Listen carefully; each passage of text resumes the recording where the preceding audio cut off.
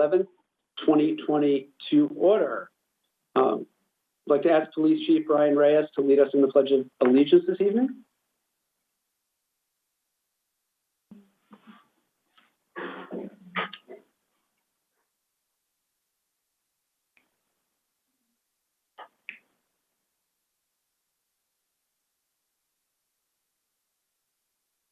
I pledge allegiance to the flag of the United States of America and to the republic for which it stands, one nation, under God, indivisible, with liberty and justice for all.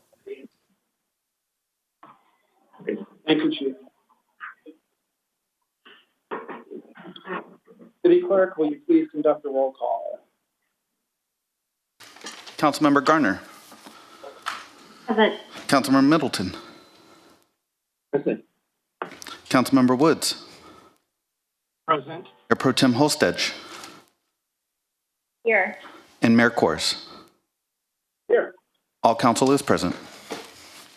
Great, thank you. We have several presentations tonight, and very excited for our first one, which we're going to have comments from members of the senior class who recently graduated. And the city has a billboard up on Vista Chino for those who have driven by and just wanted to show it for the public. To thank all of our high school graduates, and I really want to thank Amy Blaisdell, who worked with Mayor Pro Tem and I to get this done. And, you know, it's the least we can do for them.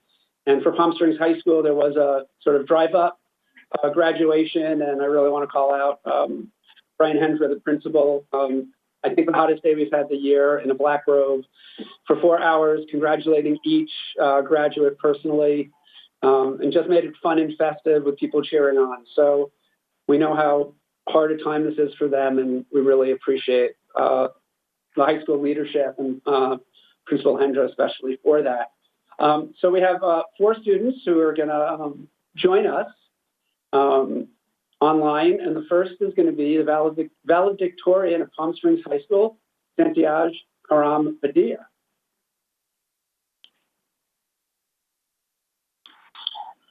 You are on, Santiago. Hello, everyone. Can you see me? Yes. Okay, so do I just start speaking? Yeah, please. Go ahead. Okay, well, first of all, of course, I'm honored to be here. I'm honored to be the valedictorian of our school. Yes, none of this would have been possible without the help of my amazing parents. Their names are Gabriela Padilla and Jorge Karam, of course. They're always there for me. Of course, my uncles, Christopher Keenan, Alfredo Cortez, and Luis Karam. When we came to this country, they really made this place feel like home. And my focus in education would have been possible without them. Also, I need to thank my brothers, who really created a path for me to follow and improve upon all the mistakes they made. So for that, I really need to thank them. However, I would really like to take this moment to speak about like the things that are going on right now in the world, especially in our country. So as we all know, there have been a lot of protests going on. And I just wanted to take this moment to bring into attention all the injustices and unfair treatments that our Black brothers and sisters have experienced. So I wanted to bring this into attention here in Palm Springs because as far as I've seen, people really have been peaceful about it, and the city has been really supportive about it also. So I just want to ask everyone to please keep this peaceful. And you know, yes, a lot of people are protesting and a lot of people are getting mad about it. But at the same time, without action, nothing is going to change. People say, yes, like we understand Black Lives Matter, but you don't need to protest for this long. Well, that doesn't make a lot of sense when you take into consideration like marketing for a product. You're not going to tell a company or a big business, yeah, we know your product is there. You need to stop advertising. Like, we know you sell it. That's just not how it works. So we need to be consistent with this. We need to support our Black brothers and sisters and make sure it's peaceful. At the end of the day, that's the only way things are going to change. There's no need to harm others. And yes, I just want to take this time to promote this movement, promote our Black brothers and sisters, and make sure we can create a better tomorrow for everyone. Thank you for that message. And Santiago, you make the whole city proud. So congratulations, and thank you for those really important remarks and powerful remarks. Thank you so much. Thank you. Congratulations. Thank you. So next we have the senior class president from Palm Springs High School, Araceli Flores, joining us.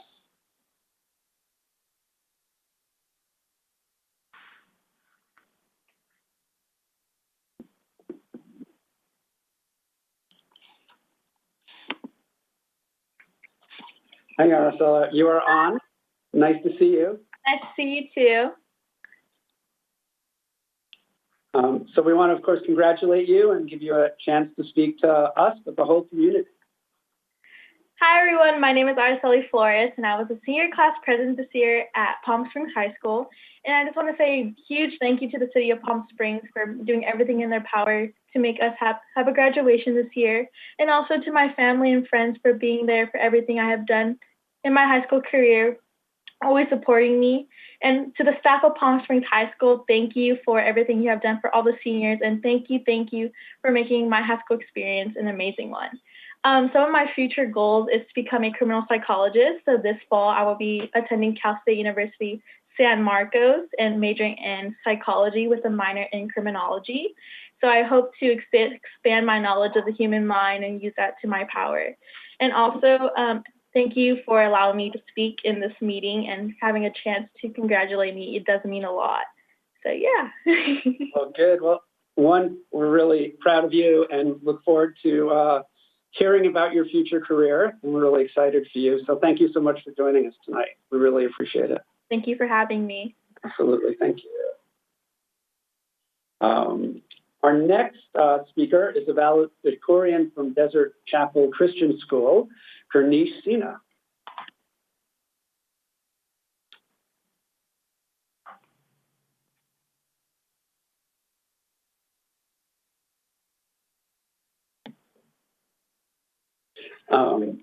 Hi, Kernish, and welcome. You have the whole City Council on, and of course, we're being televised to all our residents, and we want to congratulate you on becoming the valedictorian. That's incredible. We're really proud of that achievement, and we'd love to hear from you.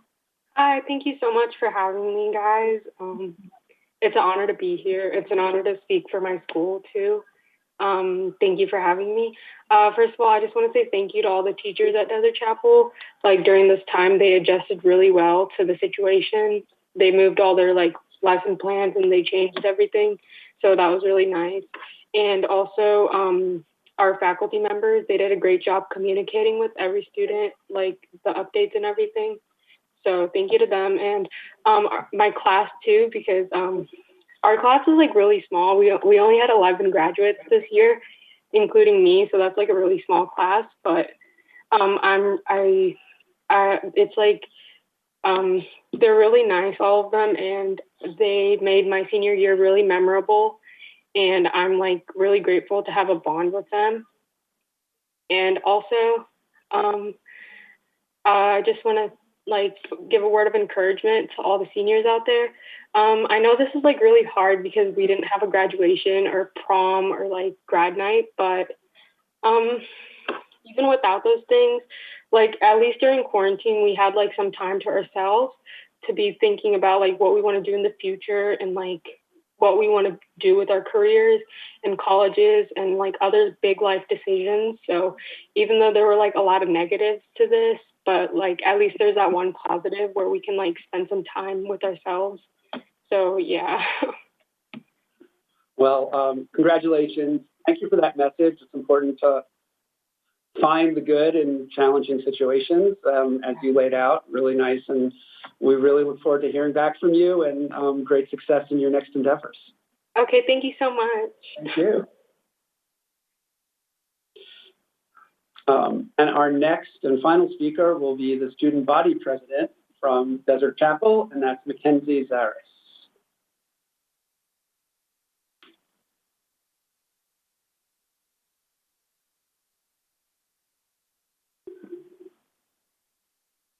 Hello.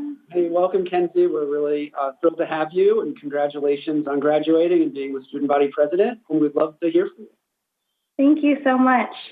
Hi, my name is Mackenzie Zaris, and I was the ASB president for my school, Desert Chapel.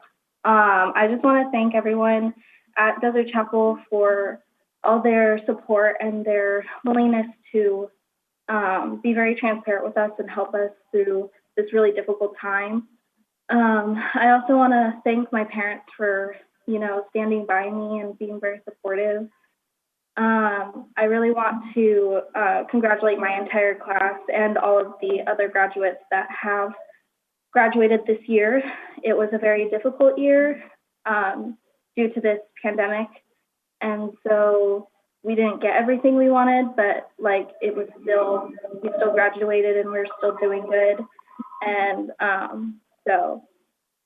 I want to thank all of the staff and faculty at Desert Chapel primarily. Great. Well, congratulations. The whole city is proud of you for your accomplishments and looks forward to a really bright future for you. So thank you so much for joining us and your words tonight. Thank you. Thank you.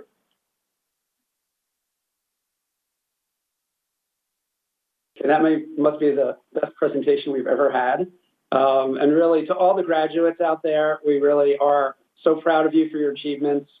We know it's been a tough year, and the way it's appeared to all of us, the way you've handled it has really been impressive, and we wish you all the very best in your next endeavors, hopefully here in Palm Springs, but wherever you may go.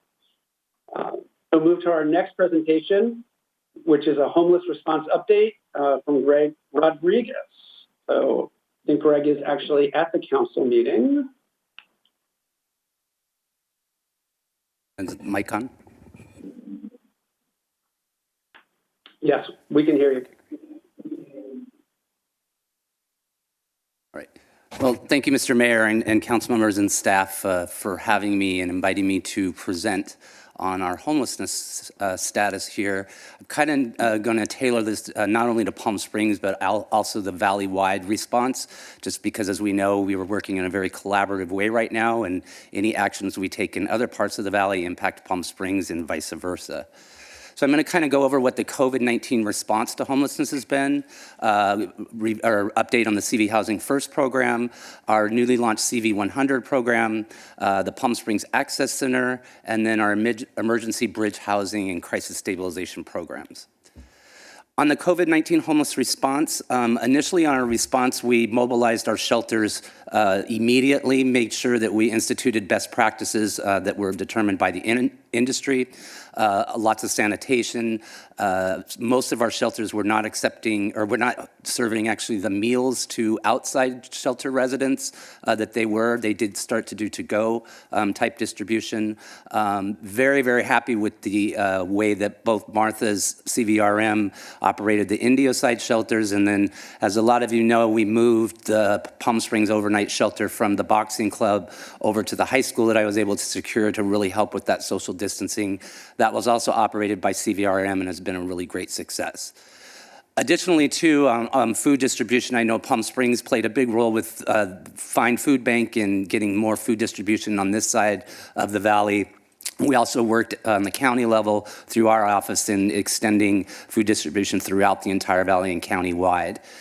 We instituted a Great Plates program, and we actually were starting this program even before the governor announced it. This is the county-wide numbers here, where we have 3,000 slots available, and we so far signed up 2,011 clients and matched county-wide with 34 restaurants. And just for your information, of course, the 4th District, which encompasses Palm Springs, was actually the largest in the number of restaurants. And then just recently, last week at the board meeting, we passed a $33 million rental assistance fund that will be administered here in the Valley, in the Pass area, and Blythe through Lift to Rise. And then in conjunction, they'll work with the United Way of the Inland Valley. Those are not just small, like 200 to 500 cash payments. They are actually rental assistance that will cover whatever portion of the rent families cannot make, or individuals, or the entire rent. And we're looking to serve at least up to 10,000 families through that program.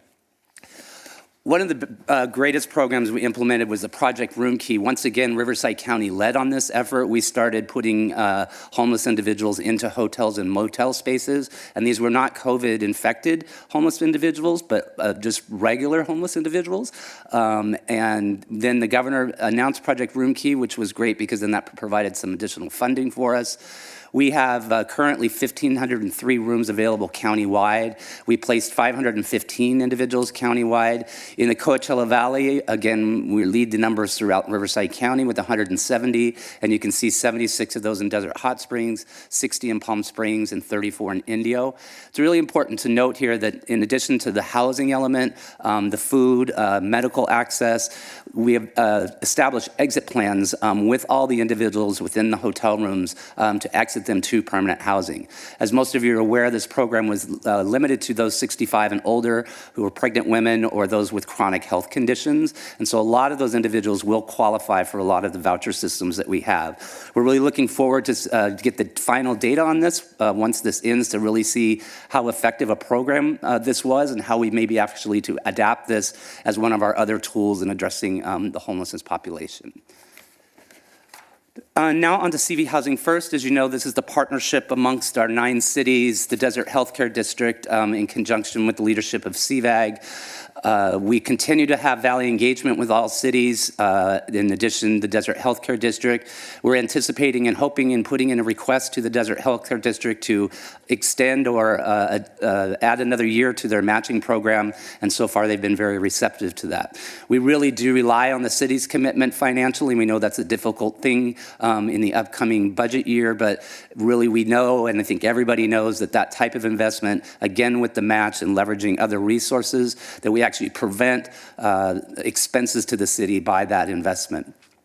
In 2020, we updated the program design a little bit, and that's what's been great about the whole CV Housing First model within the last 3 years, is that we've learned to take what works and ramp that up, but also look at some of the challenges we faced and then work to address those, and so that we can really create a really first-class program here.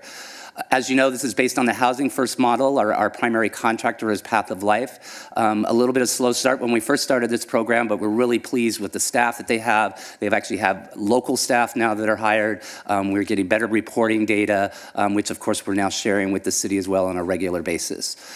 We do our intake and services both through outreach methods, and then coordinated through the Access Center as well. I'll get into the Access Center in just a little bit. And then obviously the CV Housing First provides emergency bridge housing, crisis stabilization. We've really expanded to, and I didn't put it on the slide, is prevention and more rapid resolution or diversion techniques, which for those of you know, it's far cheaper if we can get somebody either back home or rent subsidy or first and last month's deposit in order to get in and keep them out of our shelter system, or running the risk of them falling further and further into homelessness. On the next slide, in the CV 100, and some of you may be aware, Christy, probably primarily when we were going after HEAP funding over a year ago, it's hard to believe, we pitched a program called CV 25, and what the attempt was to work in Palm Springs to address our 25 frequent flyers, is what we call them. So those are individuals that access our healthcare systems, that utilize our law enforcement to a great extent, and are very shelter resistant.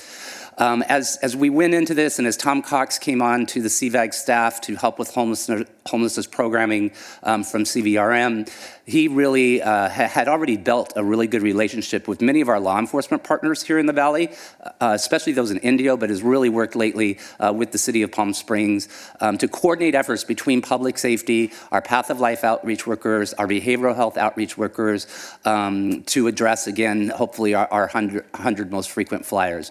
We're providing access to services, and it's just a full array of services, whether that's behavioral health, physical health, seeing if there's willingness for shelter or getting them into crisis stabilization units. And since this program launched in January, it really hit the ground running in February, and then of course COVID came along. But we've actually housed 7 unsheltered residents in the city of Palm Springs and gotten them off of the street. The Palm Springs Access Center, and again, I want to thank Dr. Reddy and the entire council and staff on helping us make this happen at the Boxing Club. A couple challenges in the beginning, as we know, David. But it's really turned out to be quite helpful. It opened on February 3rd. Path of Life is staffing that. We're not taking them off of the streets. Basically, they have staggered their staffing time so that they're there from 7 a.m. to 7 p.m., but still doing outreach within the entire Coachella Valley. We've served 151 unduplicated clients. That's from February through May. And obviously access to services that I've listed there: emergency housing and shelter beds, connection to benefits, accessing documents, and then linkage to housing.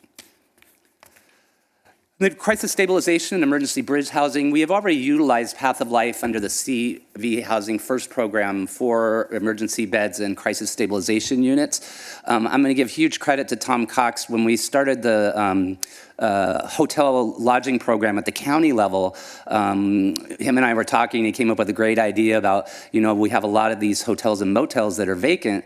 Let's see if we could actually, and a lot of those hotels and motels had already volunteered with the county to provide units. So we decided to utilize some of our CV Housing First dollars to actually rent some of those units. And so you can see we have 26 units currently. 15 of those are rentals that are done by Path of Life and 11 motel rooms.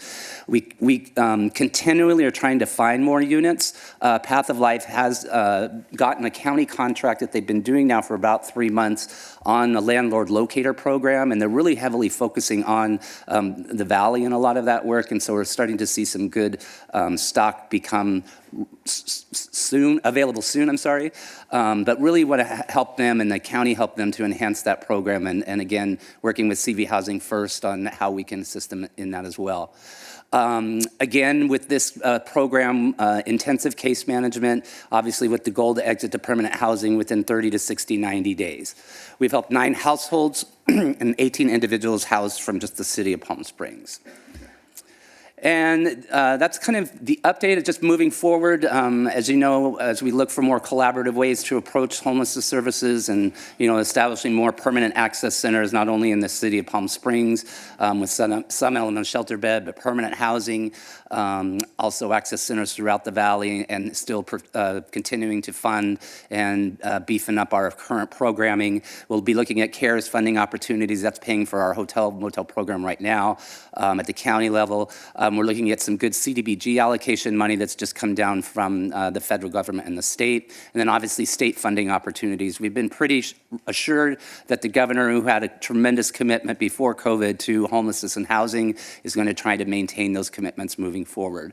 And then obviously discussions, and Christy, you and I know, have talked today, and Jeff and I have had conversations recently about sitting down with Dr. Reddy and our housing authority and other key leaders on how we start figuring out how to allocate this $10 million in the most effective way based on the recommendations from the Poppy report.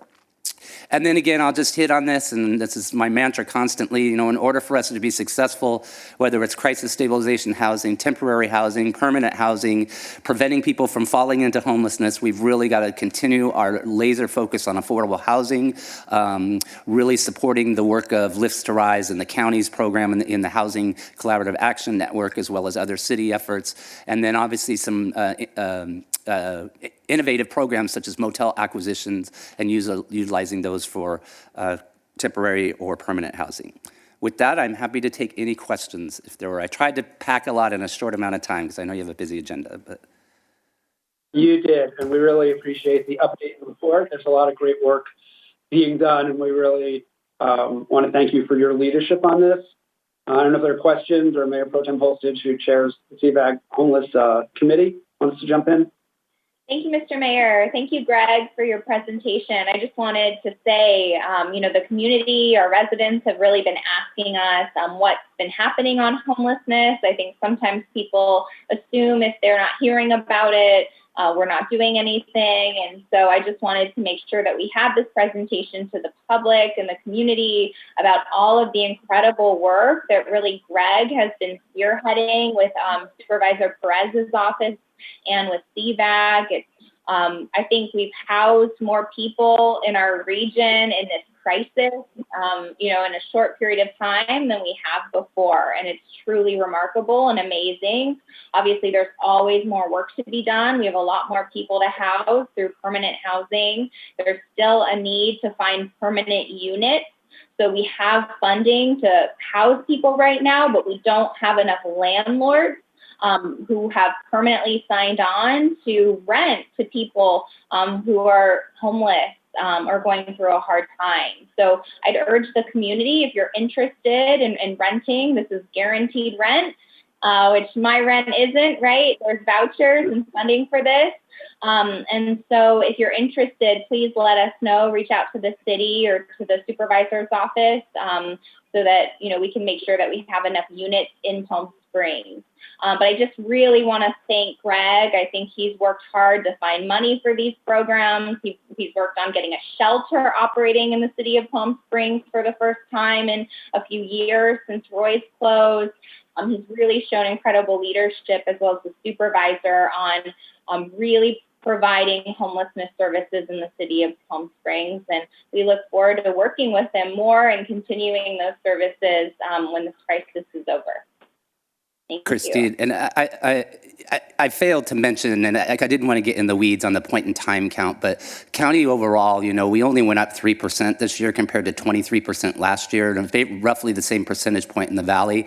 I think that's really important to note. One, and I would attribute a lot of the just the basic 3% or smaller increase to better methodology in how we count, both in technology as well as our partnerships with law enforcement, outreach workers that really can identify a lot more places where homeless individuals are. But there's been a lot of talk the last 3 months about flattening the curve.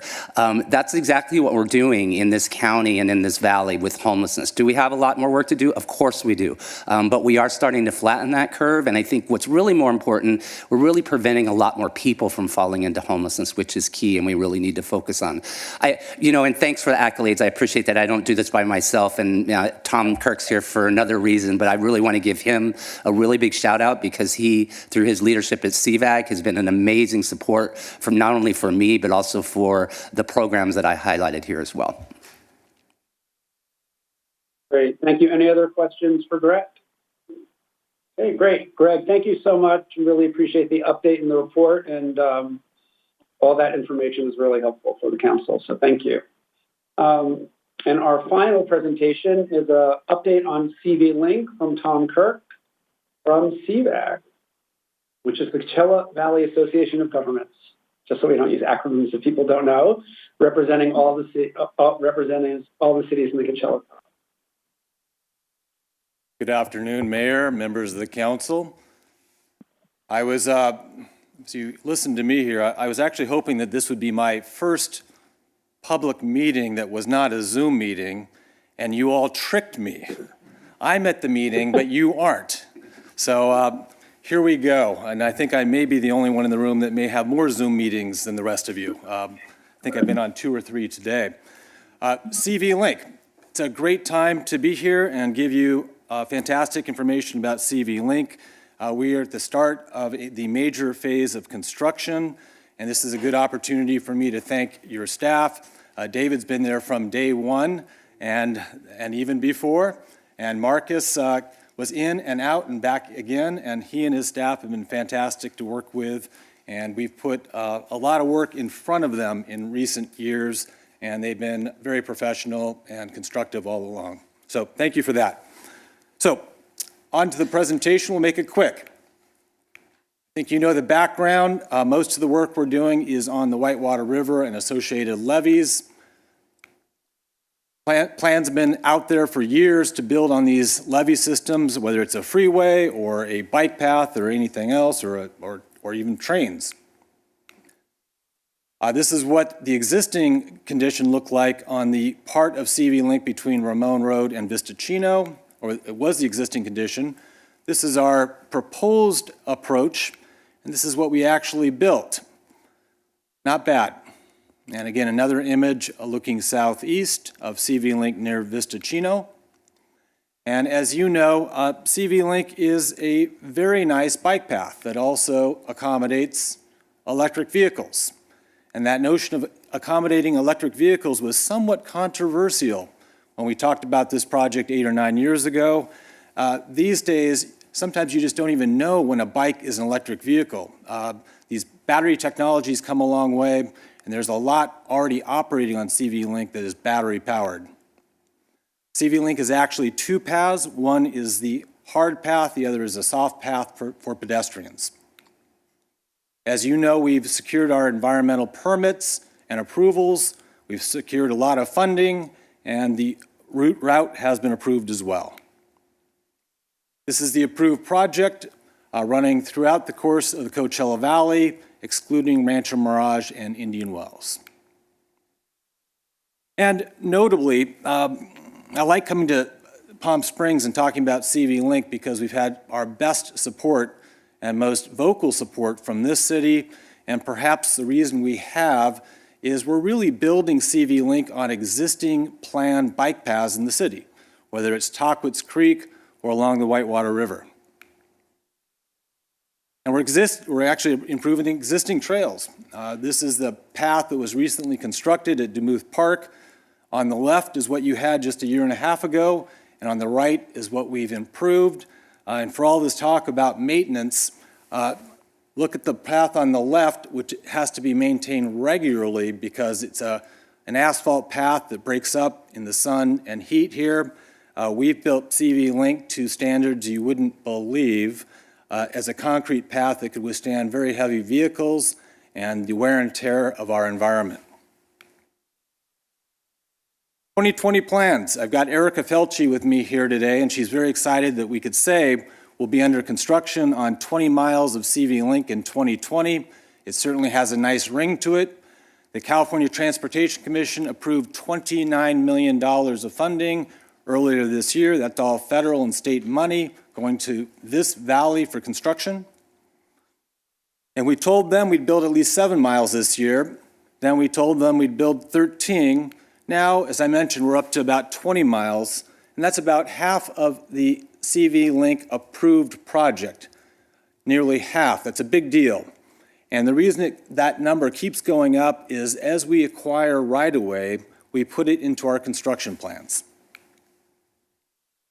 Notably, this comes at a great time, obviously. I would have loved to have had this 20 miles under construction 1 or 2 years ago, but frankly, the timing couldn't be better. We're going to be bringing in tens of millions of dollars into this economy at a time our economy, in fact, worldwide economies need it, and this money is coming from outside the area, and we're going to put local people to work. I'll show you a little bit of what we're going to be under construction with in 2020. We're going to build an access center, call it an entry point, just behind the Visitors Center. Show you a couple of images, how that'll look. You can see it to the left of the Visitor Center. It'll have those same shade structures we currently have out near Ascena, but much lower profile, and sits behind that wonderful Fry Architect design building. Most of the work we'll be doing in Palm Springs will be along the Tahquitz Creek drainage, and I've had a chance to spend a little bit more time with Councilmember Middleton on the details of this, and we'd be happy to spend time with all of you to go over these details. What you see in green is what we'll have under construction starting this year, and in orange, what has already been constructed. That's Demuth Park on the lower part of the screen, and up to the top on the right side, of course is the project between Vistacino and Ramon that's already been constructed. We've got some access centers, access points, for example, at Riverside Drive and Palm Canyon. And you're going to see this as well. Most of CV Link, of course, is on drainages and levee systems. But when we go out into the street environment, which we certainly do on places like Mesquite, we want to create a similar, safe CV Link look. We're going to create a two-way cycle track. So you'll be riding both directions on one side of the street with a concrete barrier separating you and the driver. And that concrete barrier will be an attractive display of using the CV Link orange and blue colors, along with some solar lights embedded in the center lane. And just quickly, on the rest of the Coachella Valley, we're going to be in construction in Palm Desert as well, using that 2-lane cycle track along Mesquite and some other roads in Palm Desert. And long lengths of construction will go on from La Quinta all the way to Coachella. All that green will be under construction with just a couple of small gaps that we're working on right away. We will build all the way to Avenue 56, known as Airport Boulevard, in Thermal. It's a big construction project. Next steps, this says request for bids coming soon. The request for bids on this 20 miles, actually 2 requests for bids, one from Palm Desert and one through CVAG. The Palm Desert request for bids is out, and Palm Desert will consider an award very soon. And the CVAG request for bids went out last week after we got Caltrans and federal approval to advertise the project, and we're looking forward to award that contract later this summer. On your agenda, on the consent calendar, as you know, you have a couple of small but important agreements. One is a license agreement related to that access center, which will really serve as a key hub going up Tramway Road and going down Valley through CV Link.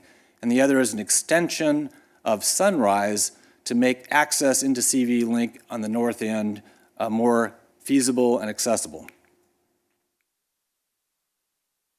I'll pass through that. We're just talking about operations and maintenance costs. They're relatively low on a concrete path. And we've had some really great support from the private sector. Renova stepped up and is supporting us on the existing path at CV Link. And we have had interest from others to support us in an adopt a mile type framework on future segments of CV Link.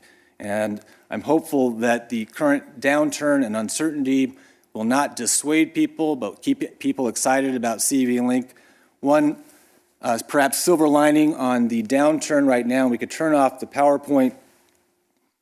One silver lining on the downturn is for anybody that's tried to buy a bike, you can't. You may have heard there's a lot of biking going on right now, a lot of walking, and even as our temperatures get up into those triple digits, we see a lot more people out using CV Link than we ever have, and using your bike lanes and pedestrian facilities as well. With that, Mayor, members of the council, I'm here to answer any questions you might have. Great. Well, thank you so much for the presentation. It's such an exciting update, and to see more CV Link being built, I think it's just going to be great for our city and the whole valley. So really appreciate your leadership on work on this. Any comments or questions? Sure.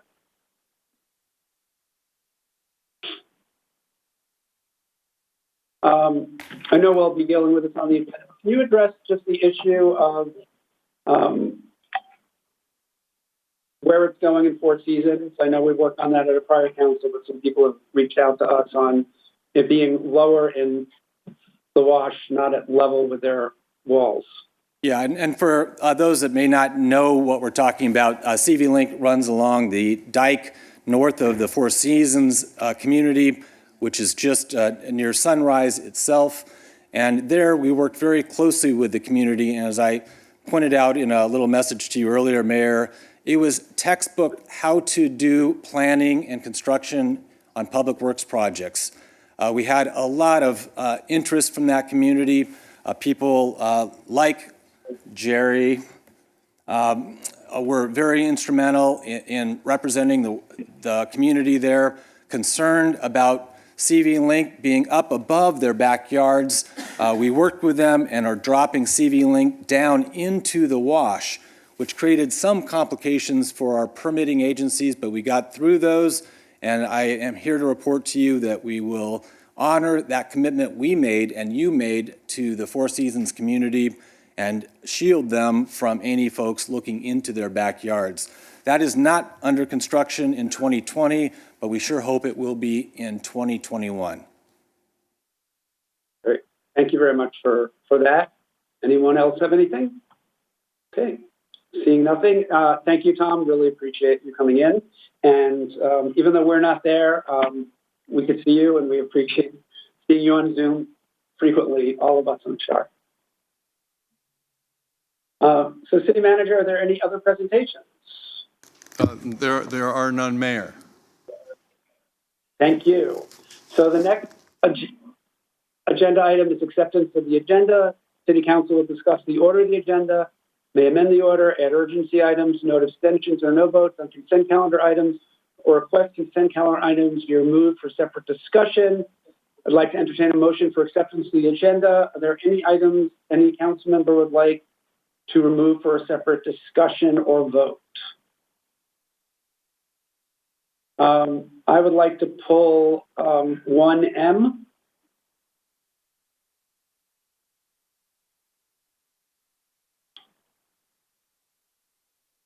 And if there's nothing else, we'll have a motion to accept the agenda with 1M being taken out for separate discussion and vote.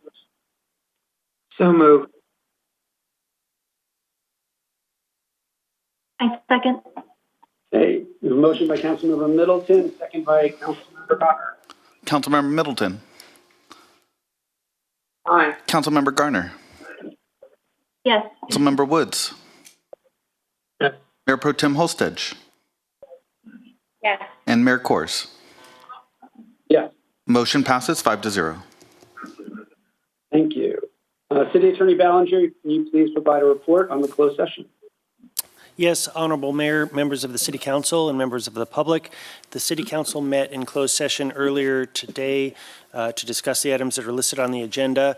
The City Council voted 5-0 to join as amicus, a friend of the court, brief in the Kelvin Hernandez-Ramon versus Chad Wolf case. That is a case challenging the federal ICE detention practices at the Adelanto detention facility, and so the city will be joining in the plaintiff's side of that case. And also, the public should be aware that the City Council will be adjourning after tonight's open session to closed session tomorrow, Friday at 8:30 a.m. Thank you very much. The next item is public testimony. This time has been set aside for members of the public to address the City Council on non-public hearing agenda items only. 2 minutes will be assigned to each speaker. You're asked to please begin your time by telling us what agenda item or items you're speaking about. Please note that general public comment for subjects not on the agenda will be taken later in the meeting. I'd like to note that it is I think with that we can start calling public comment.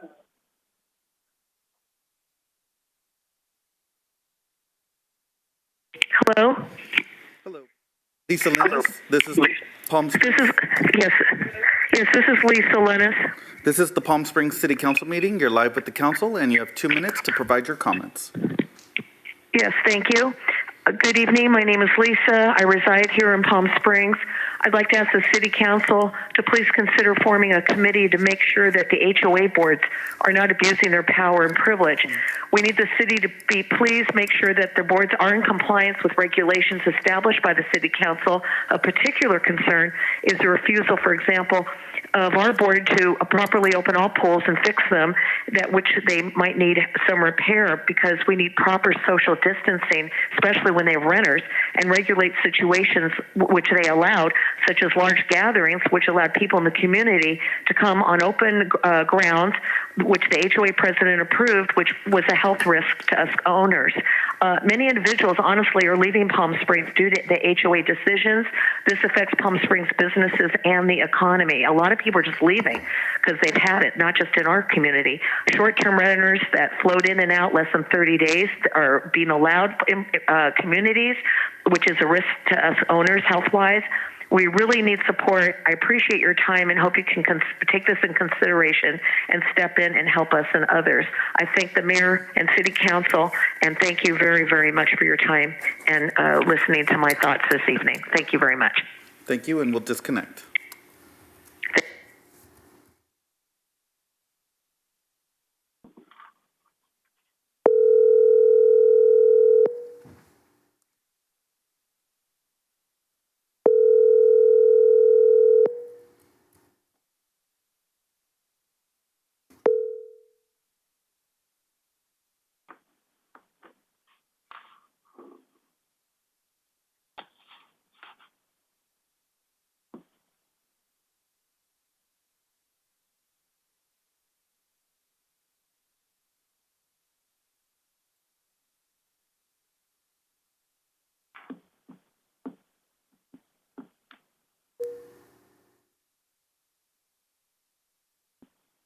This is Galen. Hello, Galen McKenzie. This is the Palm Springs City Council meeting. You're live with the council, and you have 2 minutes to provide your comments. Okay, very good. Thank you. First of all, thank you for your hard work and service during these normal times. My question is, I'd like to see if you have any idea when you would open up the Palm Springs Swim Center again. I don't feel safe going to some of the gyms, and I feel like the best place is to start swimming. And so that's my only question is, please consider opening up the Palm Springs Swim Center again.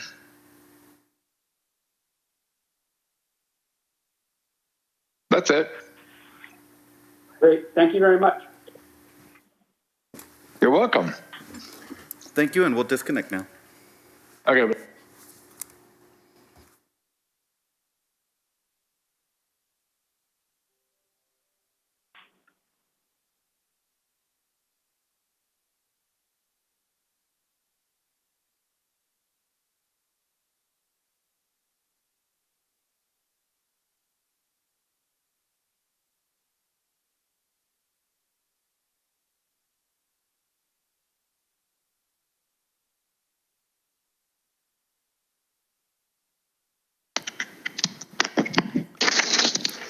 Hello, is this? This is Christina. Hi, Christina. This is Anthony calling from the Palm Springs City Council meeting. You're live with the council, and you have 2 minutes. Oh my goodness. All right. And you have 2 minutes to provide your comments, and if you could start by stating your name. Oh yes, sure. I am Christina Bjenning. So, dear council, I speak in support of safe, smooth, and absolutely necessary reopening of Village Fest. It's an unique event that provides a safe and inexpensive place for local residents, as well as many national and international visitors, to sample the best of emerging businesses, arts, music, and very delicious food. But you knew that already. The Village Fest enriches so many lives in the community, and I and many have missed it terribly. I am an exhibiting artist, a showgirl, you may say, with extensive experience. I have done more than 500 shows through the years. So I speak from experience when I say that if any show safely can do social distancing, it's the Village Fest. The booths are already spaced out laterally and the straight is wide.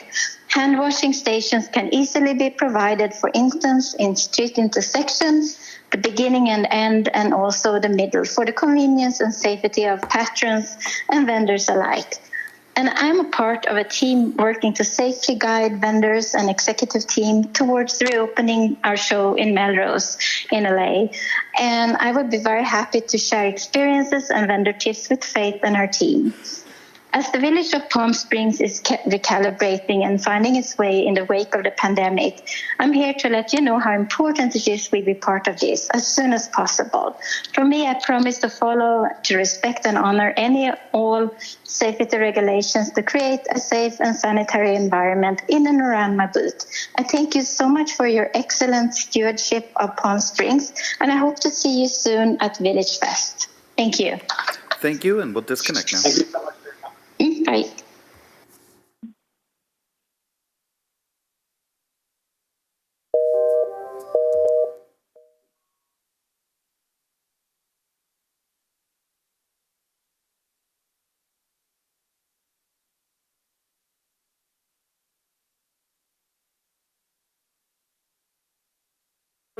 Hello? Hello, Dorothy Wilder? Yes. Hi.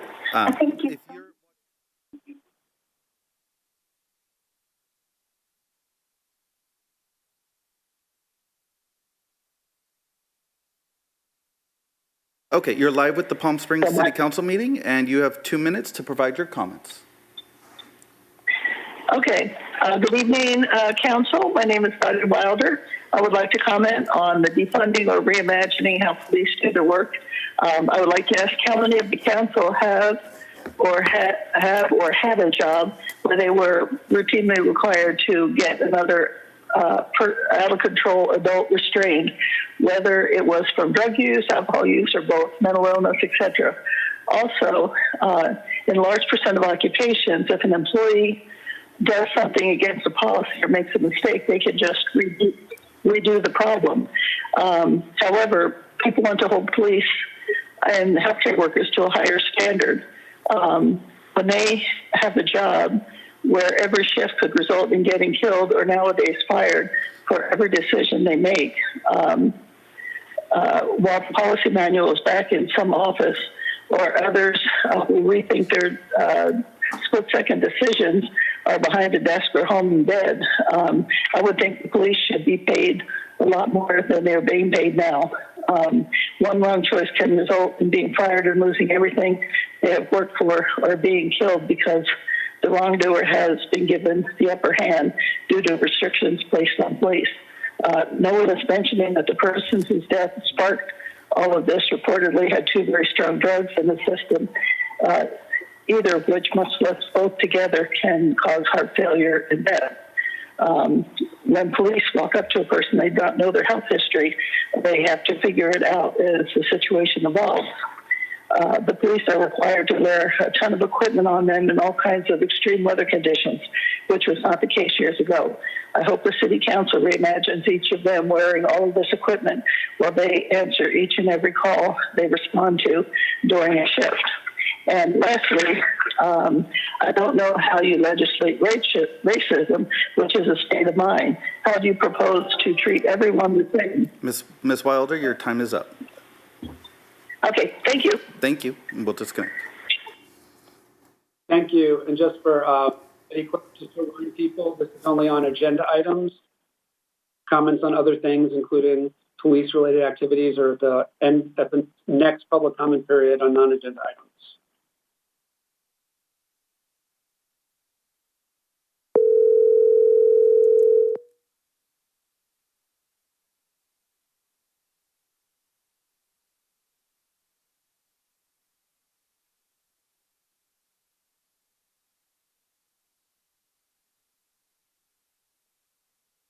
Hello, is this Michael Magnetti? No, you have the wrong number. Okay, thank you.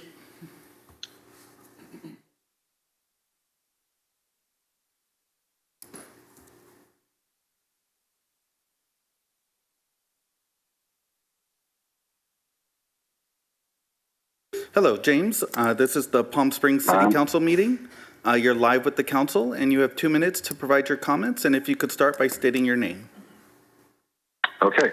Hello, I'm James Hermes. I'm from Elk Rock Traders, and I've been a vendor at the Palm Springs Village Fest for just over 20 years.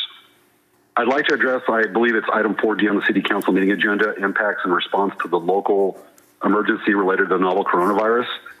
I'd like to address specifically the impact of the Village Fest. This is an event that is known around the world because, as we all know, Palm Springs is known around the world. The point that I'd like to address is when the Village Fest would be considered safe to reopen to the general public. I have found a lot of confusion from various municipalities on at what point when an open-air market is considered safe. When considering the appropriate time of when the Village Fest would be safe for the general public and exposures of the coronavirus can be considered at an appropriately low level, please keep in mind that open-air markets are generally considered safer than enclosed areas because, for one, individuals have an opportunity for social distancing, and there are a large number of ways for the vendors to minimize contact with potential buyers. Some of these methods are actually recommendations from the state of California when addressing safety at open-air farmers markets.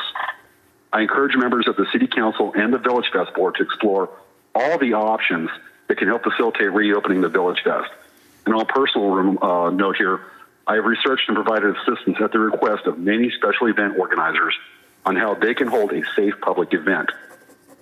After consulting with many other art markets on how they can adapt to the challenge presented by the coronavirus, I am of the strong opinion that it would be possible to reopen this event earlier than many people may realize and open it safely.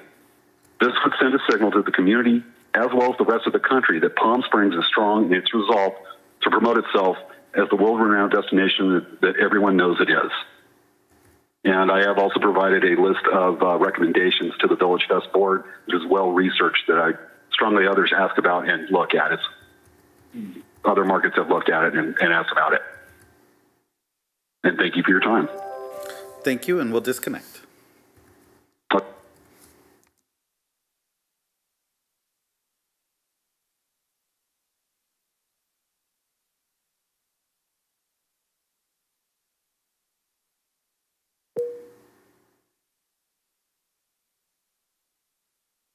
Hello, I was calling for... This number uses RoboFiller to screen their call.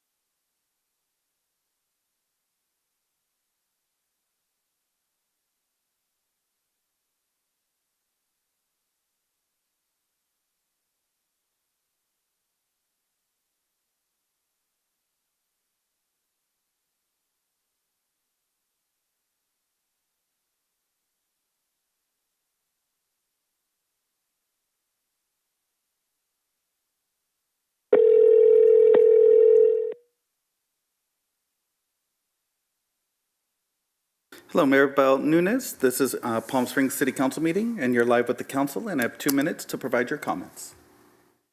Thank you very much. Hello, everyone. My name is Maribel Nunez. I'm with Inland Equity Partnership, used to be a California Partnership, and this is related to unfinished business 4B.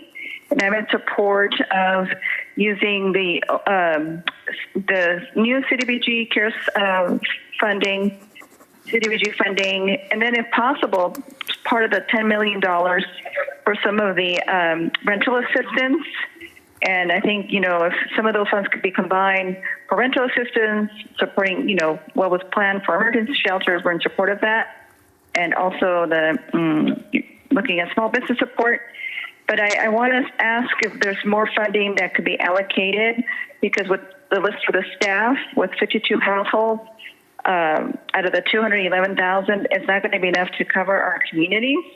It was mentioned about, the county rental assistance.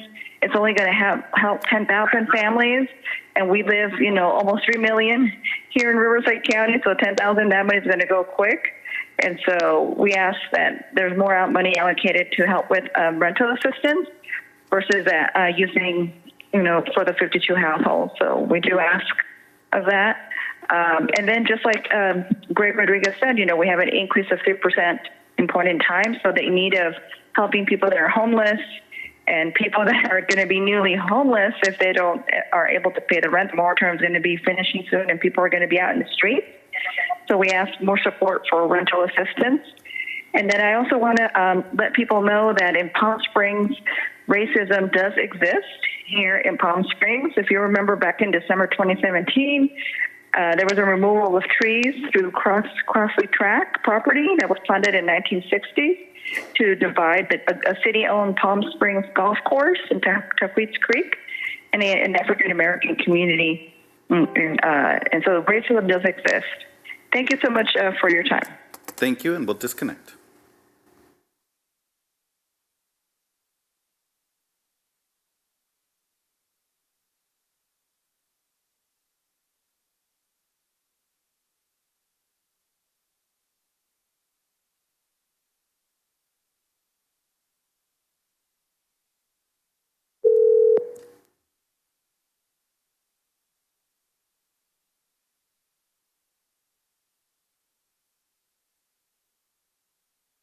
this is Mark. Hello, Mark Cherry. This is the Palm Springs City Council meeting. You're live with the council and have 2 minutes to provide your comments. Thank you. Hello, everybody. My name is Mark Cherry, and I sell Rugula in Spot 182 in the festival. I'm also involved with 5 other markets in the valley. And when all this started, we went ahead and did some good things at the markets for proper spacing. And as far as one entrance, one exit, washing stations, vendors must wear masks. And the idea of this being outdoors, it's got to be safer than indoor Ralph's or Vons, where everything is concentrated indoors. And the markets that reopened in Los Angeles that was doing business as usual, they closed them down right away, and they're still closed. The ones in Riverside County that have been abiding by the rules that they set forth, everything that I see has been very smooth. Everybody has been very more than willing to do the right thing and to protect the customers and to protect themselves. And I really think it's up to each and every one of us to go ahead and protect each other as far as the distancing and the masks. And I'll tell you another thing. A lot of customers look forward to the Village Fest. They've been coming for years and years, and they've said to me, I came here just for you, all the way from Quebec. I should, I guess, say thank you. But I get a lot of that at the market, and people feel good when they're down there. They're outdoors. And as far as this time of year, I said this when we were in season. I can't wait until it gets to be June, because this way, when it's 120 out, 110, there's proper spacing, because you ain't getting the crowds that you get. Mr. Cherry? I do this all year round. Mr. Cherry, your time has passed. Yes. Thank you. Thank you, and we'll disconnect. Okay.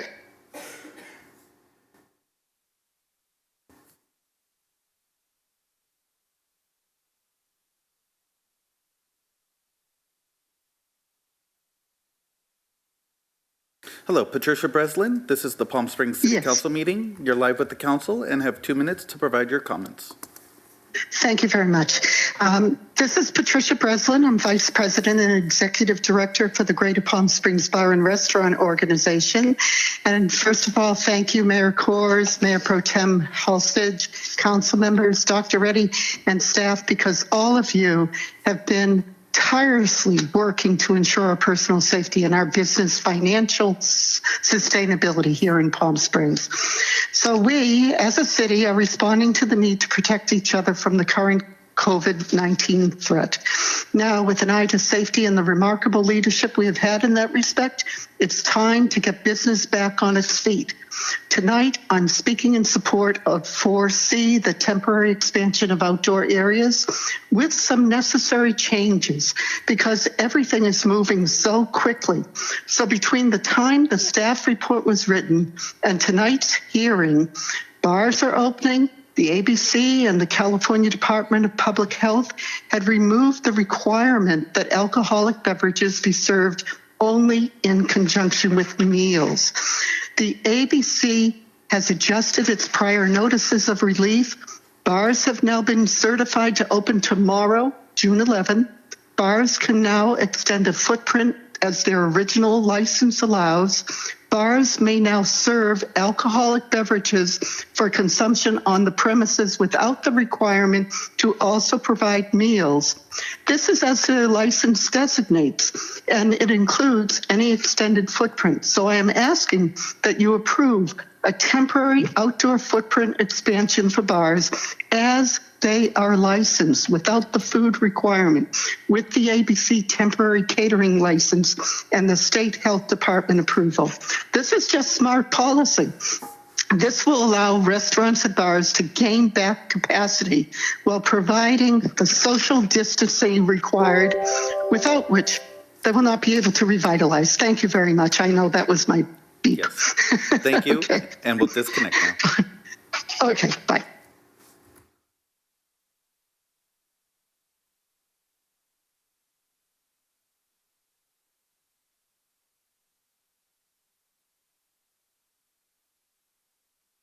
Hello, John Woodland. This is the Palm Springs City Council meeting. You're live with the council, and you have 2 minutes to provide your comments. Awesome. First and foremost, I'd like to thank the City of Palm Springs very much for all of their hard work they're doing towards emergency housing and rental assistance and all of their hard work to flatten the curve during these troubling times. Before I go on, I want to provide some ethos. My name is John Wadland. I am a professional BMX rider local to the area. I forgot to talk about, sorry about that, my agenda. Consider reopening the Palm Springs skate park. That's the number one main thing I want to talk about. I'm a local professional BMX rider. I was invited 2017, 2018 to ride at professional events, invite-only events. And I really just want to stress how important the skate parks are towards the youth, towards their mental health, their emotional health, and of course, their physical health. First thing I want to mention is that other skate parks within and not within the Coachella Valley are open and they are safe. They're doing proper social distancing and they're keeping the skate parks clean, and the youth of our community are following the guidelines quite well. As a frequent user, I've seen this firsthand.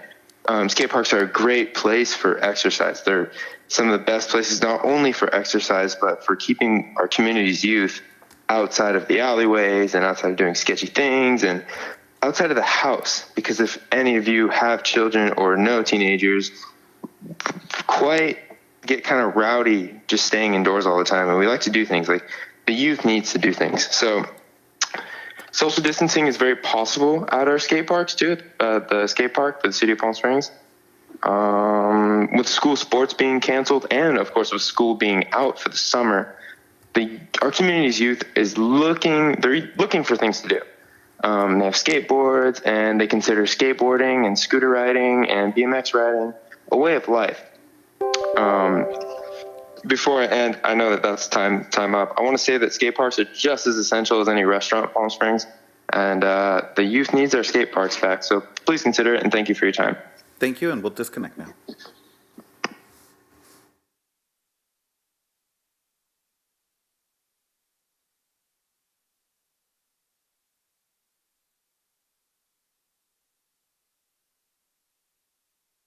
Hello, Isaac Garza. This is the Palm Springs City Council meeting. You're live with the council, and you have 2 minutes to provide your comments. Thank you. Thank you, Mayor Pro Tem, council members, and city staff. My name is Isaac Garza, and I'm the area manager for West Coast Arborist. We're the tree maintenance contractor for the City of Palm Springs. I'm also an arborist and a tree risk assessor. I would like to comment on item 4A, the proposed 2021 budget, and along with that, the budget cuts associated with that. I know the city is faced with many difficult decisions, but I would like to hope to see the tree maintenance program and your urban forest management not as a single line item when you guys are contemplating the cuts. I hope you see the tree maintenance work as a public safety service. On a daily basis, we mitigate risk. We document the work we perform as a record to the city, that its city is practicing due diligence in maintaining the urban forest and keeping the public safe. We're able to respond to emergencies and fallen trees, broken limbs, branches quickly and efficiently, since we're located here in the valley and we're staffed to support the volume and budget currently in our existing contract.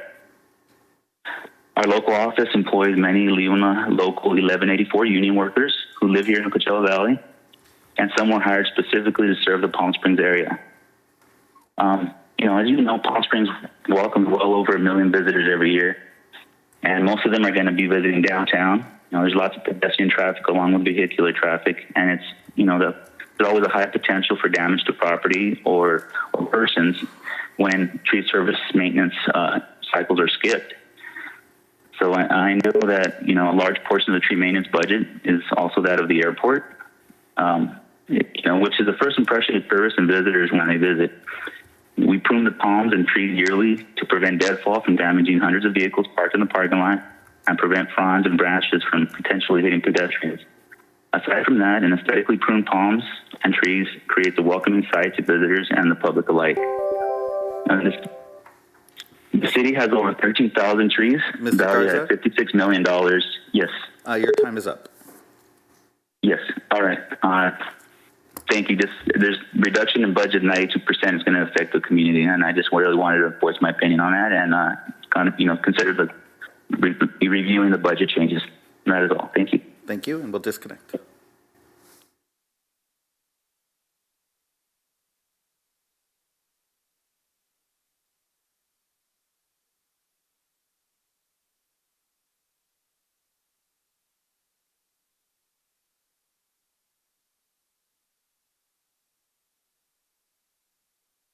Hello, Zach Solomon. This is the Palm Springs Council meeting. You're live with the council, and you have 2 minutes to provide your comments. Thank you so much. Hello, City Council. This is Zach Solomon. I'm a local Palm Springs resident. Thank you for your hard work. Thank you, Mayor. Thank you, Mayor Pro Tem, and the other City Council members. The country has changed a lot in the last couple weeks, but I am going to keep it on what's going on in our city in Palm Springs. I'd like to speak in support of my friend Maribel's proposal earlier, and that the $10 million in homeless funding and new CDBG funds go towards residential tenant support and small business support. Speaking on items 4A and 4B, I suppose. And I also want to just talk about, I know that y'all are working on the budget and that the budget is a running document. And now more than ever, as a lot of us like to say lately, you were already pursuing a cut of police budget and also staffing.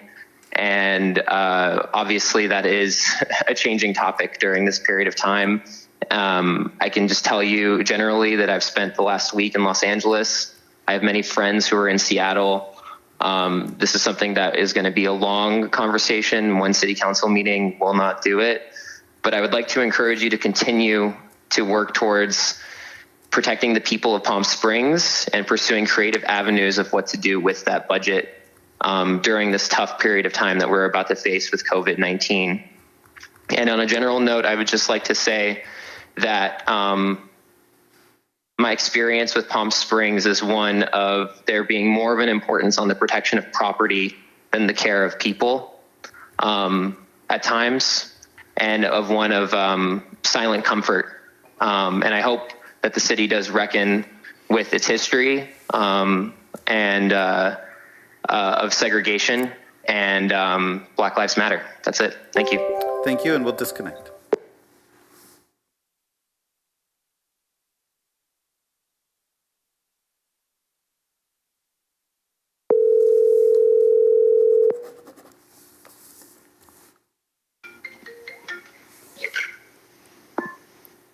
Hello? Hello, Edwin. Hi, Anthony. Hi, this is the Palm Springs Council meeting. You're live with the council. If you could please start by stating your name, and you'll have 2 minutes to provide your comments. Great. This is Edwin Ramoran. Good evening, Palm Springs City Council and staff. I'm a new commissioner for our city's Human Rights Commission. Very proud. I'm making public comments tonight as a member and one of the founders of Bayanihan Desert on Filipino community engagement and civic duties. As a graduate of Palm Springs High School, class of 1989, I want to congratulate our wonderful class of 2020 at PSHS. And I want to give a shout out to my niece, Gabby Agriam of Cathedral City High School. Your Lola Maring and I are so proud of you. The Agriam family is huge and has been based also in our Veterans Tract neighborhood in the Coachella Valley for generations. I'm proud to have participated in the Enough is Enough protest last Saturday, organized by the young women of Young Justice Advocates. My comments are related to items 4A and 4B on tonight's agenda regarding budget recommendations. I urge you to please keep at the front of your austerity measures the really important necessity to continuously support and scaffold our social services in our community centers, such as the James O. Jesse Unity Center.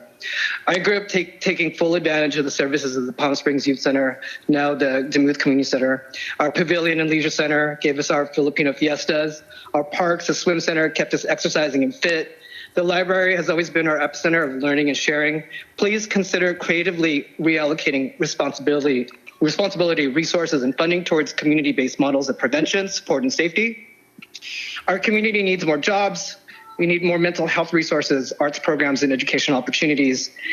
We need people who respond to situations and crises in our community should be people who are well and best equipped to deal with those crises.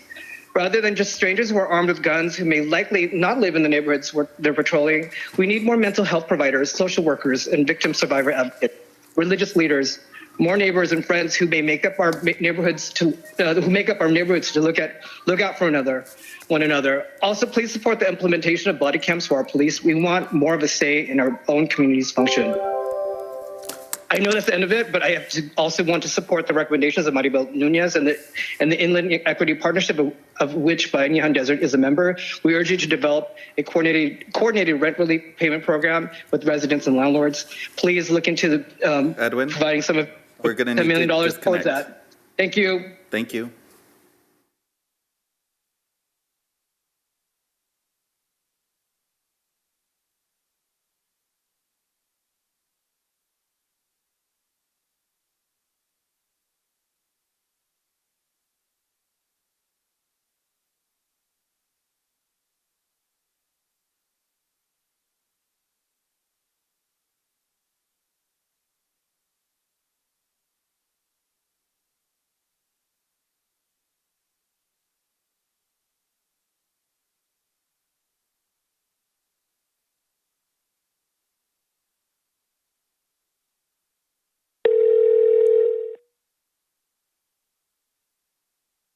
Hello, David Weiner. This is the Palm Springs City Council meeting. You're live with the council, and you have 2 minutes to provide your comments. Okay, thank you, Anthony. My name is David Weiner, a 16-year resident of Palm Springs, and I'm speaking to Agenda Item 4A. This week, Mayor Pro Tem Holster sent a letter to our County Board of Supervisors on the need for oversight and review of the actions and policies of the Sheriff's Department. While she mentioned some of the issues Palm Springs and our police have had in the past with racism and racial profiling, this letter was addressing the actions of Sheriff Bianco and his department. Mr. But Weiner? let's not pretend. Mr. Weiner, could we just confirm, are you speaking to an agenda item? Speaking to Agenda Item 4A on the budgeting. Okay, thank you. Yes, sorry. Okay, let's not pretend we don't have a history of racism in Palm Springs. We do. It is well documented and should not be a surprise to anyone. It started before Palm Springs was even a city, but it really went into overdrive in the 50s and 60s. Palm Springs has the highest level of sworn officers in the Coachella Valley, and the police budget is close to 30% of the total original 2019-2020 budget of the city. With the current economic crisis, as well as calls from across the U.S. to change how police departments operate, we're presented with an opportunity to really make change that is beneficial to our community and to look at how we police and how we spend the money that's allocated to police departments. I applaud our Mayor Pro Tem for having the courage to begin a very difficult conversation on the history in both our city and police department. Maybe we can look at the budget priorities and needs for a city of our size. As a side note, I think the PSPOA should be ashamed of itself for attacking the messenger instead of looking at the message and how we can all do better with what we have. Thank you. Thank you, and we'll disconnect now.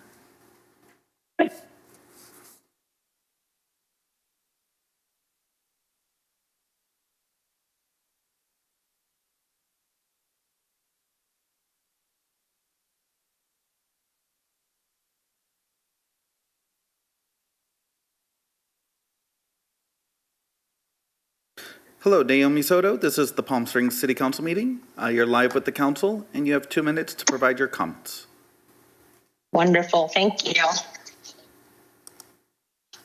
Good evening, council. There's a lot of background noise. Okay, good evening, City Council. My name is Naomi Soto. My public comment is in regards to Agenda Item 4A. There are two realities that our city and all cities are experiencing. First, the public health and economic crisis of COVID-19, and two, the national outcry for police reform. It's vitally important that the council does not separate these two important issues.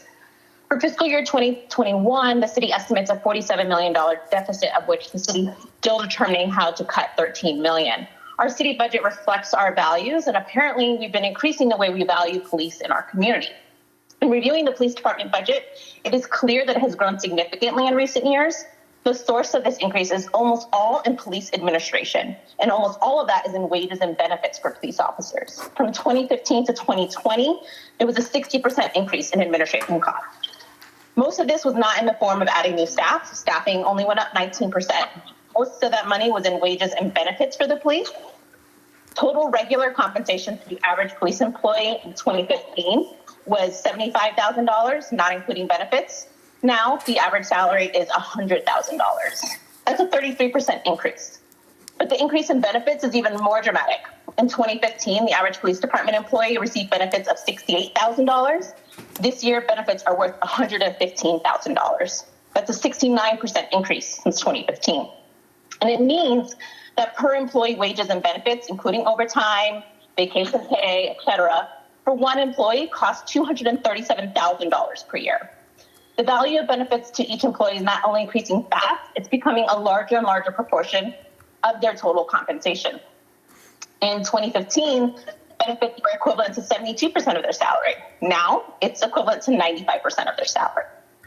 Moreover, the police budget for ammunition has gone up 243% since 2015. Ms. Soto? Maybe 2015 was a fluke year, but even in the last 2 years, it's gone up 45%. Ms. Soto, your time is I up. just want to implore the City Council to examine how we use our resources while still protecting public safety. Thank you. Thank you, and we'll disconnect.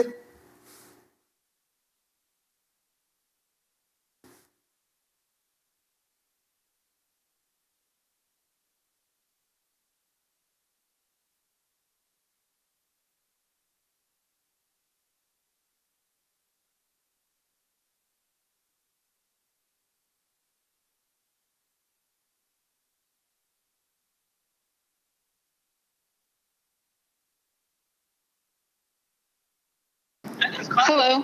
Hello, you're live with the City Council, and you have 2 minutes to provide your comments. Yes, thank you. Hello. First of all, I want to thank the Palm Springs City Council, specifically Council Member Christie, for the support for the community in Palm Springs. But also, I would like to ask the City Council to please consider rental assistance for Palm Springs community. It's a very crucial times.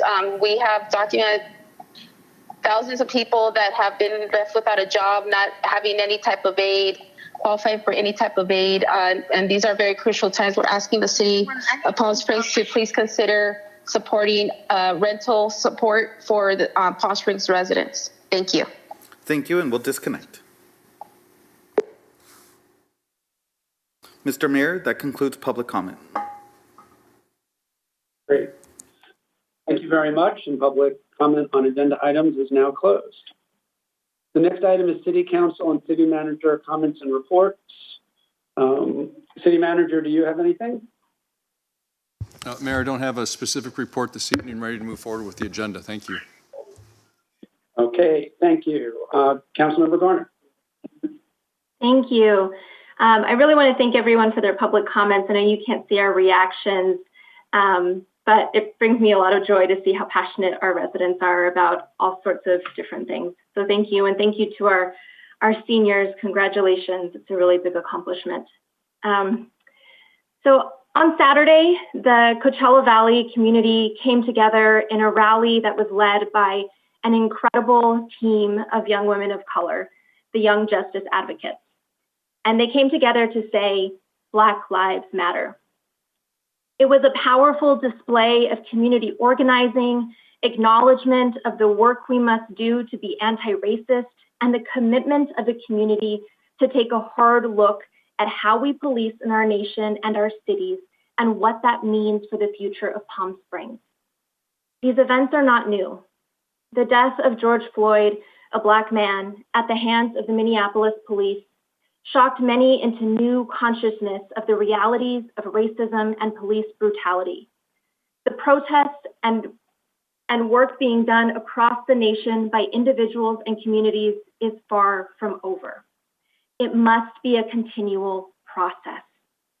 Some of us have been working on issues of social justice and anti-racism for a long time. Others have just joined in the last few years, and some are just getting started. Wherever you are in this journey, it's important and necessary. In order for policy change to have meaning and bite, We must do our own self-reflection and recognize our own racism and bias and work to eradicate it. Businesses and organizations need to reflect on their hiring practices, who and how much they pay for the work that is done, create an anti-racist working environment, consider who is on their boards and how they can better reflect the community they seek to serve. This is ongoing work that is essential as we fight to dismantle white supremacy. We must not forget that Palm Springs is not immune to racism.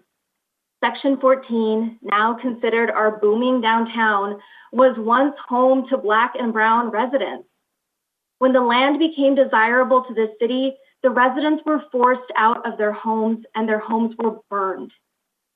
From the ashes emerged the Desert Highlands Gateway Estates and Lawrence Crossley neighborhoods at the north and south end of town. Lawrence Crossley, a prominent Black businessman and the first recorded African-American landowner in Palm Springs, developed the Crossley Tract. It's now known as Lawrence Crossley. The Black community has regularly requested that we firmly acknowledge this history by changing Golf Club Drive, which is the main road through the Lawrence Crossley neighborhood, to Lawrence Crossley Road. After World War II, Filipino veterans settled on an area of land on the eastern edge of the city. The neighborhood grew and thrived, moringa trees dotting the landscape, a sign of the Filipino community and culture. This area was known as Veterans Tract. Latinx residents moved into, and to this day, it is predominantly brown neighborhood. In the last 10 years, gentrification has begun to change the neighborhood demographics, and 1PS renamed the area to Demuth Park. The Filipino community has regularly requested that we firmly acknowledge the history of the neighborhood and call it by its given name, a Veterans Tract. There is power in a name. These symbols offer hope and a long overdue acknowledgement of the history and legacy of the Black and Filipino communities in Palm Springs. These symbols must also be met with structural change. Issues of racial justice are inextricably tied to issues of policing, just as race intersects with all issues in our community. Why is the police our response to so much?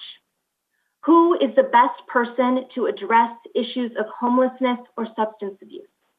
Is it a police officer, or should it be a social worker specifically trained to handle these issues? Our focus is on crime, but it should be on how we can help. Reducing crime may not be the solution that is always needed. Oftentimes, there's something deeper that needs to be addressed. What do we want our community to look like? What does it mean to be safe? What does our world look like when we prioritize and invest in housing, healthcare, education, job training, and social services that uplift our community? Disparities in education and access to resources contribute to the racial and economic inequality in our city and our nation. Almost a third of our city budget goes to policing. We need to ask ourselves, why? We need to explore other opportunities to support our residents that improve their quality of life. Reviews of policing standards are one aspect of that. I have sat in on several community meetings where Black residents have shared experiences of police discrimination and harassment with our police officers. To deny and ignore those experiences is wrong and rooted in racism.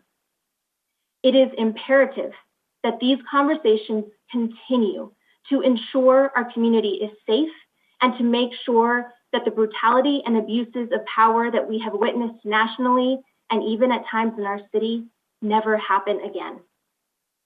As an ally and accomplice, it's also important for me to uplift that we're currently in Pride Month. Palm Springs is an LGBTQ+ destination and a city that prides itself on its LGBTQ history, elected officials, and community. I recognize that issues of police violence are also LGBTQ issues. LGBTQ people are also Black and brown. Pride, as many of you know, emerged from the uprisings of Black and brown, transgender, gender nonconforming, and queer people at the Stonewall Inn, the Compton cafeteria riots, and many other riots against police harassment and violence. And it wasn't that long ago that our city's police department had its own turbulent history, specifically targeting our LGBT community in Warm Sands. Make no mistake, our community has and continues to be marred in issues of racism, homophobia, and sexism. It must be acknowledged and addressed. It is vital that we have discussions in an open public forum where we can allow our community to weigh in. But first, we need to go into neighborhoods. We need to meet people where they are instead of demanding that they come to us. If you and your ideas were regularly excluded or dismissed from the conversation, would you come back now? This is a time of visioning, of trying new things, and dreaming bigger than we ever have before. The CVRA working group called for accountability to communities of color and encouraged the city to fund work on these issues with a permanent staff member and department. Putting in the work to create a city that meets the needs of all residents requires deliberate actions and funding. We need to think about why it took protests and the loss of life for us to look at these issues. It is on all of us. It's not just the city and police, but everyone as a community. We have not valued these conversations and policy changes. The idea that as long as our own life is good, we don't have to consider anybody else is not acceptable. We need to honor our Black and brown communities. We need to look closely at our hiring practices, funding, and where our resources go and who they support. We need to look critically at our policing policies, how and why those policies are used, who is being helped, and who is not. We need to hire qualified people to lead us in this work and pay them fairly. And we need to take a long, hard look at ourselves. Finally, I want to thank the Desert Highlands Gateway Estates neighborhood, the Black History Committee, and all of the residents that have worked tirelessly to bring these issues to the forefront. Your voices are important and appreciated, and I will do everything I can to make sure they are heard. Thank you, Mayor. Thank you very much, Councilmember Garner. Anyone else want to have comments or report?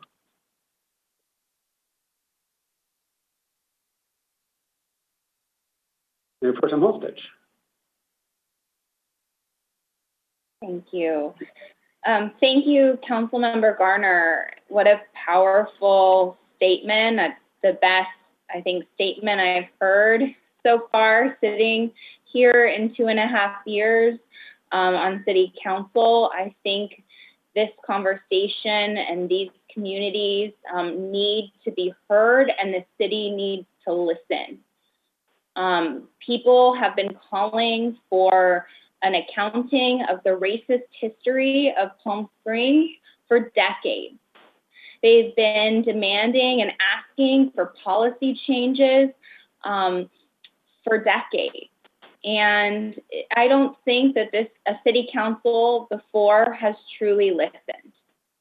And we see that in the ongoing disparities in our community.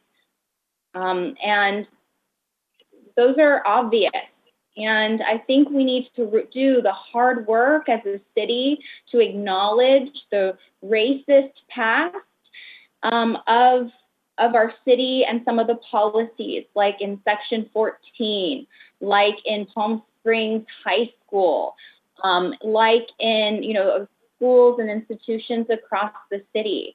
And I think we need to do some work as a community to learn about systemic racism. So, had a difficult week this week, and when we talked about racism in the police department and what is the difference between, calling individual people racist versus saying the city has had racist policies that impact our communities to this day. The segregation, the literal legal segregation of our city, and what happened in Section 14 with families being pushed out, those families still live in certain neighborhoods, like Councilmember Garner said, to this day. So that still exists today, and we have to talk about it because we have to move forward as a community. We're all stronger together, and we need each other, and we love each other, and we want everyone to have an equal right to not just matter in our city, but to thrive and be happy and offer the quality of life that all of our residents deserve, regardless of skin color or where they come from or who they're attracted to. That's what the work that we're doing here. And this is an important local issue, and it is related to policing.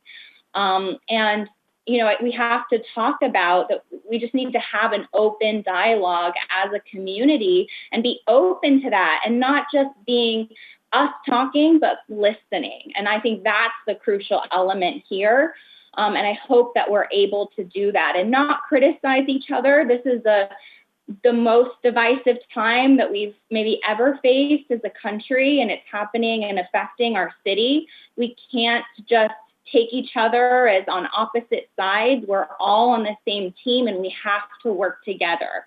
And so I'd like, echoing Councilmember Garner's comments, I'd really like to formally request that we do the work to gain the perspectives of communities and people who have not been heard or even welcomed in City Hall.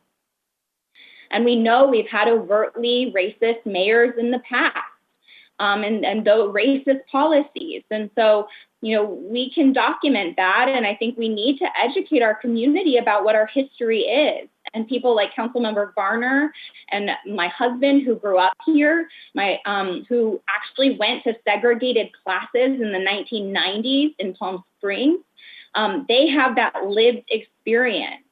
And we have to really document that for the city's history. And so I'd like to formally request that we do community engagement on this issue, and that we have community forums and listening sessions, and that we are open to each other to really listen and actually hear each other about what our different experiences in the city of Palm Springs might be. In the last week, I've gotten dozens and dozens of messages explaining people's experiences in Palm Springs that have not always been positive to this day. And whether that's with city government, whether it's with the community and their neighbors of being overtly racist, whether that's, based on race or within the police department. We have to just be open to listening to that and acknowledging that we're not perfect. And our job sitting up here is to improve the city in every way possible. We have to improve every department. We have to take a hard look internally. I'm not perfect, and no one is sitting up here or anyone in our community. But, these are divisive times. We really need to work together. And I would ask that we formally move forward on a community listening session where we can hear from the community, go to them. It doesn't have to look like a typical council meeting or even a community forum, but really document the lived experiences of our residents that have not always been heard on city council. And I just want to thank again, Councilmember Garner, for all of her work representing her, her district, representing residents, advocating on this issue. I completely stand with you on your comments, and I'm looking forward to all of the work that we can do together.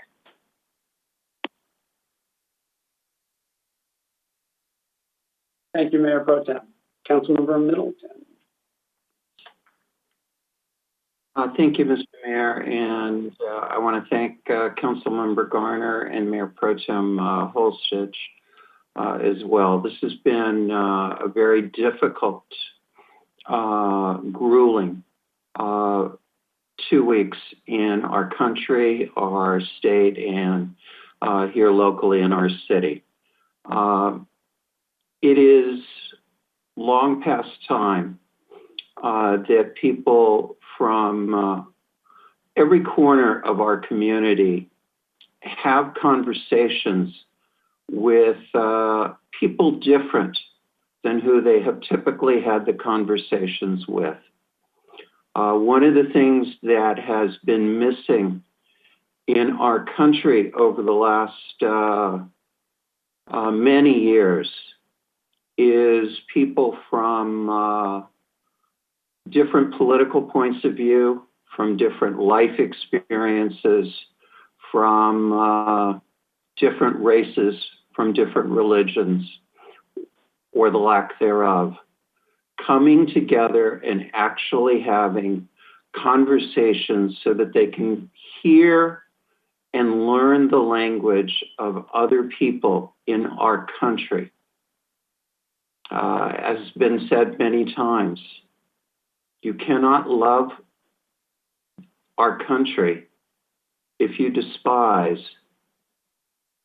half of the people or a large number of the people that are in our country. One of the things, though, that as we begin these kinds of explorations that I think we need to remember is we have asked over the last 4 decades in particular, our police departments to do an incredible amount of work, some of which is work that they've never been asked to do before. And we need to be fair and honest also with all of the police officers that we have.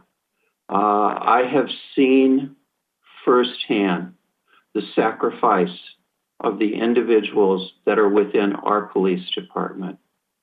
That has to be a part of the story as well. If we are going to make progress, we all of us, have to acknowledge both the good and the bad that we have seen and witnessed.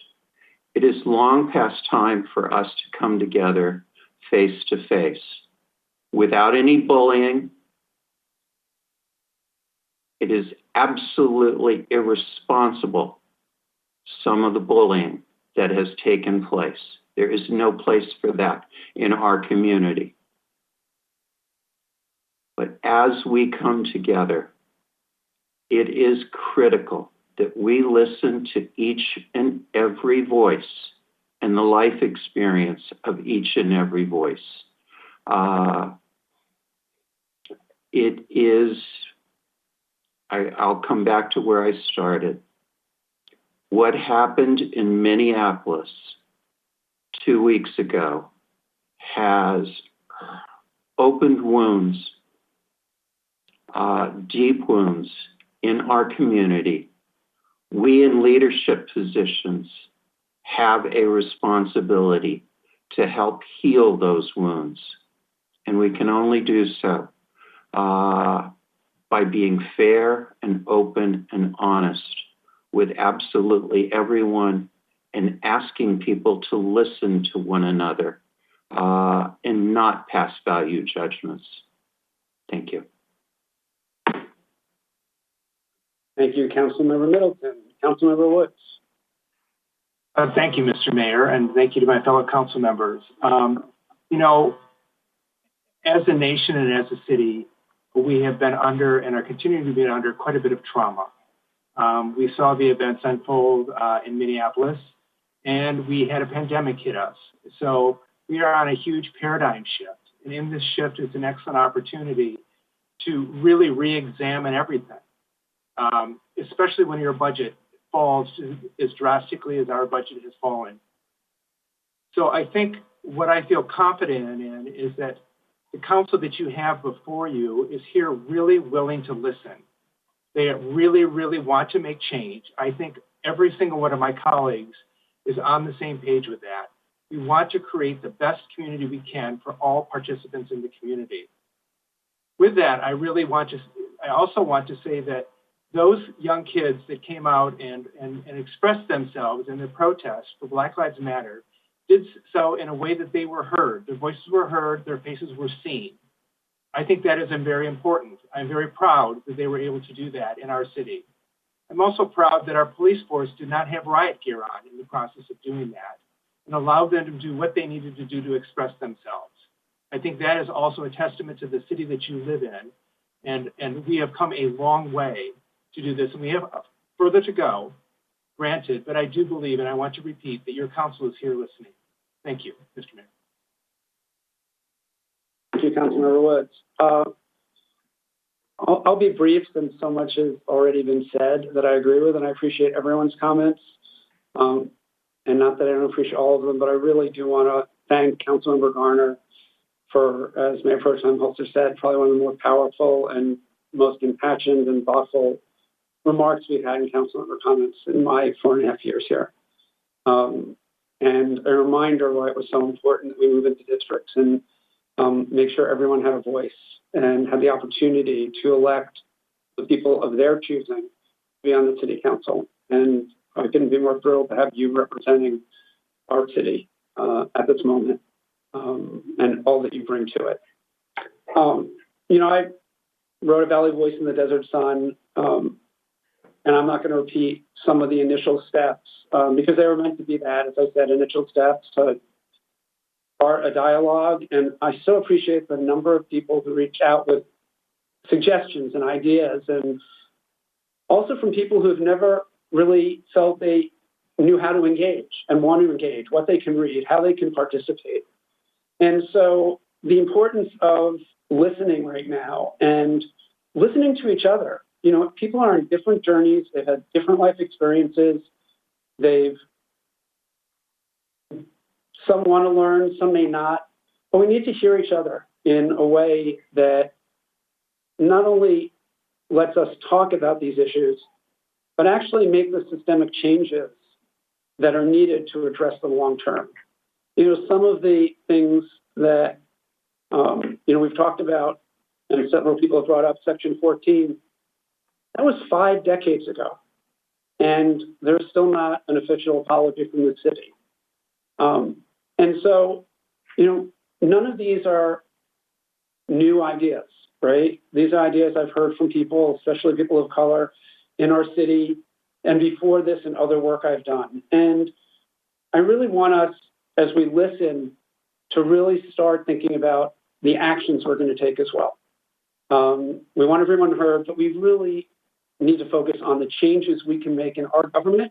We can't change everything in society, but we can lead in our government to make those changes. And absent objection from council, I'd really appreciate if Councilmember Garner would be the liaison to bring back how we move forward on this.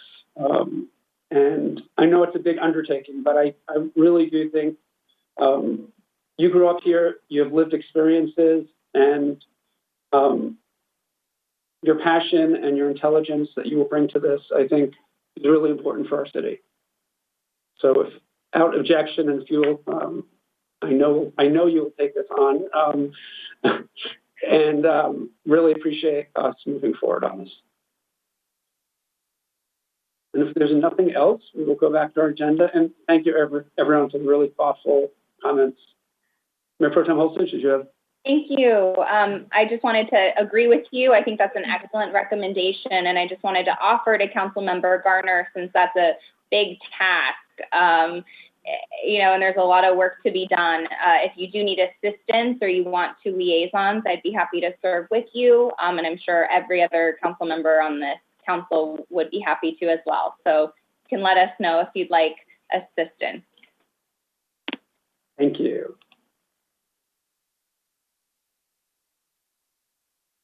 Move back to Mr. Mayor. One other comment just want to make at this point is I'm going to request that the City Council adjourn tonight's meeting in memory of 3 people, Dr. Frank Ercole, Dr. Ron Fragan, and Michael Malone. I just want to make a short information for the public about all 3 of these individuals. Dr. Okoli served as the Trauma Center Director for Desert Regional Medical Center since it opened in 1993. He saved countless lives and was a leader in caring for our community at some of our most challenging and painful times. He also served as president of Hanson House Foundation, which provides housing for loved ones of critically ill and injured hospitalized patients at Desert Regional at little or no cost. Second individual is Dr. Ron Fragan. Dr. Fragan established and led the Fragan Cosmetic Surgery Center. Ron and his wife Carol moved to Palm Springs in 1971, and he is survived by Carol and his 5 children and 8 grandchildren. Ron served as president of Temple Isaiah, as well as on the boards of the Mizell Senior Center and several medical organizations. Michael Charles Malone completed his time making the world in Palm Springs a better place and positively contributing to those he called friends, families, and colleagues. He is survived by his husband of 17 years, Brian T. O'Connor, and immediate family in New York and Michigan. The next item is the consent calendar. I will entertain a motion to accept the calendar without item 1M, which will be voted on and discussed separately. Mr. Mayor? Is there a motion to accept the consent calendar? Mr. Mayor? Yes. Would it be okay if we take public comment? I have one more public comment that we need to take. Sure. Okay, give me 1 minute, please. Okay.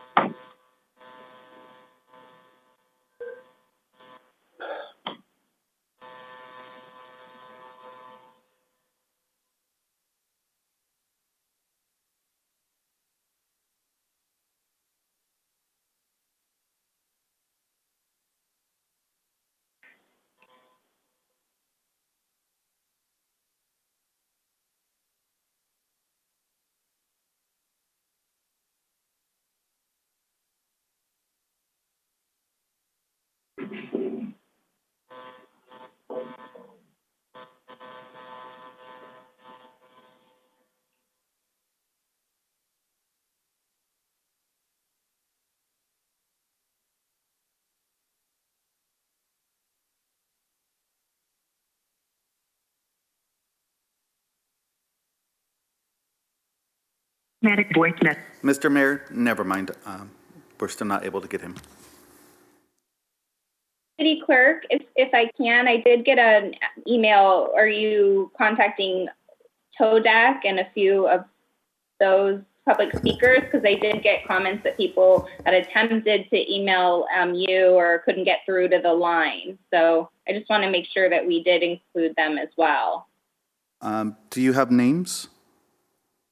So maybe as we'll go forward in the meeting, I'll send that email to you, and then we can do public comment in a little bit to include everyone who submitted a request. Is that okay? I defer to the mayor, but that would be fine with me. Is that okay, Mayor? Sorry.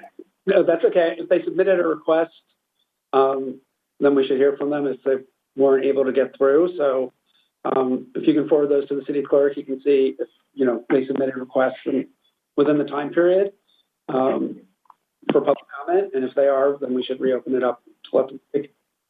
Thank you. Thank you. So I don't remember I think we had someone who made the motion? And Councilmember Garner, seconded by Mayor Pro Tem Holstage, I think, or to accept the consent calendar, excluded item 1M. Councilmember Garner. Yes. Mayor Pro Tem Holstage. Yes. Councilmember Middleton. Yes. Councilmember Woods. Yes. And Mayor Kors. Yes. Motion passes 5-0. Great. So move to item 1M, resolution supporting Assembly Constitutional Amendment number 5, a constitutional amendment for the November 3rd, 2020 election to repeal Proposition 209 and reinstate affirmative action in public contracting, hiring, and public education. I pulled this really to highlight it for the community. I know sometimes consent calendar items don't get read, and also to provide an update since the agenda went out last Thursday. So by way of background, ACA 5 is a measure that was introduced in the State Assembly to put a constitutional amendment on the ballot in November to overturn Prop 209. And for folks who aren't aware, in 1996, then Governor Pete Wilson led an effort to pass Prop 209, which prevented equal opportunity in contracting, hiring, and education in city, county, public university systems, community college districts, school districts, special districts, or other government agencies. It is one of a long line, unfortunately, of discriminatory measures that have been passed in California at the ballot. California is now only one of 8 states that prohibits any policies to promote equal opportunity, such as affirmative action. States with affirmative action policies tend to see greater gains for women and students, businesses, and people of color. And I just want to share just a brief bit of information, but women and people of color have lost an estimated $1.1 billion annually in government contracts since Prop 209 passed. This is especially true in the University of California system, where women make up 54% of the students, yet only account for 33% of tenured faculty and 39% of senior leadership. Since the passage of Prop 209, almost 25 years ago, Black and Latino students admitted to the University of California decreased between 12 and 60%, depending on the university. Also, the number of Latinos employed by the state of California has decreased significantly since 1996. Studies have shown that repealing of Prop 209 and reinstating affirmative action in public contracting, hiring, and public education will generate an additional $138 billion in personal income for California families. And there's been an effort going on for well over a decade since this passed to do this.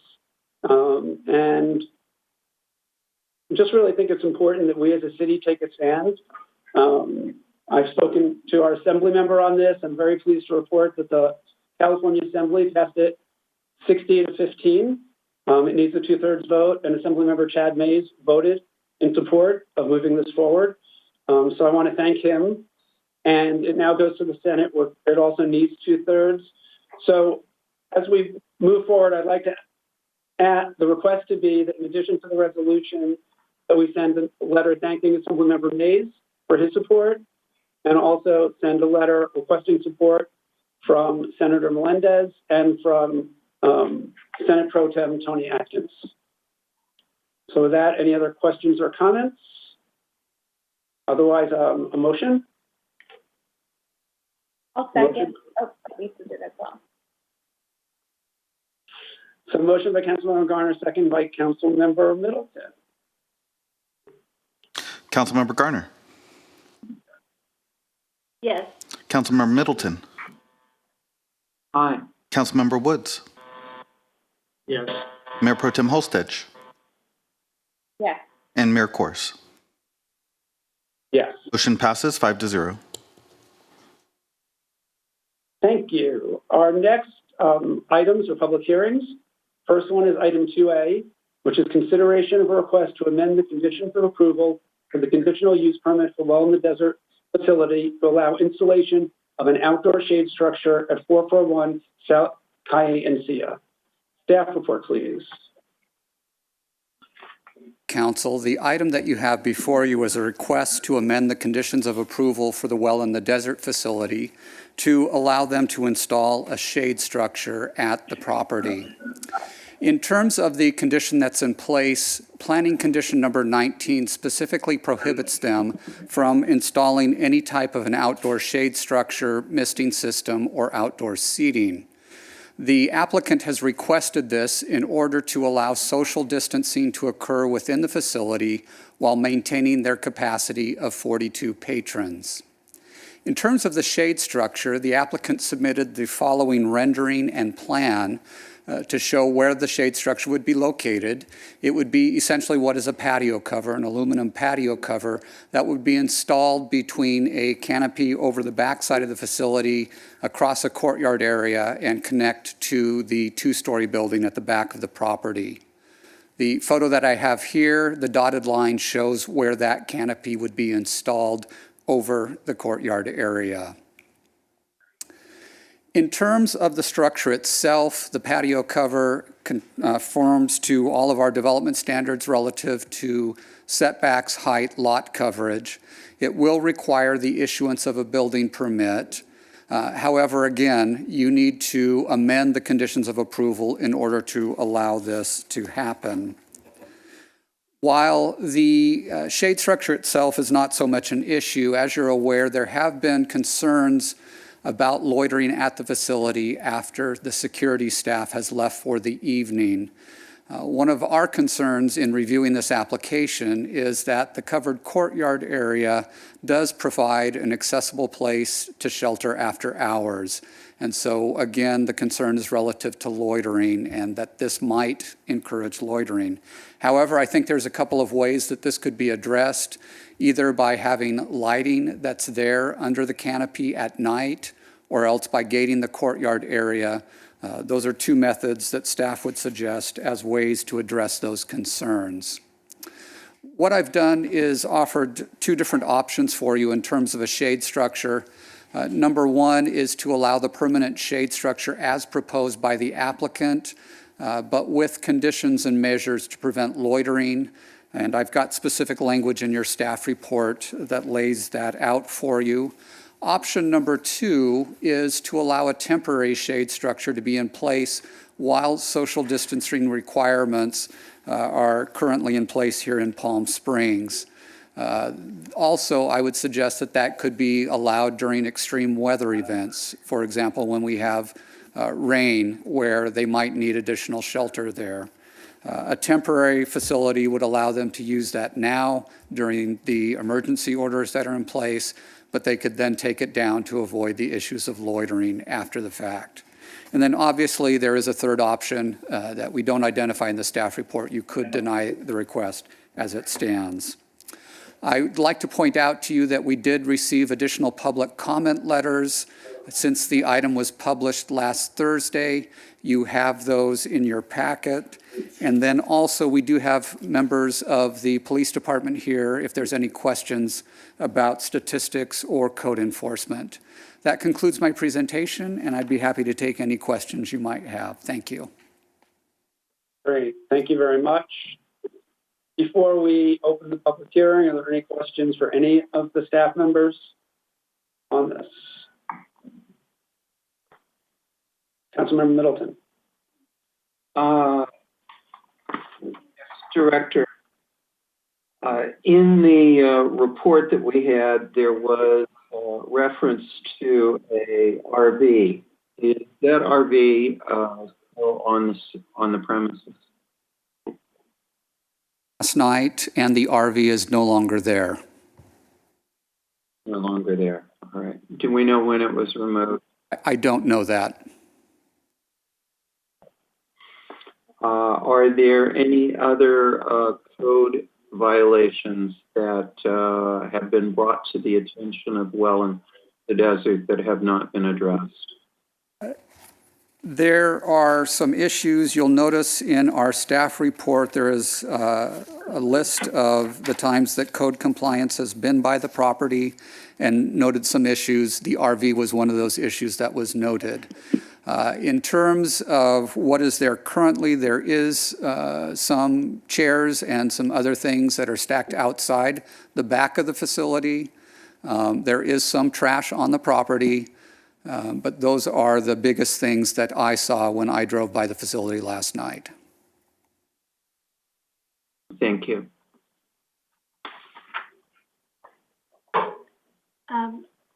Councilmember. Sorry, thank you, Mayor. Flynn, can you just speak a little more about the security certifications? I didn't see how many are needed. I don't know how many the police required, and if you could just speak a little bit more to that, or if someone else can. In terms of the number of staff members who have received their guard card, there are 3 staff members who have completed that training. And I'm just going to look back to the chief or Captain Kovaloff, if you'd like to address that.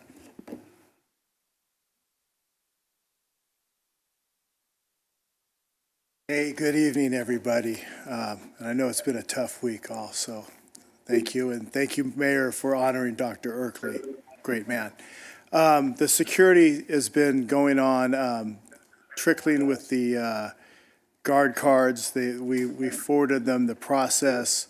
3 of them have completed it, and I've had 0 issues with security over there. In fact, we had an incident just outside of the complex that involved clientele, and the security guards were very cooperative and assisted us with the investigation and actual capture of the suspect.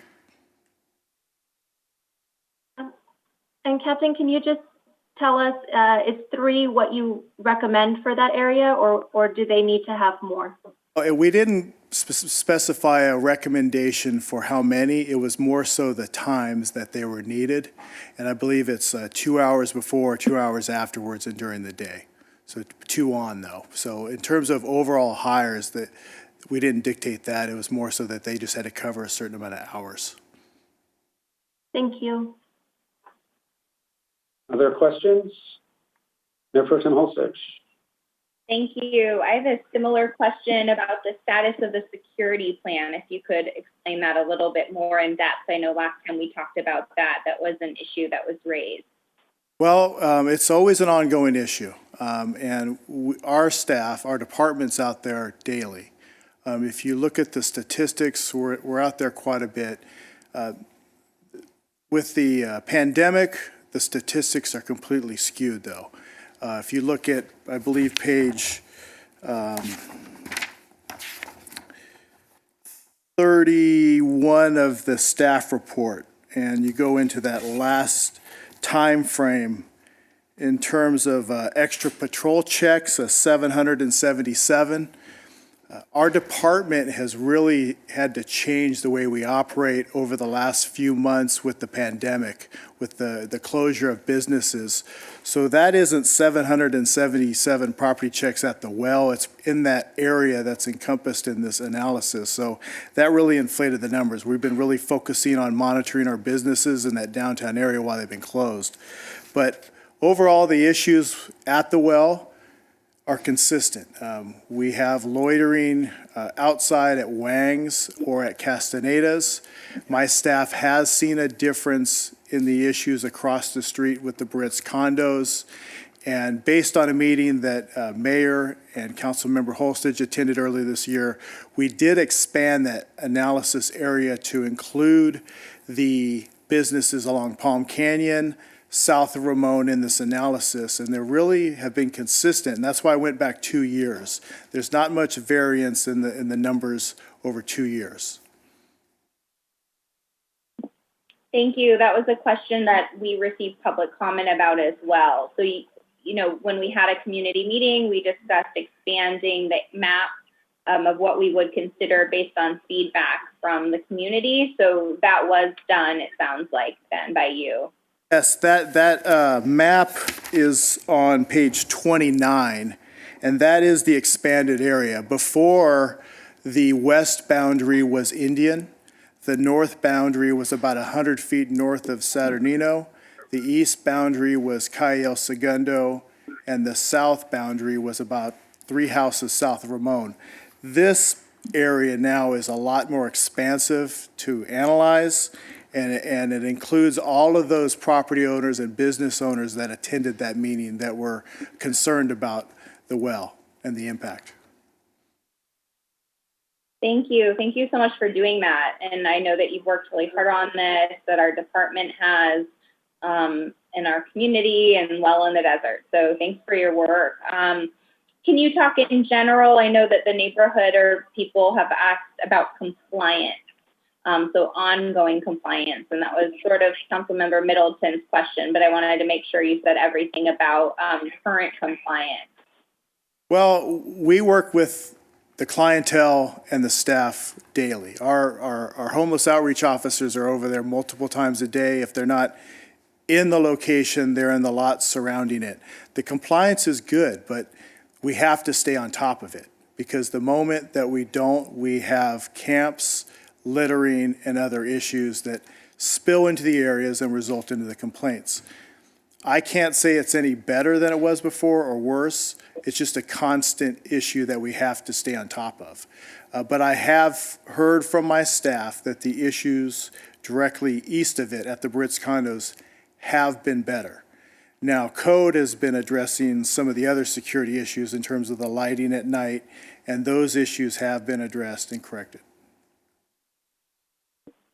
Thank you. And I think I just have one more question for you, I hope, which is you referenced all the calls for service, and I went through those really closely too.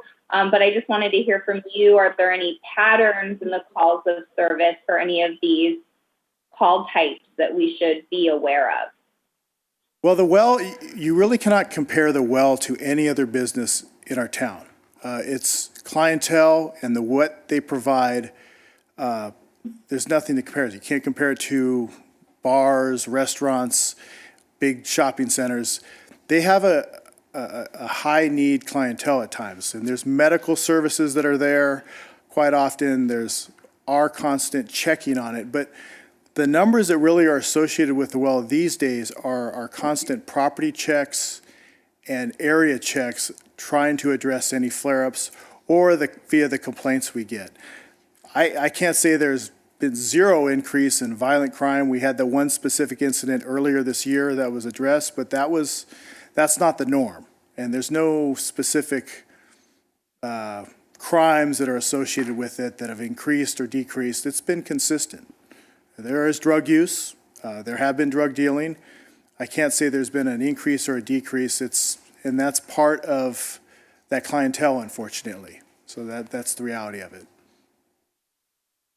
Thank you. I know that you've looked at this really closely, and we appreciate your analysis.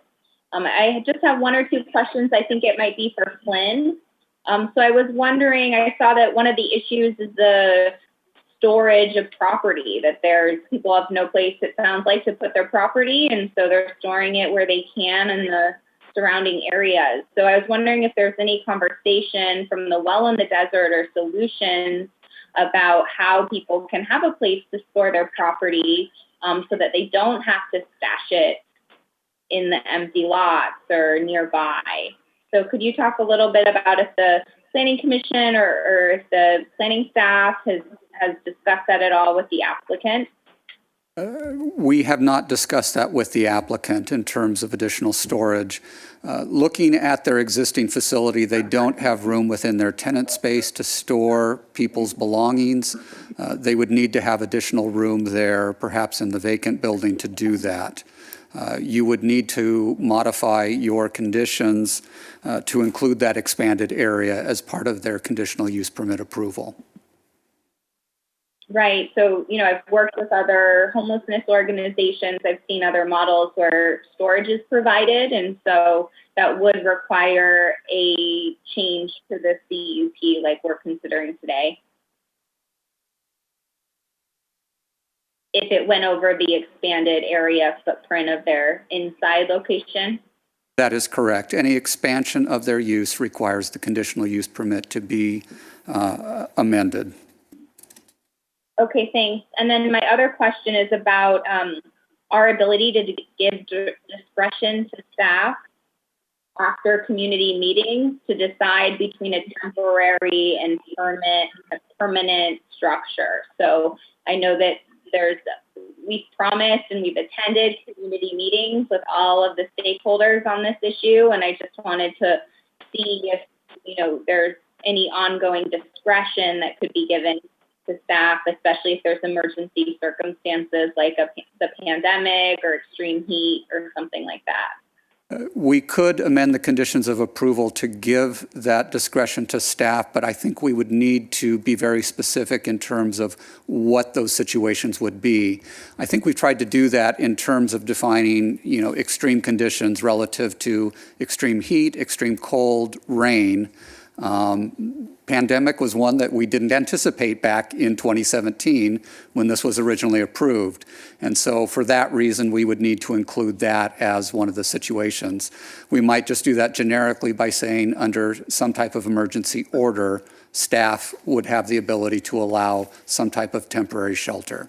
So that's one of the ways that we might do that.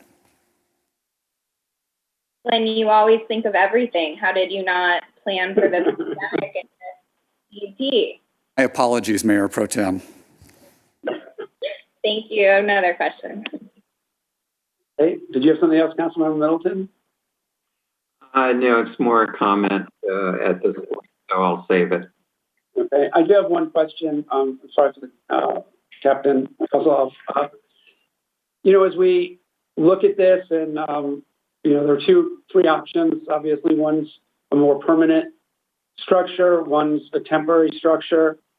From a security point of view, a loitering point of view after hours, just want to get your thoughts on that. And I also, with that in mind, there definitely is an apparent increase of folks from the Wash area to the area of the well.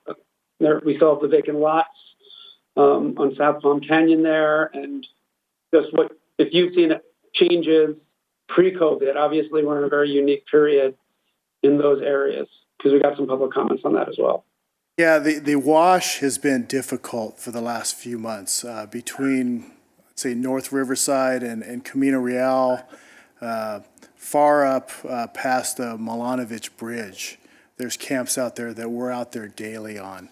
And some of those are clientele. I can't say all of them are. We don't keep track of them that way, but that has been a battle, specifically during the pandemic.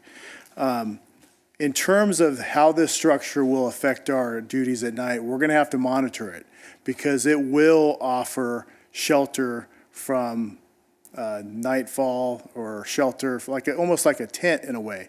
So that's going to have to be monitored and close patrolled. The suggestion for lighting will help. It'll help our staff when we go through there to check it and monitor it that way. But it obviously does present an option, specifically if there was any kind of rain or anything like that, because it would provide shelter that way probably also. Just one more thing. Thank you. Sure. Please. Or did you have something else? No, it's just going to be one more aspect to monitor. But I mean, that courtyard, it's secluded already, so it provides shelter and a kind of a hidden area that we already do monitor. Great, thank you. Any more questions for staff? Okay. So with that, I'll open the public hearing. The applicant will have up to 5 minutes to present their case. If requested, the applicant will have 2 additional minutes at the end for rebuttal. The public is invited to speak on this public hearing item for up to 2 minutes. We bring the applicant. Is the applicant? There you go.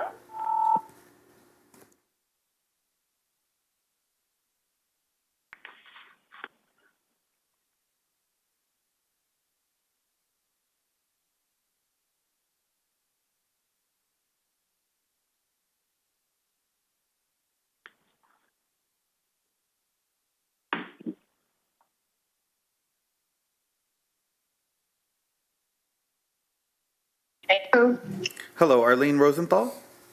Yes, This is the Palm Springs City Council meeting. You're live with the council, and you have up to 5 minutes to provide your comments. Oh, I thought that what I provided in writing were actually my comments.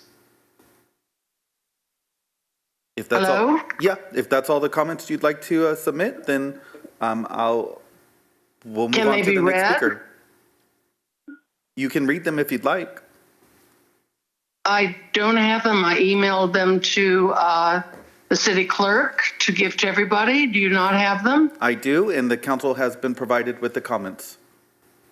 Well, I would just like to say that I haven't been able to follow because I'm not, I don't know how to get on Zoom. I mean, I'm old and whatever. I'm not computer savvy, but I want you to know that what we're doing is really, what we want to do is really essential, and it will provide much more space for people, and we'll be able to do a lot of things that we haven't been able to do. But the comments that I made to them are really what I'd like to go on record with. So if they could, since they have that, I will let others have their say.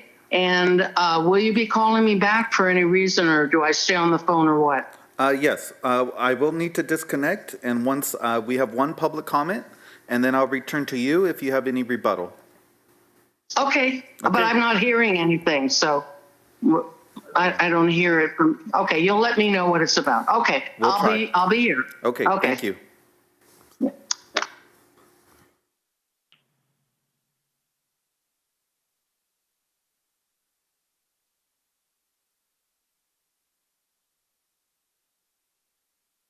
Hello, it's James. Hello, James Garvin. This is the Palm Springs City Council meeting.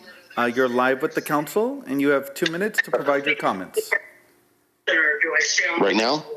If you could, please.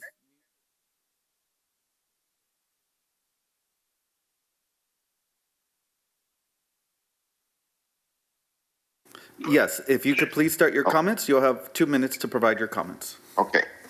My name is James Gavin. I've heard a lot of negative comments on police force lately, but I'm going to let you know that our community wants to thank Chief Reyes and their team for being the only entity in the city that has made an attempt to make this work. Your people should be commended. If it's not for your officers, this place would be a bigger mess than what it is. We just wish you could be out there 24/7. We're asking the council to not allow this structure to be built. This is Arlene has shown since she's opened in 2017, she does not follow the conditional use permit. The officer said that she's in compliance with the adequate lighting. There is no lighting on the east side of the building. There is one light on the west side of the building, and there's not enough lighting on the south side of the building where these people would congregate.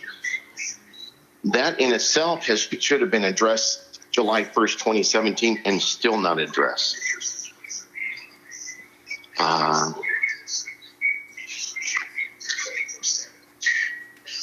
By allowing this structure, you're going to allow more loitering, more crime to hit our area. Our association just spent $2,000 to secure a trash area because of the drugs and lewd acts in our trash enclosures.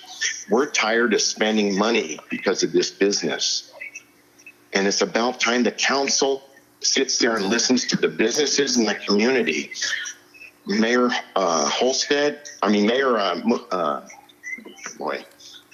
the mayor and Christy Holstead were at the meeting in February, and they heard the concerns of the businesses and the residents, and nothing's changing. We're still being hit with things, and it's costing us money.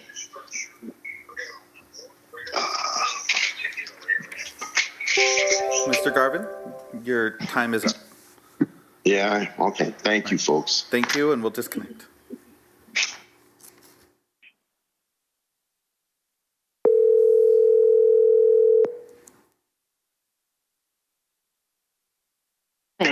Ms. Rosenthal, I'll summarize the comment for you.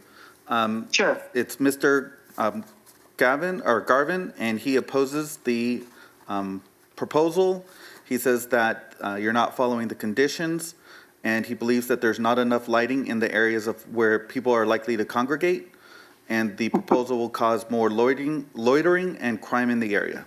And you have 2 minutes to provide your rebuttal if you wish. Well, Mr. Garvin doesn't like too many people, and he especially does not like homeless people. He called them animals before. So while I sympathize with him that we're there and he doesn't want us there, I really don't put too much credibility into what he says. We can address those issues if they are a problem. I'm not down there at night, but I know we have lighting all over the property. If we don't have enough, we'll add more. That is not a problem at all. And as far as his dumpster, I don't know anything about that. At the last meeting we had with the police and the community, what was said was to Mr. Gavin was, please let Arlene know if you have a problem. I haven't heard from the man. So that's what I have to say to that comment. Okay, thank you. Please hold on the line. This concludes our rebuttal period, but if the council has additional questions for you, please hold on the line. Sure will. Okay. So there being no other speakers, the public hearing is now closed, but we can have obviously questions for the applicant, as well as any comments or other questions from staff. Councilmember Garner. Thank you. I think this question is better for Flynn, or someone else. So, is there more lighting that's needed that the well can put in? I mean, Arlene just spoke to say that she would do that, but I want to know what are the facts. Do we actually need more lighting at the well, or is it meeting all of the conditions? In terms of the proposed shade structure, I would recommend that more lighting would be necessary. In terms of the existing facility, there is lighting on the two-story building that's unoccupied at the rear of the property. However, at various times that lighting has been out. As I understand it, that has been corrected. Code compliance has inspected it. But again, with this request, we would recommend that there be additional lighting specifically under the canopy that's proposed. Thank you. Other comments, questions?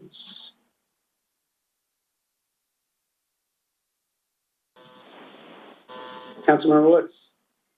I'm happy to hear that in my 6 months of being on council, that security is now in place and that people have gone through the process. I think that is absolutely fantastic. I'm happy to hear from our police department that it seems to have stabilized in the area. I think that's a positive as well.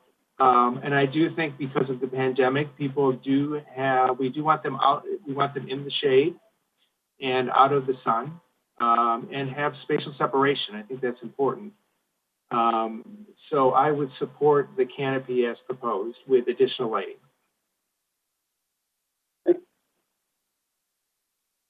Other comments? I'm happy to go. Someone else does. So, I mean, one thing that I just want to share a concern, normally we would have had a second meeting with the businesses and neighborhood, which wasn't able to happen given COVID. And I know a lot of people in those condos, as we heard, are away this time of year. So I just want to throw out some concerns about something that's permanent without getting that kind of input from the community, as opposed to something that's temporary to address the current situation.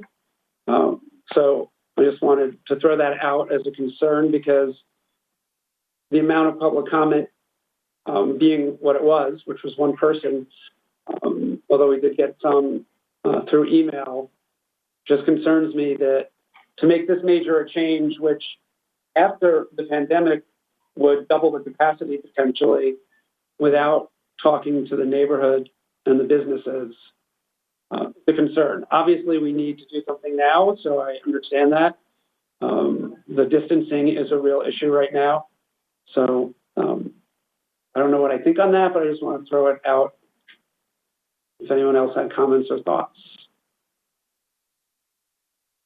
Mayor Pro Tem Holstich, and then Councilmember Middleton. Thank you, Mayor. I agree with you. So and I hate doing public hearings this way on Zoom. We love, I like Councilmember Garner said, I love hearing public comments, and I never decide a public hearing item until we have this conversation with the community and hear our public comments. And it's just so difficult to do it this way. It's a pandemic and we're all in, unique circumstances, and that's not our fault. How we have to do this right now, and we've done everything we can. We expanded the notice requirement. So normally we only provide written notice to people within 500 feet. We've done it for 600, I think, and 50 feet for this. But we know that a lot of these neighbors and residents are snowbirds, or they're not here right now. And so I agree. I don't think we should do something permanent right now when we don't have people who are currently here who might be, if people are on the East Coast, it's very, very late for them right now and they can't call in. So I just say I agree with your comments. I support a shade structure. I support all of the, work that the city has done on this. We have done a lot. Our police department has really addressed this neighborhood, and, but we need to make sure the right way with enough public comment that we craft some solutions. And that's why I was asking about the storage, because it seems like there's some problems that could be addressed, that we could find creative solutions to. And I just want to say the solution to a lot of this is finding housing and building housing. And so I'm so glad that we have our $10 million from the state finally to actually build housing for people to go. So that's the issue. We have to find permanent solutions. But in the meantime, I do think that it's a crisis, especially with the pandemic. So I would like to hear from the applicant, maybe not now, but if we do something temporary, to think through what are the solutions of the problems that people are, experiencing in that area. And I live off Mesquite and near Mesquite, and I go that way to downtown. So I drive by this all the time. And so I understand some of the issues, so I don't live near it. So anyway, that's why I also asked if we could give discretion to staff to kind of have those community conversations and to, see if we can get consensus and agreement on what type of structure, if storage is needed, what that would look like, so that we don't have to go through an extremely formal process with us and the delay that takes, but just to get something done. So, I agree with you, Mr. Mayor, and I'm sort of open, and I'd like to hear everyone else's comments before we make a decision. Councilmember Middleton. Thank you, Mr. Mayor. I can support a temporary structure. I think given the crisis that we're in, we have no choice but to provide that additional layer of relief. But I remain extremely concerned about compliance with the conditional use permit requirement that the well has received. It took, if I'm counting correctly, something close to 5-6 months to move an RV that was not in compliance. Unfortunately, that has been the case far too frequently when a CUP is issued by us. It is a requirement, and it is something that needs to be followed. And if it can't be followed, there has to be a request from the applicant to the city explaining why it cannot be followed, so that those of us who passed the conditional use permit and put it in place have an opportunity to evaluate. Ps are not advisory, they're requirements. I'm also concerned when I look at the police reports, and if my math is correct, in the approximately 5 block, 6 block by 10, 11 block area, 11% of all of the calls for service of Palm Springs Police Department have been in that small little area. So I'm pleased to know that the security guards are there for the full 2 hours that was originally identified in the CUP, before and after, and that now they have received their certification. But we still, as we look at a budget, and as has been noted, one that is so significant with police costs, 11% of all of the calls for service taking place in a very small, compact area. And much of that results from activity related to individuals who are going on from the well. That's just not sustainable.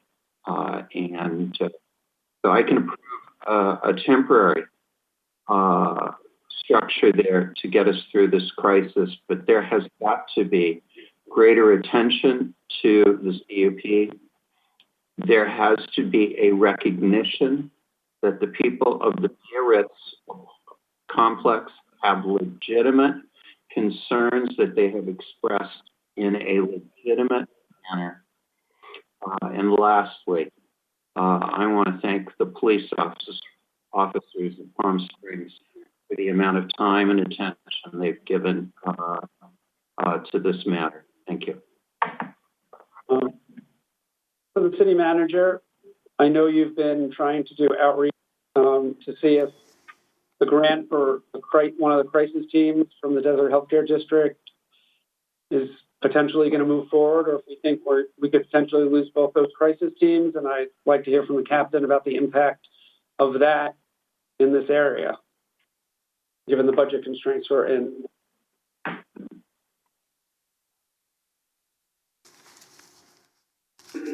Sorry. Crisis teams work out well throughout the city, but they obviously spend a lot of time there.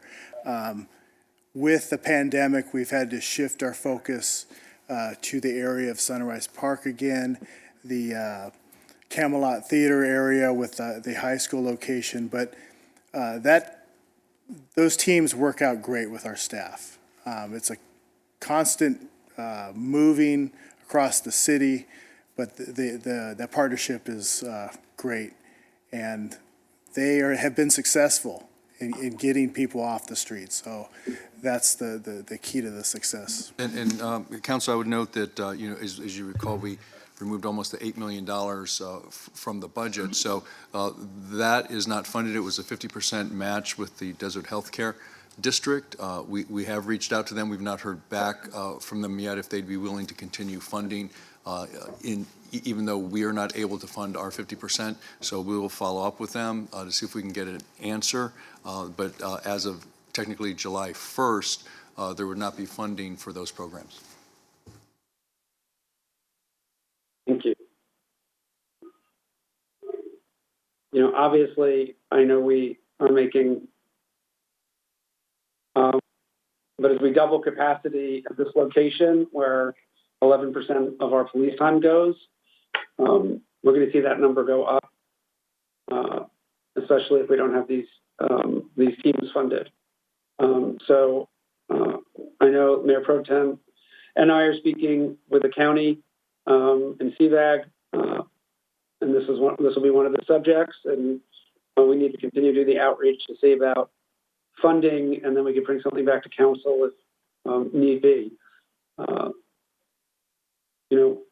We have both the West Valley overnight shelter now at the high school, and we have sort of the day program at for the entire West Valley in Palm Springs, and it is eating up a lot of police hours and budget. And crisis teams are a much more affordable way to manage a lot of it. And so I just think we need to have that conversation, maybe not right now, obviously, on this item, but it is related to it, and as we get to the budget. Councilmember Garner. Thank you. I appreciate hearing all of my fellow council members' comments on this. I know that you have a lot more history than I do, so I appreciate getting that information. I think it's really important for us to allow there to be a shade structure. Personally, I think that it's better quality to have a permanent structure instead of a temporary one. I understand the concerns and that there are compliance issues that are making some of us move more towards the temporary. But my concern too is that part of the complaints that we get is also look, and I think a temporary structure isn't going to look great. And the design for this new one is nice. And even after this is over, if we don't want to allow people to be out there, we can have that restriction.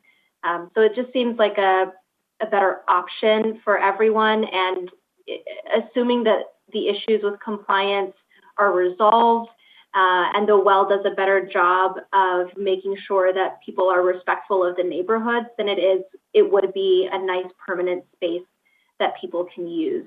I just want to put that out there as something to consider, is that there can be additional conditions on the use of this outdoor structure, but I do also want to make sure that it looks nice And I haven't seen a whole lot of temporary structures that look that great. Thank you.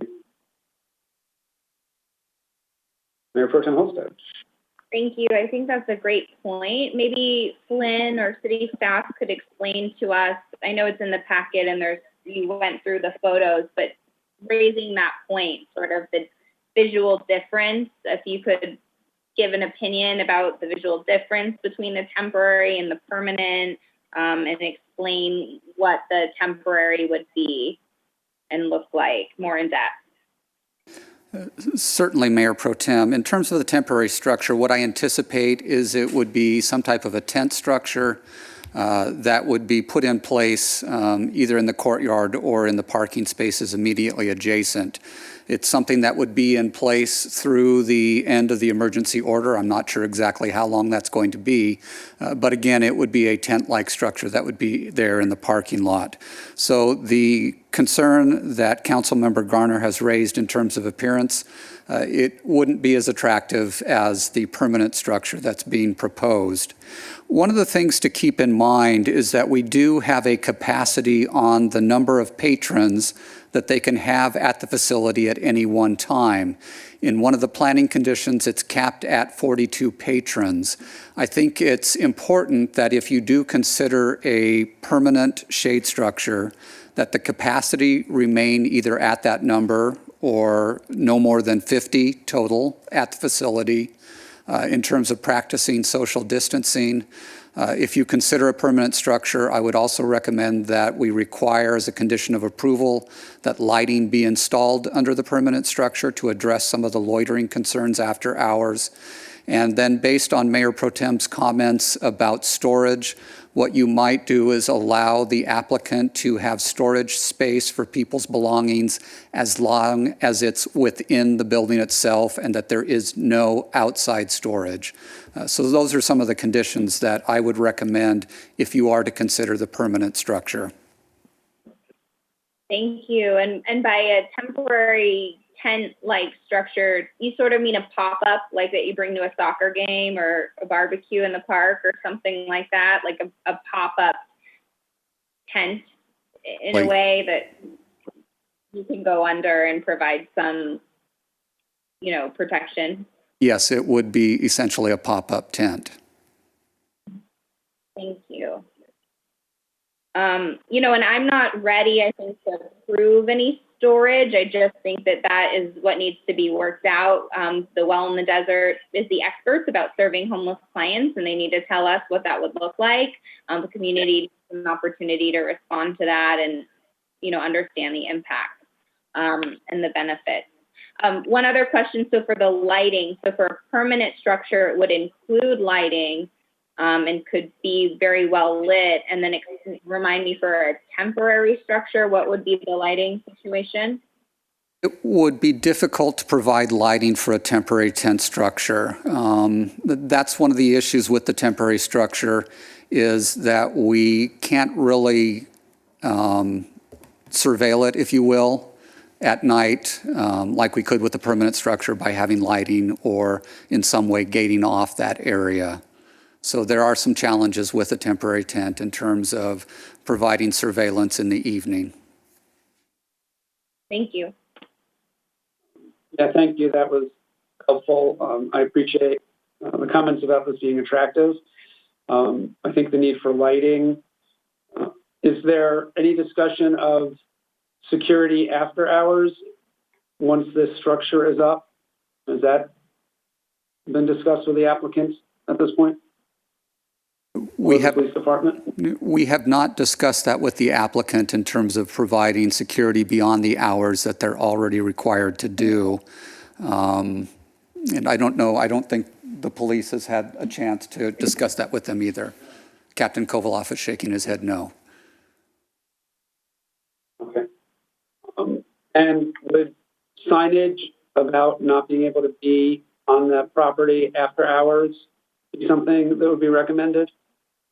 So it's really clear to people and helpful if the police have to go and ask people to leave? That would be helpful to have signage as well. Okay, thank you.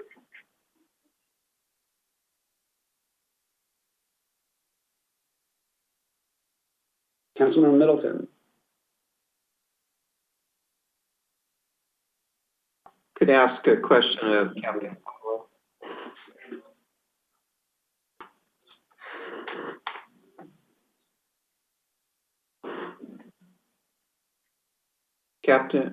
Captain Kovalev?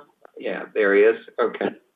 From a security standpoint, are there any advantages or disadvantages to a permanent structure versus the temporary structure? Not necessarily. It's a structure, and like Flynn said, as long as we have adequate lighting, whether it's temporary or permanent, we just need to keep the light there.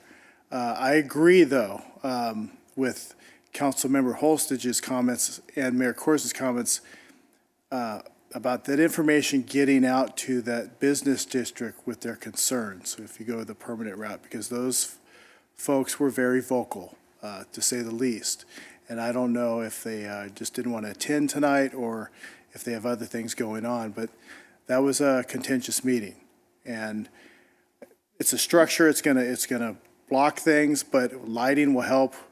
And obviously, I think it would be a little bit smaller if it was a temporary one. But it really would make no difference for us. We would still have to patrol the area.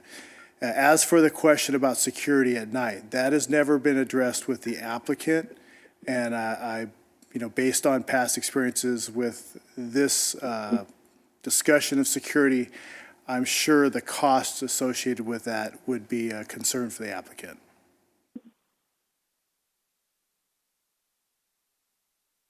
Thank you. A concern for the city, obviously, in police time as well. So, sorry, Mayor Pro Tem Holstage. I don't mean to belabor any of this, but it's raising other questions. So is there a sense from the applicant if, we've all seen pop-ups, they're small, they're for like your family at a soccer game. So I'm sure there's different sizes, but is there a sense from the applicant about the size of having one pop-up versus, the permanent structure? Is there a conversation about having multiple pop-ups? I'm concerned about the humanitarian crisis. Although there are more services on homelessness in the city of Palm Springs now than there were in the last few years, because we have the boxing club open during the day. We have the Palm Springs High School shelter. We have the Well in the Desert, and we have housing services happening, motels in a way that's not happened before. So anyway, is the pop-ups, is there a sense of just one and that's sufficient to actually meet the needs of the distancing and people's needs to get out of the sun? In terms of the size, I think they would need more than one 10 by 10 pop-up.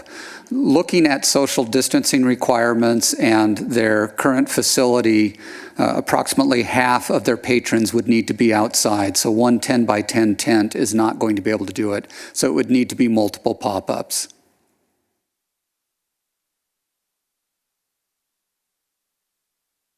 And doesn't need to be specified in the CUP?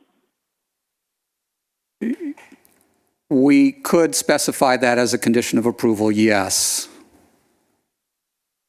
So by approving this, say we were to approve either the alternative for the CUP, that would allow any amount of pop-ups? Help me here. Again, their capacity is limited to 42 patrons.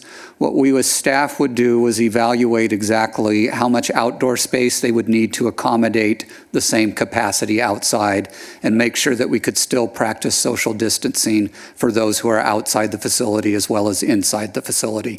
So ultimately, the number of patrons caps the number of outdoor shade structures or tents.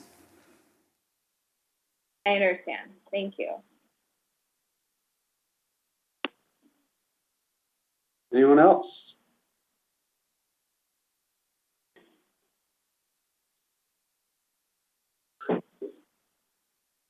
Someone want to craft a motion here?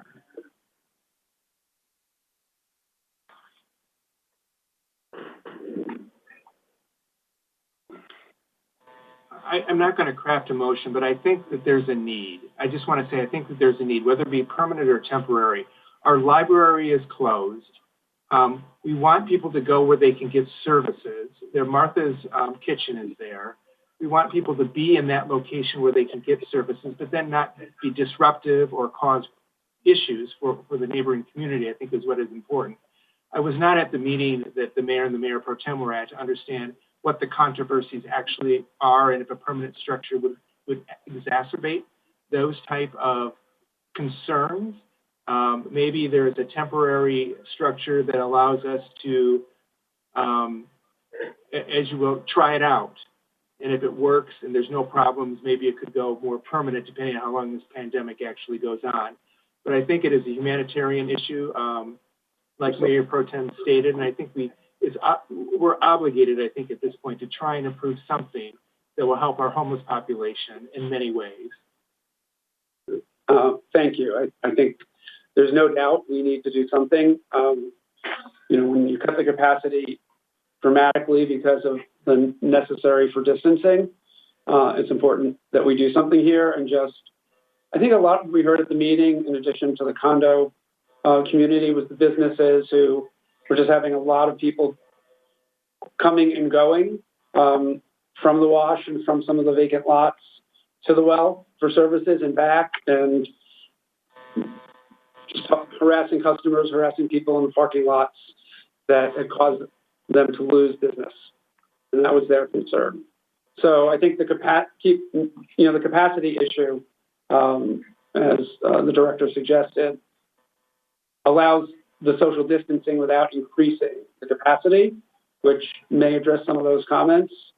I'm just concerned that we didn't hear from, those folks. And if we're going to and it may be a better answer to do something temporary as we do more outreach, and even if we have to do that same community meeting, but online, to make sure we get people's input before money spent on a permanent structure that we then get a lot of input on after the fact. Because renting a pop-up is going to be I assume, a lot less expensive than building a structure. Councilman Middleton. Councilmember Garner makes a good point about the attractiveness of the structure. Aluma Wood actually is a very cost-effective way to build structures within, particularly in the Palm Springs area, where if you're building a wooden structure, it's more costly. Maintenance is extremely expensive, whereas with Aluma Wood, it's extremely inexpensive. Lighting will be much easier to accomplish with an Aluma Wood structure. So I think I could be persuaded that Aluma Wood is a reasonable alternative to the unsightliness of some of the pop-ups and this, frankly, in our wind, those kinds of structures just don't last. That said, I think there has to be a coming back in the fall of a additional community meetings so that we see whether or not the issues of security have been exacerbated by the existence of this structure, or have they been improved? And it is really up to the well to ensure that the impact on the community is, the negative impact is diminished through the use of this structure. I will make a motion to allow the Aluma Wood structure to go in place with adequate lighting and with assurance that all CUP requirements that have been imposed will be followed. I'll second that. Any further discussion?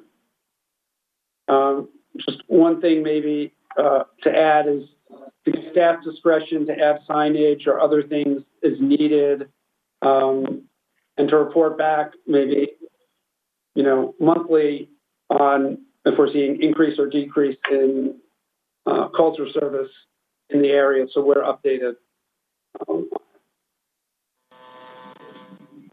If I can add to support the motion that we include holding a community stakeholder meeting to discuss some of these issues, so that, because I agree, if we have a lot of pushback, it's going to be problematic for everyone. We want to get as much consensus and find, a way to work together here so that we don't have problems moving forward. And I think that would be an important Zoom meeting to have. I'd be happy to participate again and come up with some solutions together along with the CUP. And I think giving staff a lot of discretion here after that meeting would be helpful.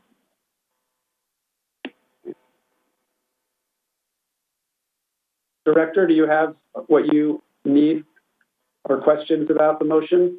No questions about the motion. We do have your motion with the conditions as outlined by the council members. Thank you. Thank you. If nothing else, we'll vote. Councilmember Middleton. Councilmember Garner. Yes. Councilmember Woods. Yes. Mayor Pro Tem Holstech. Yes. Mayor Kors. Yes. Motion passes 5-0. Are people good doing the next hearing before a break? Or does anyone need a break? Okay. The next item is public hearing, item 2B. Consideration of introducing an ordinance amending Palm Springs zoning code relating to the requirements for electric vehicle charging stations. Staff report, please.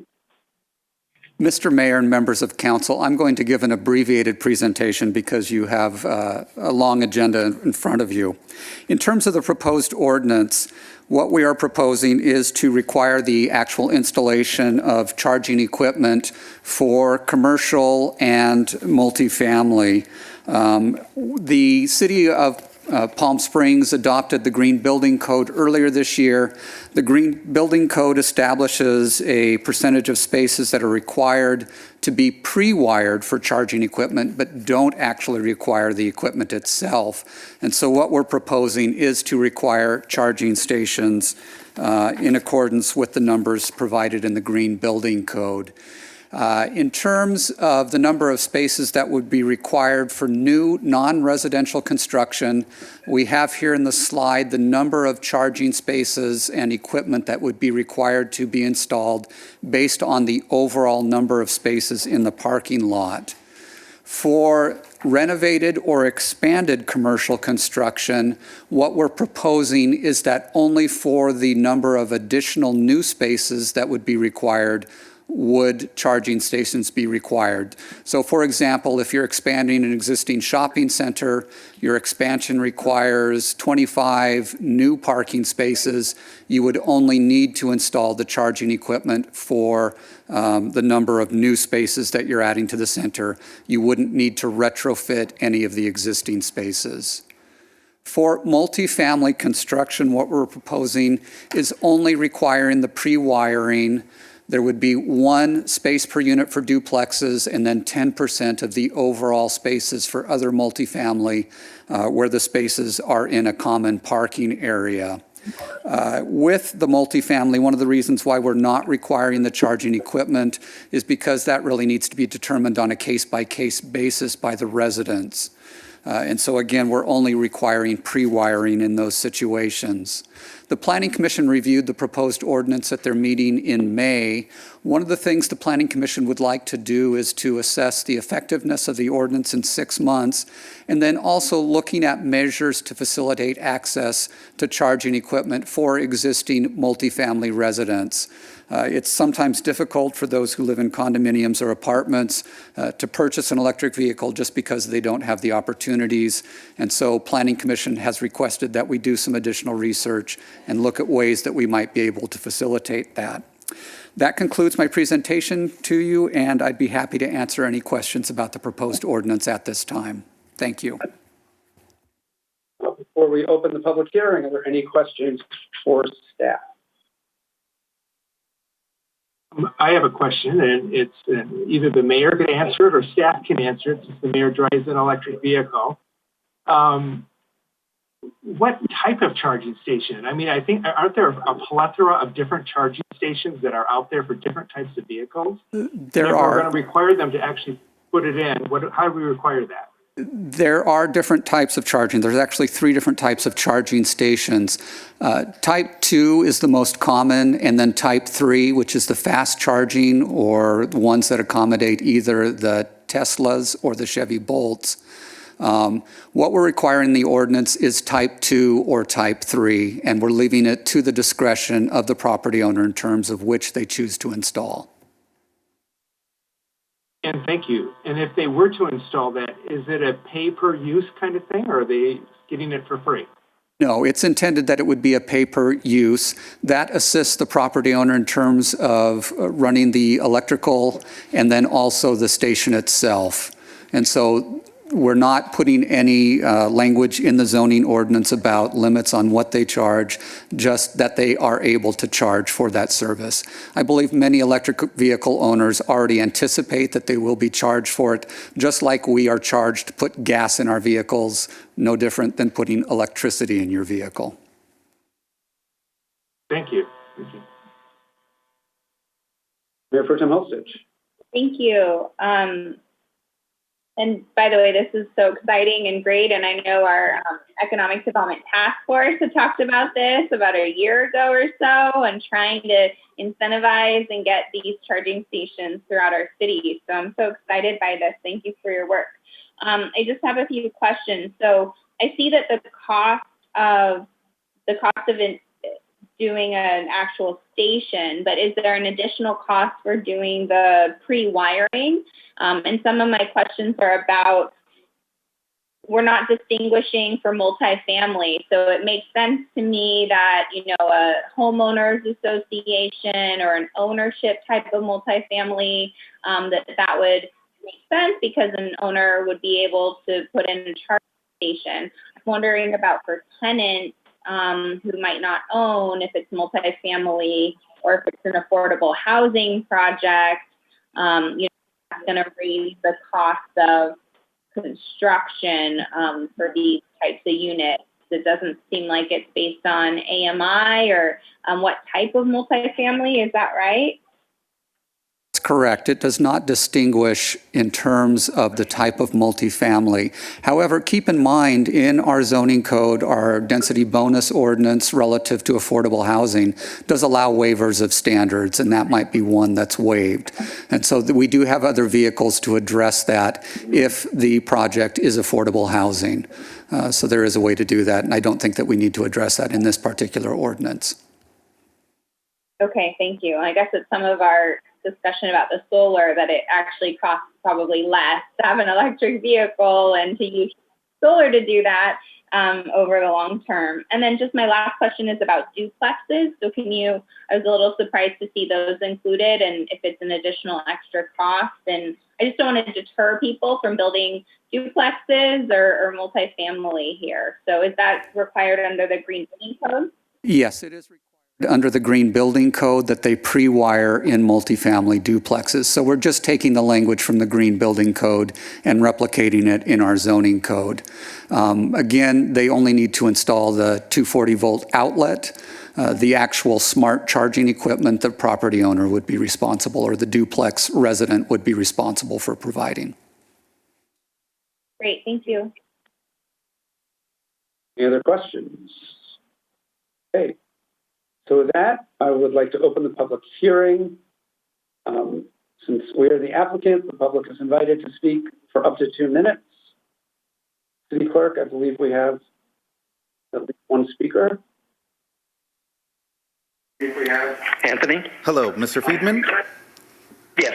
You're live with the City Council, and you have 2 minutes to provide your comments. Thank you. You're live with the City Council, and you have 2 minutes to provide your comments. Good evening, Mayor Corus, Mayor Pro Tem Halstage, and council members, and thank you for your dedication to our city at this challenging period. My name is David Friedman. I am a member of the City's Sustainability Commission and its Standing Committee on Solar and Green Building, but for the record, I am speaking in my personal capacity in support of the ordinance amending the zoning code on EV charging stations. As noted in the staff report, electrification of the transportation sector is necessary to achieve the state's ambitious greenhouse gas emission goals. In addition, the city's climate action plan and sustainability plans establish goals supporting development of electric vehicle infrastructure and charging stations at city-owned and private facilities. Our committee has been working closely with Sustainability Manager Tallarico on identifying ways to expand the network of public EV charging stations, and this ordinance extends that expansion to non-residential developments. Many other California cities have approved similar ordinances exceeding the basic requirements for EV-ready infrastructure in the Green Building Standards Code that you adopted earlier this year. According to a new report from Environment America, Palm Springs has the second highest installed solar PV capacity per capita in the U.S., close behind Honolulu. The report cites the solar PV policy that Council adopted in January 2018. I urge you to continue your environmental leadership and approve the ordinance before you this evening. To complete this process, Council should also approve the ordinance originally on the agenda for the March 19 meeting, adopting AB 1236, which establishes an expedited and streamlined permitting process for electric vehicle charging stations. Thank you for your consideration. Thank you, and we'll disconnect. Thank you. Mr. Mayor, that concludes public comment for this hearing. Great. As there's no further public comment, we'll close the public hearing. And now questions and comments from any council members. Move to approve. Second. All in favor? Aye. Aye. Mr. Mayor, and I'll read the ordinance title. An ordinance of the City of Palm Springs, California, amending Section 91.00.10 and 93.06.00 of the Palm Springs Zoning Code relating to the requirements for electric vehicle charging stations. Thank you. Move on to our next item, item 3A, consideration of adopting an urgency ordinance amending certain provisions. Oh, Councilwoman Garner. Can we have a break? I'm sorry. Yeah, of course. Actually, maybe before the break, given at 10 o'clock we normally look at the agenda, we still have a bunch of items just from the city manager. Is there anything that can be put off to the next meeting, or does all this need to happen at this meeting? Yes, Mayor, as I take a look, I would note that the budget that's listed this evening, basically you've done a significant amount of work on the budget in previous meetings. This basically is presenting all the other funds. There's no formal action that we need on the budget today because it will be a public hearing at the next meeting. So in theory, you could continue that to the next meeting unless there's some direction they want to give us on the budget this evening. Okay. So I guess we'll take a 10-minute break. Is that good for everyone? Bring us back at 9:42. And we'll try and get through as much as we can. We'll go from there. Okay. Thanks, everyone.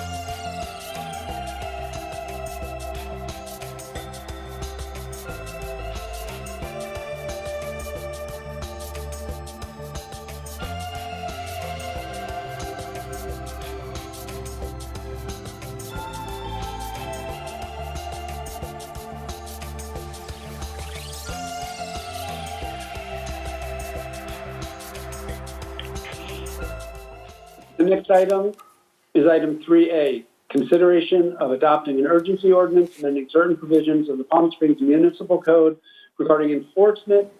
The municipal code and emergency orders issued by the city, including revocation of business licenses.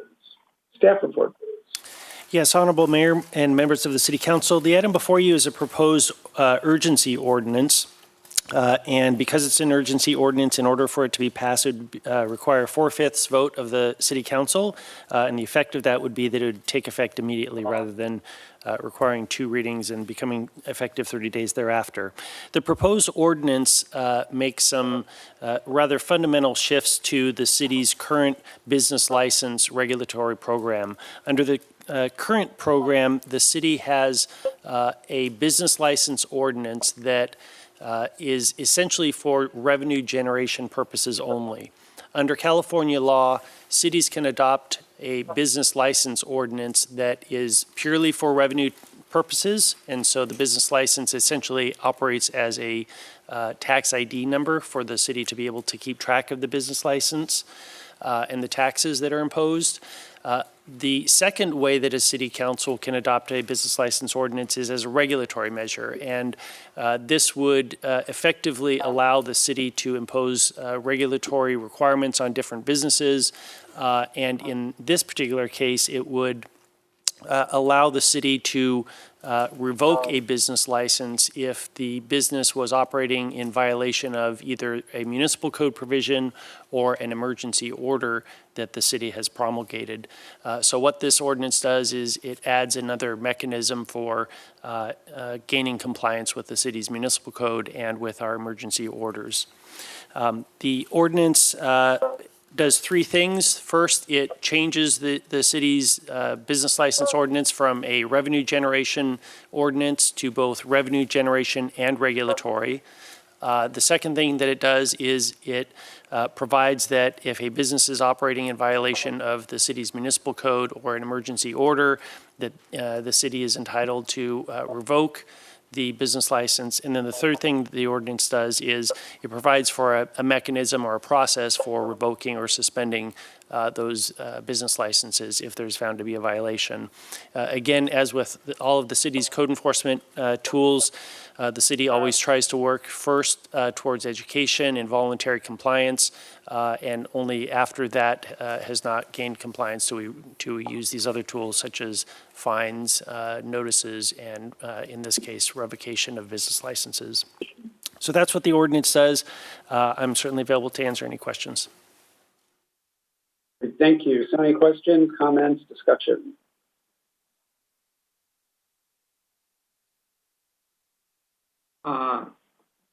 Mr. Ballinger, could you walk us through what would be a typical number of steps that would be taken before someone would lose their business license over failure to follow the emergency ordinance with regard to face covering?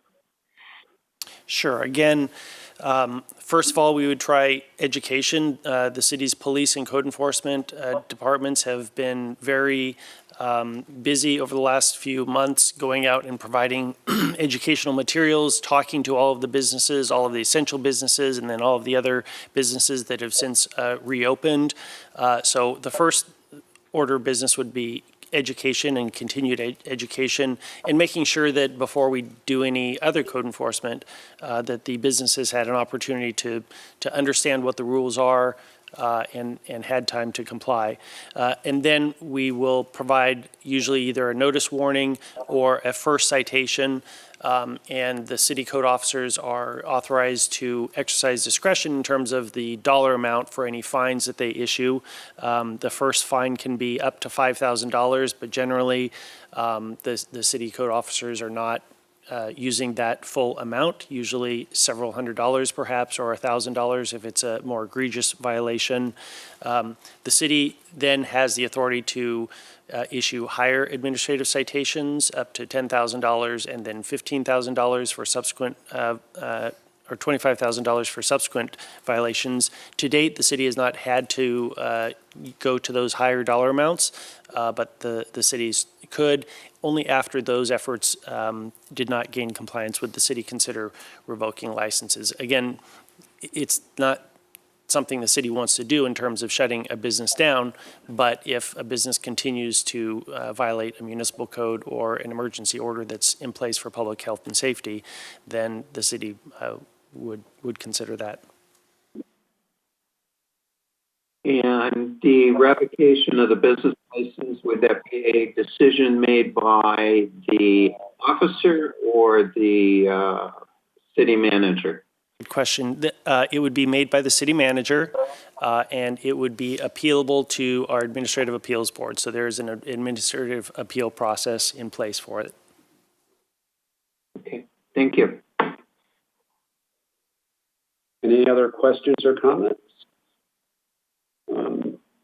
I do want to share, we did get some public comment by email. I know the city clerk tried to call one person twice, and that person wasn't able to make comment, but it was on the need to have a request that we were closed businesses who aren't complying, and several businesses who have said they're not going to comply. So I just want to make sure, I know everyone read that, but that we were aware of that public comment as well. Mayor Pro Tem Holstead. Thank you. I just had a follow-up question about the oversight of the city council. So it would go to the city manager, and then that would be appealable to the appeals board, and then would there be a way for city council to be involved in that decision or appealed to? It's not drafted that way. Certainly, I would imagine that the city manager would be in touch with the city council if he were ever thinking about revoking a license, because it would essentially be shutting down a business. So it's not codified in the ordinance, but I would think as a matter of practice, the council would certainly be involved. Thank you. Anyone else? I think this would be an extreme measure and hopefully would not happen, but we do know there have been situations where people have been cited under the emergency order. We have had at least one, if not two businesses who have said they don't care about the fines. They're still not going to comply with public health emergency rules. And I think that's the reason this is coming up the way it is now.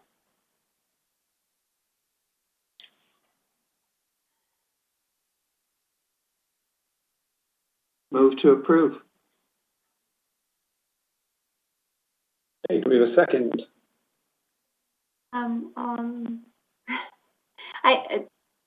Yes, but I do want to say that I agree that this is just really making sure that everyone understands the severity of what's going on right now, and that we do need to maintain proper precautions for the health and safety of all of our residents and our visitors, because we want to be able to maintain open businesses through the duration of this. And we can't do that without everybody's cooperation. So I'll second. Great, thank you. We have a motion and a second. I want to make one comment as well, which is to echo on that. A lot of the business organizations have wanted this. We've heard from businesses who are overwhelmingly doing a great job and are very frustrated when a few other businesses don't, and then they get criticized by people who are at those businesses. And the city's put out signage. We've done banners. We're doing billboards about the rules, and all the surveys that have been done show people want to go out to a business that they feel is safe right now. Tourists want to come to a place they feel safe. Half our residents are highly vulnerable categories for this. And while each of us personally, because we're really protecting the people we see, not ourselves when we wear a face covering, people who are serving you in a restaurant could have 100 people that they see a day or in a supermarket. And it's about protecting them. It's about protecting our community. And to Councilmember Garner's point, even our business is open and not seeing us go to a place where we see this go backwards. So I just think it was a great point to make if we do this. If there's nothing else, City Clerk, I'll let you actually call the roll this time. Councilmember Middleton. Aye. Councilmember Garner. Yes. Councilmember Woods. Yes. Mayor Pro Tem Holstedge. Yes. Mayor Kors. Yes. And I'll read the ordinance title, which is an urgency ordinance of the City of Palm Springs, California, amending certain provisions of the City of Palm Springs Municipal Code regarding enforcement of the Palm Springs Municipal Code and emergency orders issued by the City of Palm Springs, including revocation of business licenses. Thank you. The next item is item 4A, overview of the revised fiscal year 2020-2021 comprehensive budget. Staff report. Thank you, Mayor. Members of the council. I would note that we have been discussing the budget over the last several meetings, particularly the general fund. So I don't know that I need to go through that now because we did get direction. What we wanted to present this evening also, and what's in your staff report, is a rather lengthy discussion on the other funds that are part of our budget. That being said, the budget is scheduled for a public hearing at our next meeting where we're asking you to approve it at that time.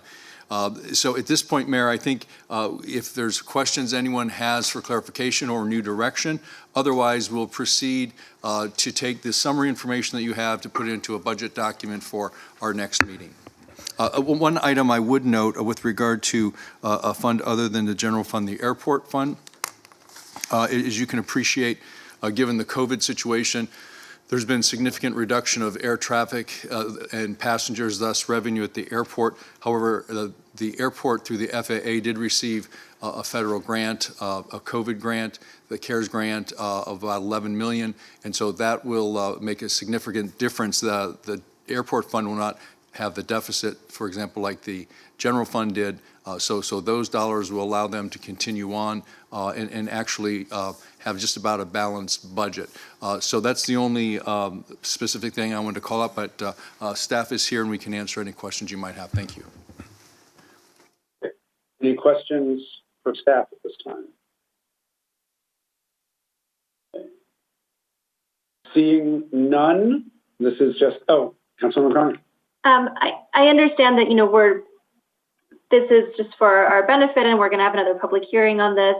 I do just want to point out to the public, if you have comments about this, please do let us know. Even though we're not talking about it in depth right now, we are going to talk about it at the next meeting in depth. And I know that staff, I'll be coming to you because I do have questions, but I don't feel it's necessary to raise them right now. So I'll do that. Thank you. Anyone else? Okay. And there's no action taken, so we'll move to the next item, which is item 4B, discussion of the Community Development Block Grant 2020-2024 5-year consolidated plan, the 2020-2021 annual action plan, and the citizen participation plan in CDBG 2020-21 budget. Staff report, please. Good evening, Mayor, Mayor Pro Tem, and council members. Before getting started on the details of this item, I do want to provide a little perspective on where we're at in the process. Tonight, we'll be focusing mostly on the CDBG CV allocation, which is the allocation for the COVID-related CDBG funds, which were made available through the CARES Act, as we're all becoming more familiar with. The CDBG CV allocation is just one part of the annual action plan, and the annual action plan is just one part of the CDBG consolidated plan. So hopefully next week when we come back to you, it will be to approve the consolidated plan, the annual action plan, the citizen participation plan, which are all rolled into this group of documents. But again, tonight, we do plan to focus on the CDBG CV, the COVID funds. So if I could have the next slide, please. At the May 14th meeting, the council agreed to utilize the CDBG, the regular CDBG funds for administration of the, fair housing, the city's senior repair program, the Demuth Park Community Center air conditioning, and the Demuth Park restrooms. Thank you. The big black button, right? Great. Not sure if you can all see that. Despite darkening the font, it is still kind of small. Last week, staff met with the Affordable Housing and Homelessness Liaisons, who provided some guidance that those organizations selected to be grants and sponsorship recipients receive a pro rata share of the CDBG CV funding for COVID uses. And so this is what that pro rata share looks like, and the total of that allocation, I believe, is $264,000. So the focus was on those organizations that provide services that are likely to meet the COVID-related requirements and may need those funds to modify their operations or increase capacity. And those types of uses are these listed on this slide, which generally relate to job loss, new social distancing requirements, food distribution, rental assistance, and on page 20 of your staff report, the page that says 14 and 20, are results of a nationwide survey of communities and how they intend to use their CDBG CV allocations. So tonight, your direction on allocations of the CDBG CV funds is requested. And this is a discussion item where staff would hope to get direction. And I would just note that there's a public hearing scheduled for the 25th, and it's due into HUD in August, correct? Thank you. If helpful, I just want to add, and Mayor Pro Tem Holstage, if you want to add anything, we received a very small allocation. I think we have like $211,000 in CARES Act funding, which is all we've received from the federal or state governments. And I really appreciate the counties received $431 million, and we heard some of the programs they're doing. With that money, they just announced one for nonprofits. We know many of the nonprofits that we had funded previously have been able to receive PPP and will be eligible for those other grants, which we didn't know about when we met. Other things we talked about included funding for a crisis team, a mental health housing crisis team that can match. We then have two. As one option, we wanted to make sure that it could be used for that allocation. I know the city manager was checking. So we want to just provide some options for the council to discuss and share that there's some new information since we met about the county nonprofit grant as well. But obviously those organizations provide critical services for our residents.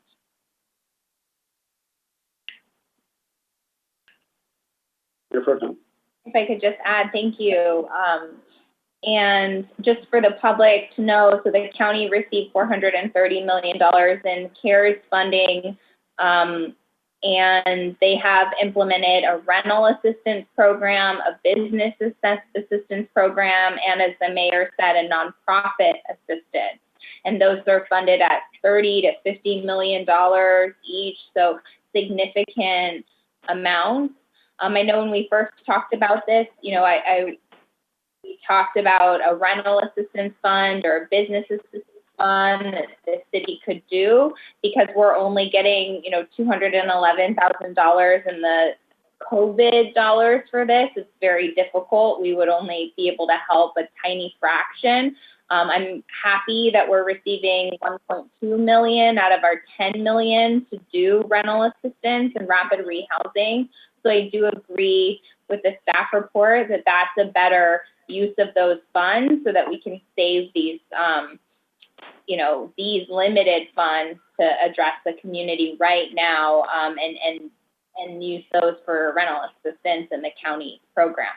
Some of our thinking and my thinking in this was a lot of these organizations provide vital social services to the community that we don't provide, and we know it's more cost effective and cheaper and better for these organizations to provide these services up front versus us dealing with it on the back end. You know, once people become homeless, once people get into crisis, it's much harder to serve them.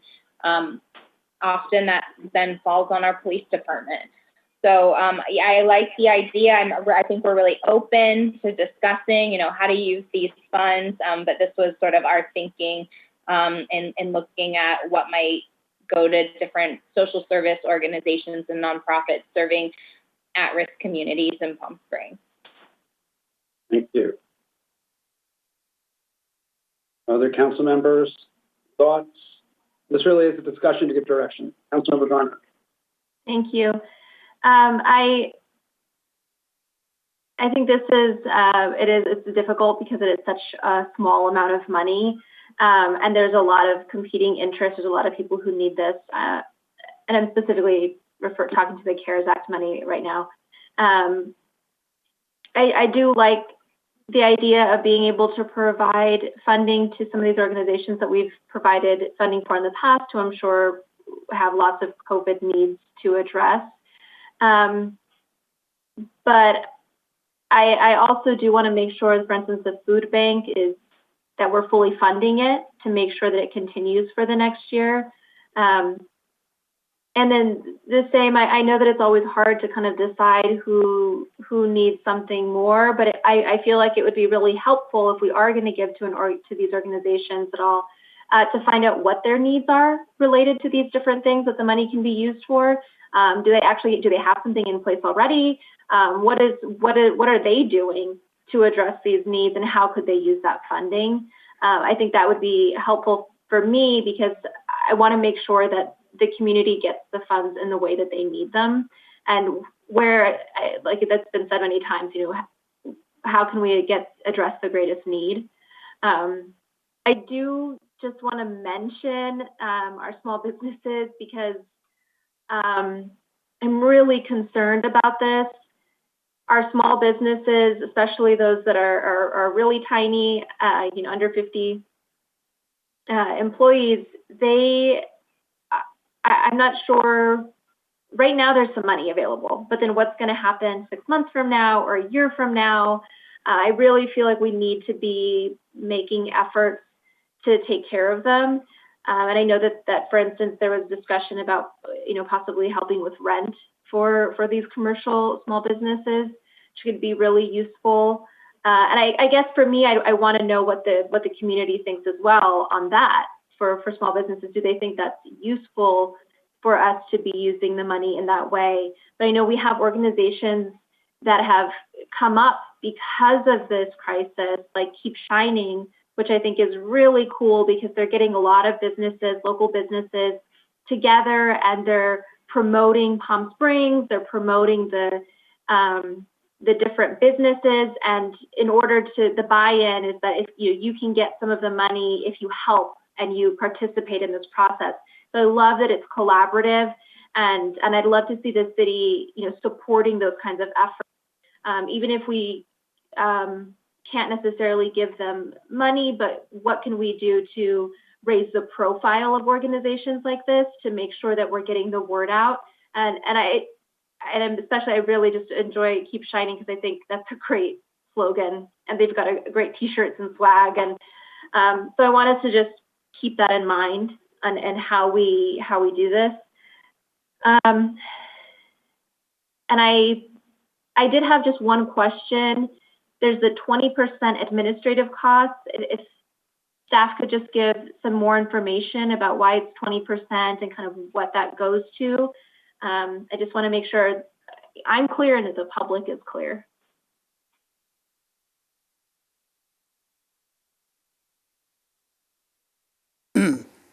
Yes, let me try and address all of your questions, Councilmember Gardner.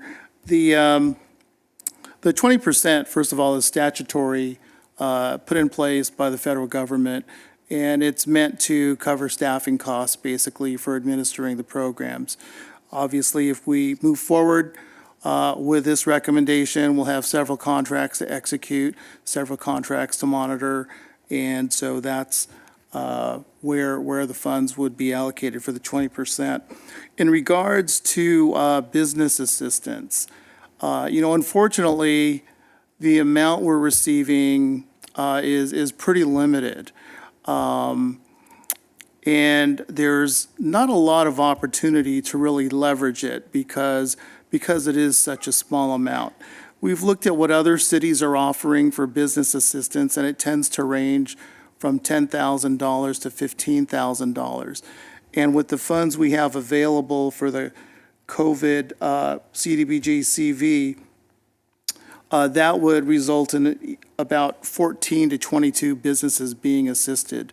So, I think it's very important for our economy to get up and running again, and obviously we want to do it in a very careful manner. But it would be limited assistance in terms of what we could offer to businesses, given the low amount of the funding we have. Jay, just a question. I know you've done some of the nonprofits on the need and that they could use it for these purposes. Anything you can share on that? Thank you. Yes. Just about all the nonprofits cited a need for masks, supplies,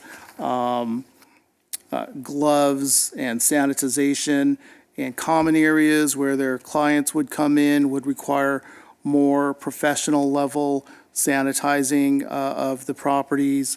In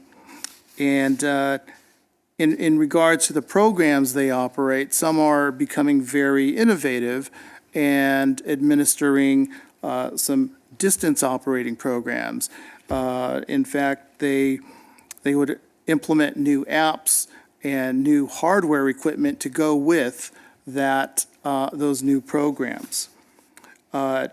Food service, a lot of the organizations on our list here provide food service, and in fact, donations of food have dropped so that they're having to use their own funds to go out and purchase food so they can donate it to community members. So that's creating a strain on the budgets due to COVID. There's others who have increased staffing needs because the counseling needs due to COVID have gone up. So those services are needed for increases. And I think I mentioned virtual classrooms, building ventilation improvements would have to be made, plexiglass installation in some cases where there may be counters, rental assistance that is done from a few of the organizations on the list, but again, that is limited. Rental assistance would also go along with utility assistance and medication assistance, helping with their clients access those necessary products. And we also have an organization that does testing and treating of COVID, and the treatment would obviously not be a solution to it, but it relieves some of the problems that COVID victims are going through by increasing oxygen flow to those individuals through various treatments. So there's a lot of need out there. Just about all the organizations have provided above and beyond COVID-related uses for these funds. So there is clearly a strong need for it in our nonprofit community. Great. Thank you. Appreciate that. Other comments, suggestions? Thank you, Mr. Mayor. I just want to follow up on Mayor Pro Tem comments that there are several brand new county programs out there, as well as existing programs that will really help people. there's utility assistance, there's rental assistance, there's small business assistance. And the small business assistance will even go to people who didn't qualify for the two federal programs, the PPP and the EDL, or weren't able to apply in time. So I think what we're trying to do here really augments what the county is doing. And between the two of them, there are several programs out there that should really cover the plethora of social services that we're trying to achieve with the recommendation that's before us. Great. Thank you. Mayor Pro Tem. Thank you. I just had a follow-up question, and I agree with Councilmember Garner's comments, and I've been thinking about that we have to protect our local small businesses, especially the ones that have 5 employees or 10 or 2, because I'm already getting emails from businesses in my district and in downtown and other places that they're at the brink of not being able, that they're not able to pay their rent, they don't have enough assistance, and that's the lifeblood of our economy. And if we lose that, we lose all of the future revenue and all the services that those businesses provide. So that's why at the last meeting, I was hesitant I wanted to use the CDBG funding for all of the COVID-related purposes, but it sounds like we had kind of moved in a different direction as a council. But I do think we should have those conversations about what could be, what we can do for small businesses. And I know the mayor's economic task force is doing a lot of that work, but we just have to fight for each and every business we have, because we've already lost a number of them, and I've seen them listed online for purchase, or people are, not able to pay the rent that they're owed. So we have to talk about that. If we can use this funding or other funding, we should do that. And one of the things I think following up on that is, we do have, emails for all of our businesses. The majority are not part of an organization. We have great business organizations, and just the need right now, both to get them out, the rules and signage regarding the emergency orders, but also all the programs that are available. Because, with the changes in the federal program and the PPP, it's much more flexible. It lasts a lot longer. There's still money available, but you have to apply by the end of June. And we don't want any of our businesses or nonprofits missing that deadline because they don't know. I know that's slightly off tangent, but related, to those issues. So David and Jay, do you have enough of a sense, or do you need more direction? One question, I know with regard to Fine Food Bank, which was doing the monthly food distributions, so that those dollars are not in the budget appropriation for this coming year. It could be from these CDBG COVID. I just want to make sure if right now that's in 2 locations, both at the Highland and at the convention center. So there's 2 locations. If you did want to continue that 2 locations, we would need to increase the number for the food bank, which would then reduce proportionally the amount for the other. For the other organizations. So I just wanted some clarification, because I think Councilmember Gardner raised that issue. I just want to make sure we're covering that base, whether we want to continue with the 2 or just the 1. Right, but I thought there was going to be outreach to Fine Food Bank, on what we could do potentially through this, and then maybe a delta that we'll need, especially even after this. We want to keep the food bank that's up at Desert Highlands. So have those conversations happened? That'd be helpful to know. Okay. Yes. Sessions with Find, and they are in a position, actually in a good position in terms of operating their programs, but they have asked that we provide as much financial assistance as we could.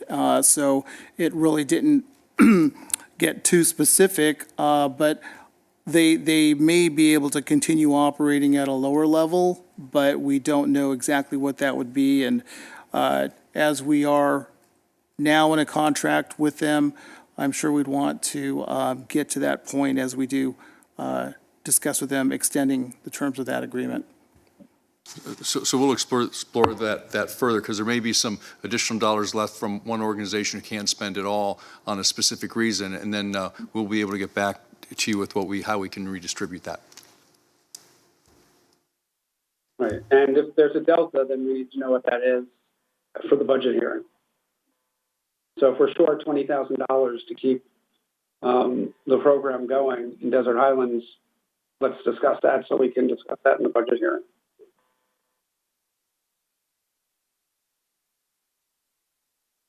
Anyone else? Okay. Thank you.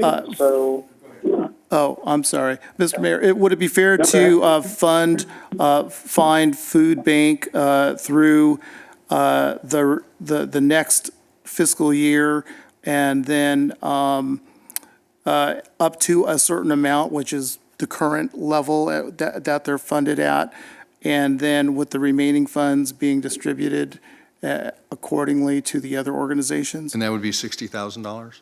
Yes. Up from the 35 that's listed here. Correct. Right.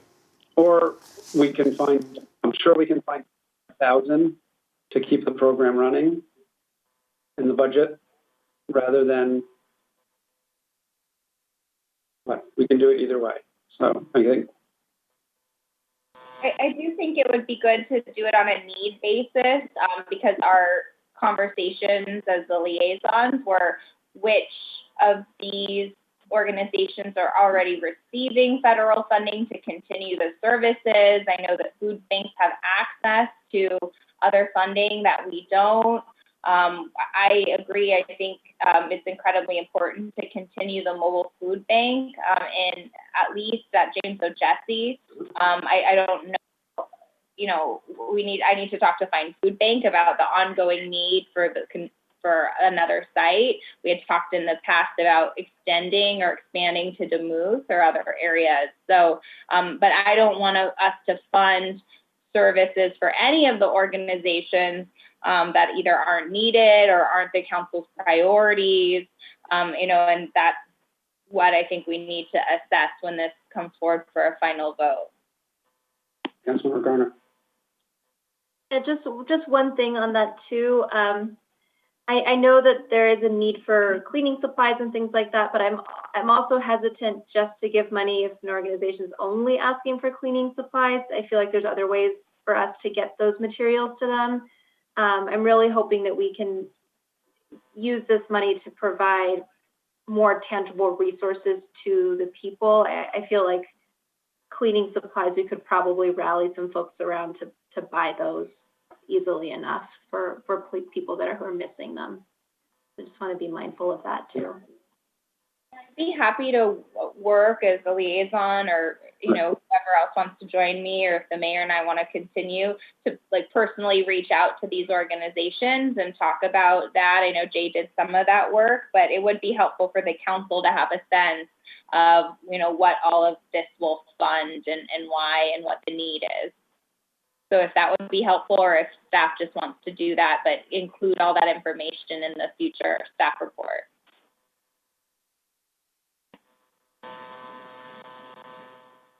You're welcome to join.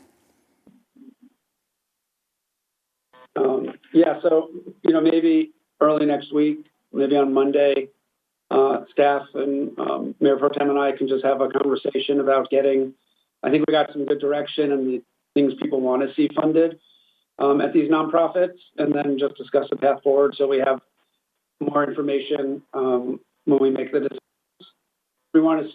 They're limited dollars, and we want to be as effective as we can with them. So, great. Thank you.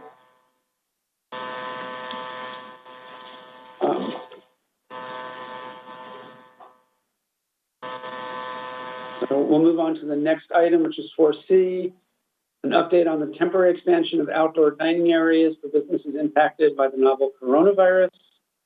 Staff. Thank you, Mayor and Council. I and my staff, Don Ueno, have been working with Council Liaison, Councilmember Woods. I have a brief PowerPoint. As Ms. Breslin mentioned, this has been a rapidly changing environment, and as of tomorrow, bars will be open without any requirement, according to ABC, to serve food. So what we're working towards is a policy allowing for, and we already have, as you've seen at Tequila, allowing for areas of public rights-of-way to be used for outdoor dining by adjacent restaurants and bars. There's lots of examples of that. The photo on the left is actually what Tequila installed on the sidewalk area in front of their restaurant. And it can be relatively simple. It can be tasteful. And what we would recommend is, setting aside on-street parking spaces as parklets, using some standard policies and practices that are used all over the country. We can, in some cases, consider closing parts of streets, and as you know, Arenas is a block that's conducive to that. We've done it in the past for special events, Halloween or Pride. That Arenas Merchants District is requesting your consideration tonight that you authorize closure of the street for a limited duration. And as it's shown here, there'd be on-street spaces designated for the different bars and restaurants and retail, with the road closed and a fire lane for emergency access as it's set up for all the typical closures. We could actually be in a position to do this at a very nominal cost, just using city resources by next Thursday, and it could be set up for as long as we wanted to try it out. Even though the street itself would be open for emergency access with barricades at each end, the communication today from the district was they preferred to have the road closed because it does seem to it would make it safer in this case for using the on-street spaces. And so with that, we are asking for your authorization to waive the city's land use permit fee. I think it's about $1,400, right, Flynn? As a courtesy to the businesses in this environment, we need your specific approval of that tonight, and perhaps some direction. And I would want to give this over to the council member Woods as the liaison to this. Councilmember Woods.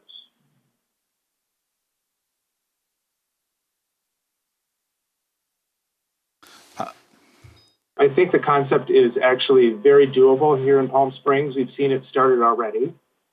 It can be done on a citywide level, which I think is very important for us to understand, that we're not just looking at the downtown merchants, but we're looking at Smoke Tree or any little shopping center or something small.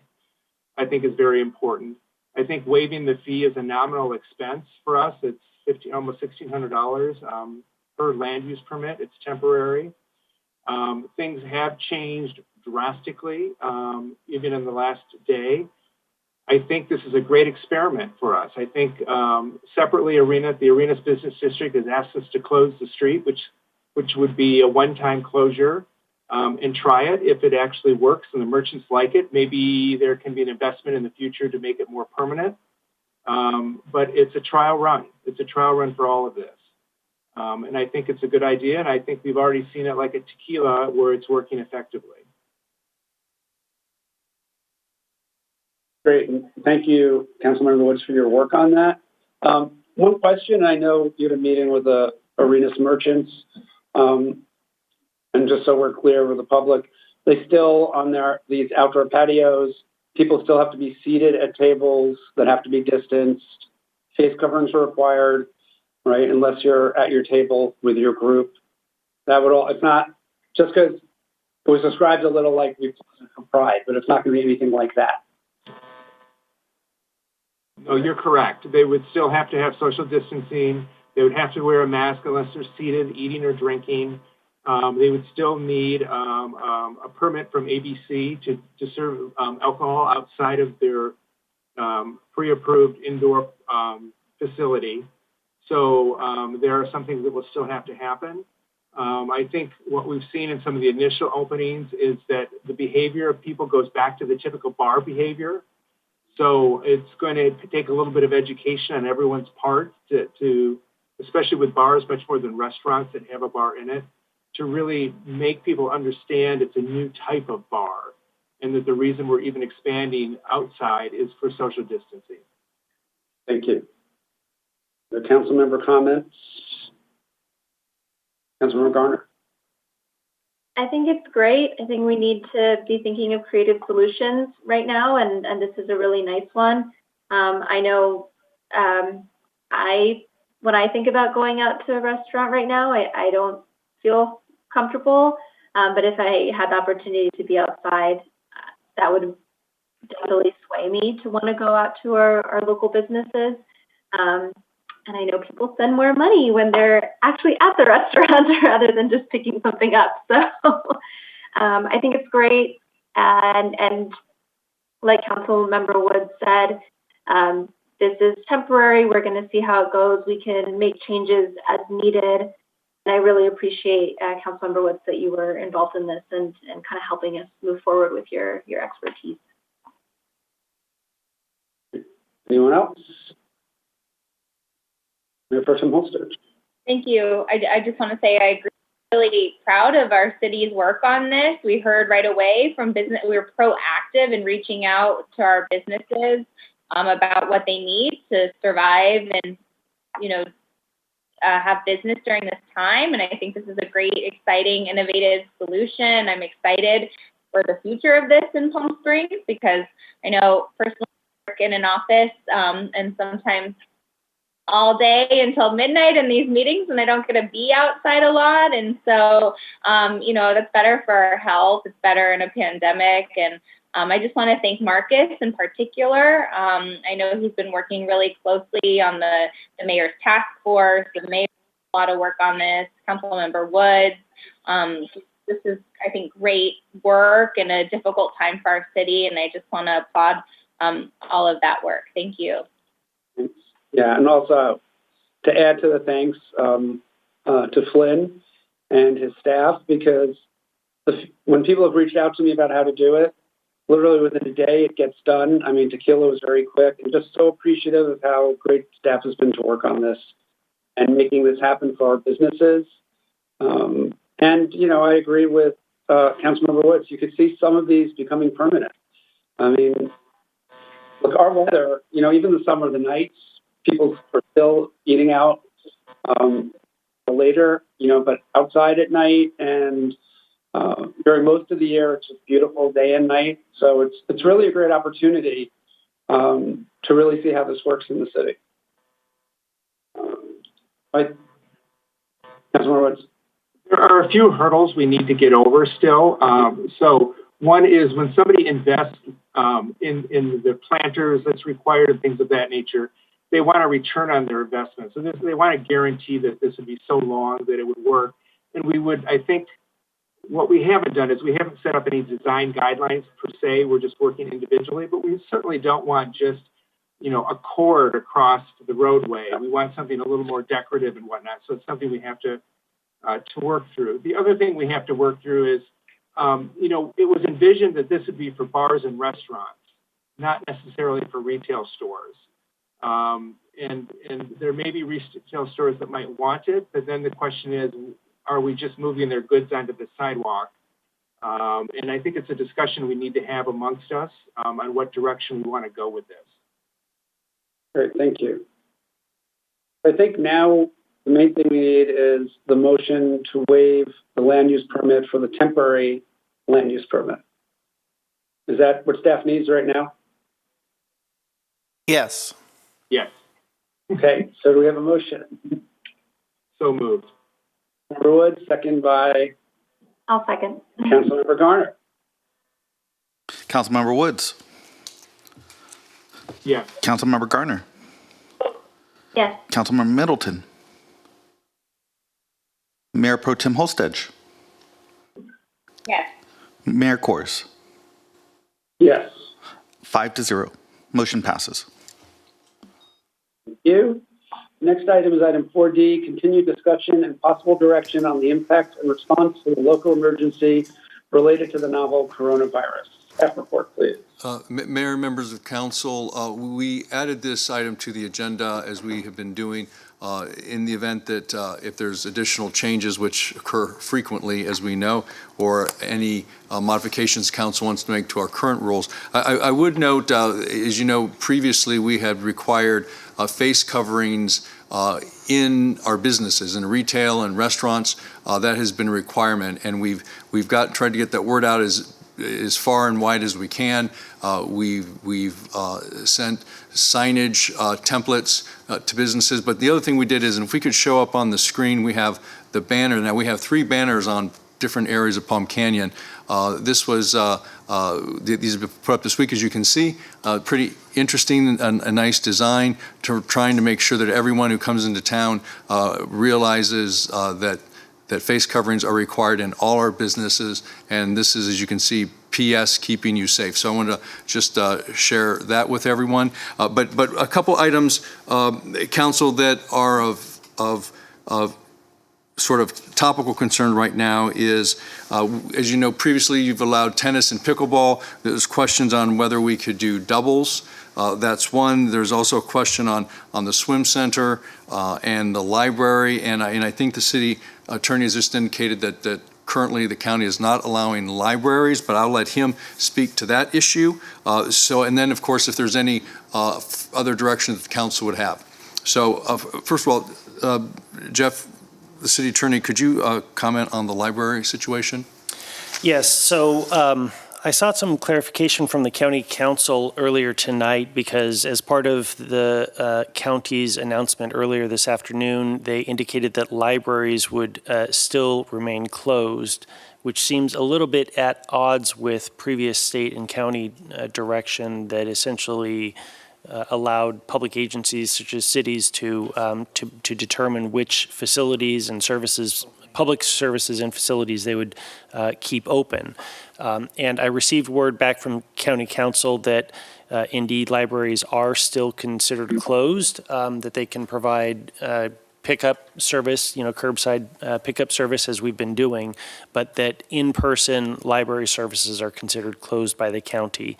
So I will continue to stay in communication with the county about that to see if and when we can reopen the library, if that's the council's direction. And there is one other item, council, and that is with regard to the golf course. We have opened part of it, the resort portion. The resort course part is also being requested to be open, and we wanted to see if council would be okay with us proceeding in that way.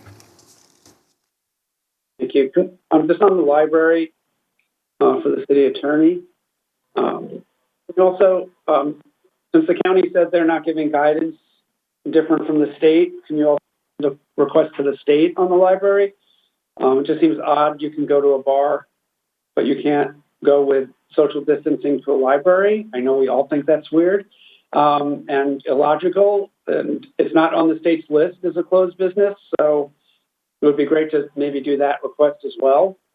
I can certainly do that. And I'm happy to follow up with the county supervisor on that. And maybe, as we go, maybe we should go through the list on each thing, but on the library, I'd like us to give direction to staff. I know there's a plan in place that as soon as we are allowed to open it with safety precautions, that we do so. Seems to be consensus on that. So maybe we just go through the list. You started with pickleball and tennis, and if our Parks and Rec director is comfortable with it, I think we can do doubles now at this point. Agree. Everyone, okay. Next is community centers, also with distancing, right? We know we have computers there. I know we can't do the group sports, but, is there a reason we can't open community centers for safe activities legally? I'm going to ask the Parks Director to come down to the podium. She'll give us an update. In what programs would that or would that not affect if we'd be able to do them or not? Thank you. Good evening, Mayor and members of the council. So I submitted a draft of what Phase 1 would look like, opening the community centers to the public. And at this point, it would really just be our exercise rooms, some classes, and drop-ins would be questionable, but we could use the computer labs. The plan presents, social distancing and wearing face masks, along with setting appointments to use those services or amenities in the facility. So we are prepared to do so. It would just entail us bringing our team back and just making sure we have enough of the supplies to be able to do the routine cleaning basically every hour.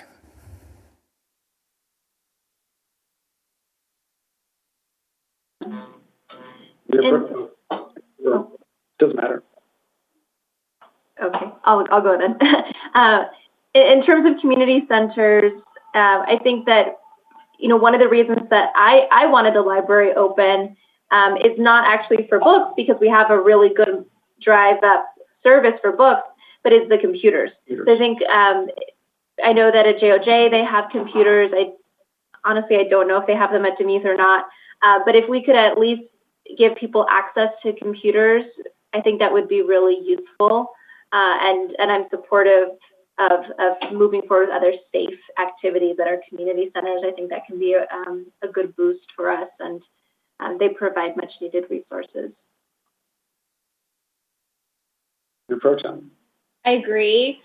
I think that if the state can open bars, families and kids need spaces to go to. So I do think we should open our community centers. People who can't afford a private gym and use Demuth, those are important services to provide to our community. And so I do think, based on your research and what you're able to do, the staffing capacity, I do think we should open community centers, the library for computer access, like Councilmember Garner said, and really take a hard look, because it's unfair and it's, unfair to families with kids. If, you can go to a bar, but you can't go to your local community center. So I think we should do everything we can in all of our spaces in a safe, socially distanced, with masks. But I think we can do that safely at this time. Yeah, and I agree. And while we have our Parks Director and both Parks Director and the attorney, the swim center and the skate park, what is allowed and what can we do there? So when you look at the list that the county announced today, they listed schools, day camps, daycares, as well as gyms and fitness centers as being allowed to be open. They did indicate, though, that youth sports and team sports would not be allowed. So if I had to analyze that for the community centers, it would seem that community centers would be allowed to be opened, as well as the pool and skate park if the city council wishes, as long as there's no youth sports or team sports going on there. I could certainly seek clarification from the county or state on that, but that's my read of their announcement. Thank you. So my inclination is to give staff direction to move in the direction of what we can legally do and safely do in all those locations. Mayor Pro Tem. Yeah, thank you. If I can ask, because I'm being asked by the Parks and Rec commissioners and people in the community about softball and basketball, and I know you said group sports are not currently allowed by the state, right? Correct. Do we have any, because I was asked to answer, when is the state going to let us do whatever activities, and the state doesn't tell us much about their timeline. So do we have any information about when those might be available? Well, the rules are constantly changing, and even the state standards for when we move to the next stage constantly change. We have heard that large events, sporting events and concert type events won't be allowed until a vaccine is around, but they also said that about hotels at one point, and we're seeing those reopen. So unfortunately, that's one thing that the state is very tight-lipped about, even, in terms of telling county supervisors and their staff. So I wish I could give you more guidance, but we just have to wait until they tell us usually. So are we currently in stage 3 with the state? I think they call it Advanced 2, which is sort of 3. Right, are we still Or in 2.5, I think, A lot or of maybe things this. can be moved to 2. It just keeps changing. So then the next phase is a complete reopening and a removal of the stay-at-home order. That's stage 4. That's 4. So currently in 3 are personal services, including nail salons, massages, waxing. It seems libraries somehow. There are a couple things in there, and then 4. But some of those people will probably move up, right, as they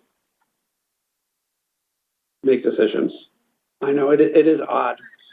And one thing I want to follow just up on that is, we get comments about the city should open this or the city should open that. And we are following, there's nothing we are keeping closed that we're allowed to open. We're following the 2 Department of Public Health that are in charge of public health for us, which is the state and the county. And so just want people to know that. There are a couple other things that have come up. One is Village Fest we heard tonight. One is visitor centers by the tram, and one is City Hall. So those are the other 3 I had questions on from folks I wanted to bring up tonight. So, Mayor, with regard to the visitor center, we didn't want to open that until there was some, officially the stay-at-home order has been removed in to the city attorney. I'm not certain if that's in this phase technically now for us. Well, tourism is allowed now. Right. I would analyze it that way, that if tourism and travel is allowed, then, visitor center would seem an appropriate governmental service or facility to reopen. So we could move towards opening that next week. With regard to City Hall, we've been giving that some thought, and we will be prepared to open. We're waiting on some final protective equipment to come in, and perhaps, Marcus, you could update us on when that is, the partitions and the guards at the counter, the guards that will sit on the counters. We've ordered all of that equipment, and it will be delivered and set up and can be installed sometime early next week. So conceivably, we could move towards a reopening of City Hall in the next week or so, if that's your wish. Thank you.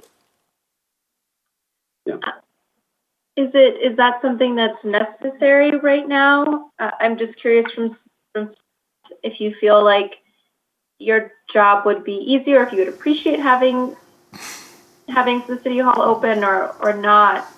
Because I don't know, I feel like you're all doing a really good job with it closed, and I don't want to put anybody at more risk if there's not a need. If there is, then by all means. Well, it certainly served its purpose, but I think the goal would be to get City Hall as open as safely and practicable as it would be as soon as we can. So we'll be prepared probably within the next week or so, I would think, to do that. And I think we could probably do it safely once we get that equipment in. Thank you. And we, if it's possible to also encourage people to do it by appointments, and because we still are going to have social distancing, so we can't have all the people who normally go to the planning center be there. So to really encourage appointments when it comes, and there are people waiting 6-foot distancing. There's a number posted for them to call to make an appointment. Might also make it safer for both people who work in City Hall and the people who are coming to City Hall. Councilmember Middleton. Thank you, Mr. Mayor. In that same sense, I would like us to begin exploring turning to council chambers as early as possible for our meetings with appropriate social distancing. I participated in a Riverside County Transportation Commission meeting that was a hybrid meeting on Wednesday with some members present in person and others still by Zoom that worked pretty well. As was noted earlier, we miss not being able to see members of the public when they're giving public. I agree, and I do want us to think about, or staff at least, to think about whether we start in the chambers or if we start in the convention center where there's more room for public to distance themselves. So just something for staff to give some thought to. Because we don't want to turn people away who want to come. Great. I'm also curious if this is something we want to phase into as well, as far as us being there in chambers, but not necessarily opening up to the public coming into chambers yet, if that's also an option. I also want Mayor Pro Tem to feel comfortable because she has a unique situation, which I think is really important to note. Thank you. Yeah, I agree. I think it's it's interesting because the state has talked a lot about coming from a public health perspective and giving really defined phased approaches and then just kind of opening things up. And so I want to make sure the community, I think, is aware, but there's more risk now than there was. It's been now since March 16th when we closed. And so it's this balance that we want to get back to regular business. We do want to see each other and be in these meetings in a way the public can better participate in. And I do support moving to that. At least we could have an optional, you can Zoom in or you could be in chambers. It would be nice to have a phased approach with, we could do that at first and still have the public by Zoom. And then kind of move to a safer situation in the convention center. I do think chambers is small and we're all, in there together. And I'm really thoughtful about our staff. We can make these decisions for ourselves, but if, we all have to be here, especially city staff. I want to make sure everyone feels comfortable. So I think that's a good conversation and way to think about it. And I want to make sure we're doing it in clearly defined phases, if you will, and not just totally opening up like we're seeing some places do. Thank you. And then the other one, and it may take some research from the city attorney, but farmers markets, because they were essential, because it's food, we're allowed to open. I know swap meets at some limited capacity. So, if could Village Fest open? Would it be limited to no more than 100 people? How would that work? There are a lot of questions on that, but maybe you could do some research and report back to us on that, because we have gotten a lot of questions on that issue. Sure. Yeah, I can look into that. Okay. Anyone have anything else on these issues? The golf course, if we can. Oh, yeah. Oh, yes. Thank you for the reminder. I had a community meeting for my district. The golf course is in my district, and community representatives for 1PS were supportive of reopening the other golf course, the safety protections that have been discussed. So that was roping off of the area where there's homes. I know when we last discussed this, we got public comment and people were afraid people would be walking into their yard to get their stray balls and things like that. But it sounds like the community was, the people that I talked to representing the community were supportive of opening the golf course with all the safety precautions and more if necessary. And I think that's staff's recommendation too, right? That's correct. So I would support that. else on this? David? That's all. Those are the only items. Thank you, Council. Okay. So the next item is public comment on non-agenda items. This time has been set aside for members of the public to address the City Council on items of general interest within the subject matter jurisdiction of the city. Although the city values your comments pursuant to the Brown Act, the council generally cannot take any action on items not listed on the agenda. 2 minutes will be assigned to each speaker. Tonight, the city clerk will be contacting speakers by telephone and waking some of them up.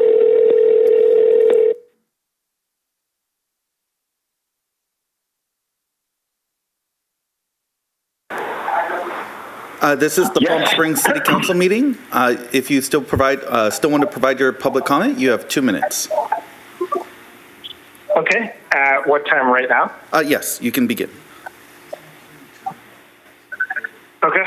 Just let me know when I have to do that. You can begin.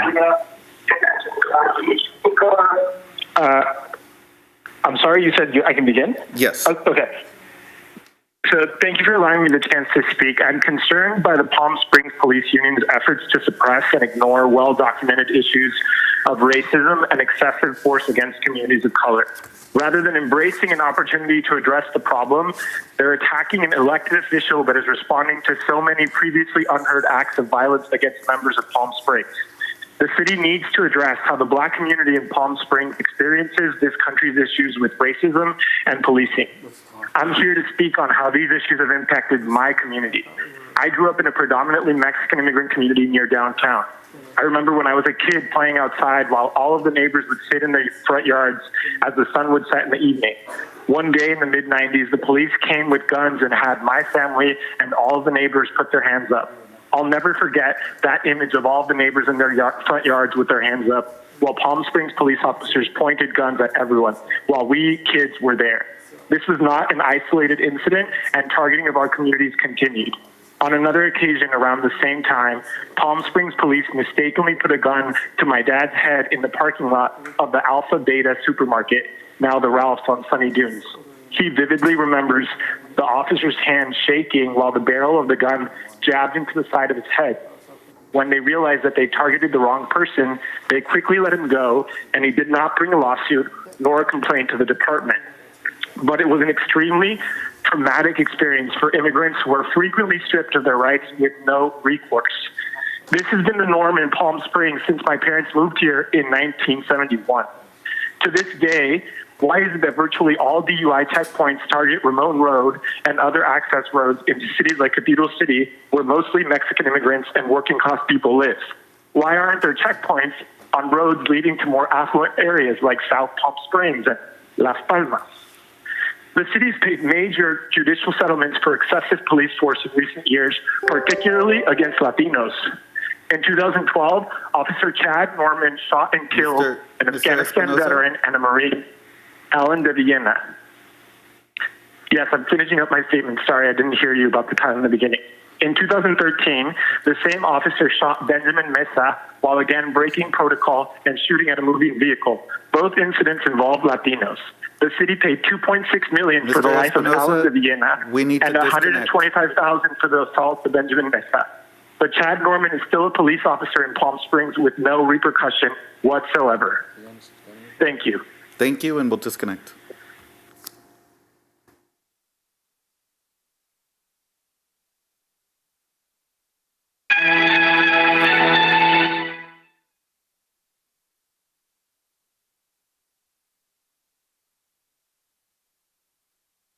Hello, Elizabeth Dolores. This is the Palm Springs City Council meeting. You're live with the council, and you have 2 minutes to provide your comments. Okay, great. My name is Elizabeth Dolores, and I'm a Palm Springs resident of 24 years. And firstly, I'd like to thank Mayor Pro Tem Christy Holstich for speaking up and condemning the death of George Floyd and for trying to hold police accountable for this. I would also like to address Chief Reyes. And as a public servant, I would want him to publicly acknowledge the death of Mr. George Floyd and to talk to the community on what PSA PSPD is doing to combat police brutality.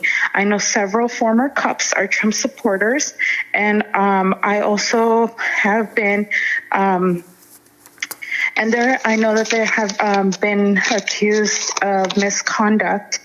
And I would also like for Chief Reyes to speak on how PSPD officers milk the clock by scheduling court dates on their days off to gain overtime. And if I tried that at my job, I would be fired. And also, to conclude, I would also like to point out officers that regularly go into coffee with a K and Starbucks and are rude to baristas, and that is unacceptable, and they make them feel uncomfortable, as well as us patrons that go there every day. I yield my time as of right now. Thank you. Thank you, and we'll disconnect.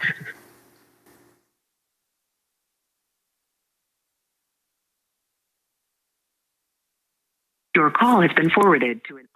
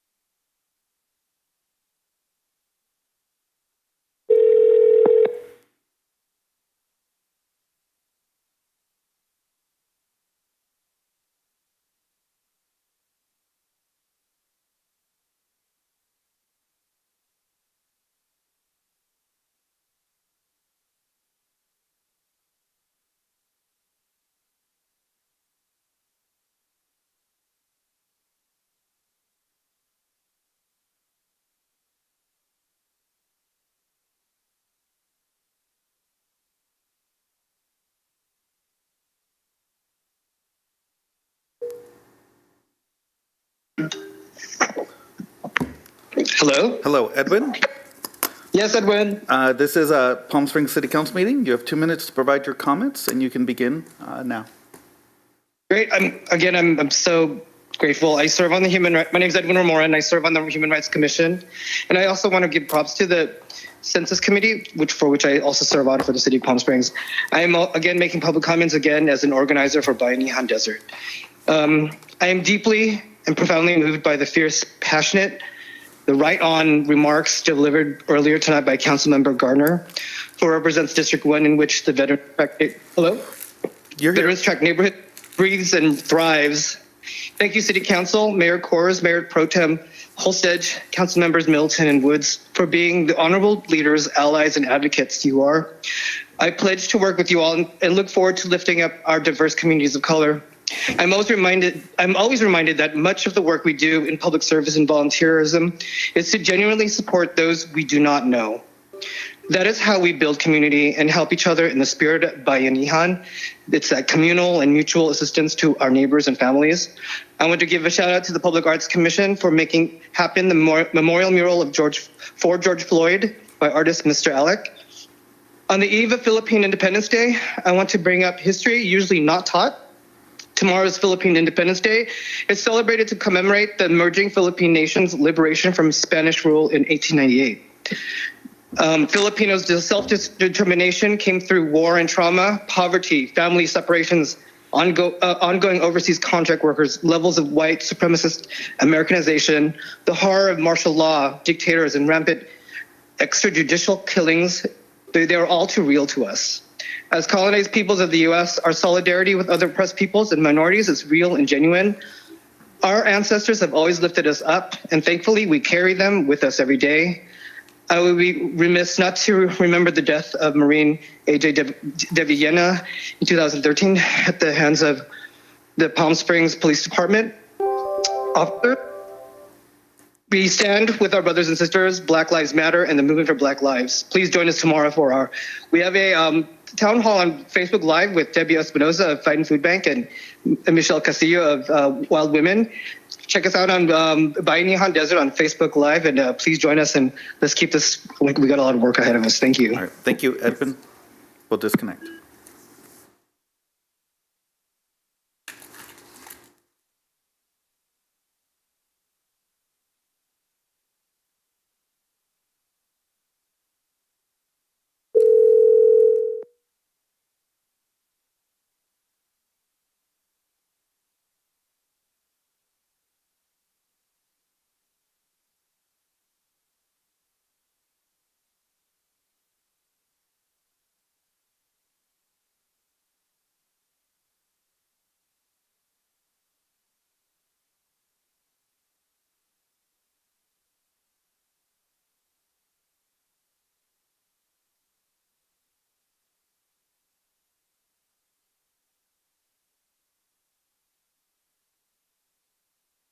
Hello, Daryl Terrell. This is he. You're live with the City Council, and you have 2 minutes. Okay. Hi, my friends. I'm calling in support of Mayor Pro Tem Holstich and Councilmember Garner. We know that overwhelmingly, majority of police officers in your community do an incredible hard and dangerous job fairly and professionally.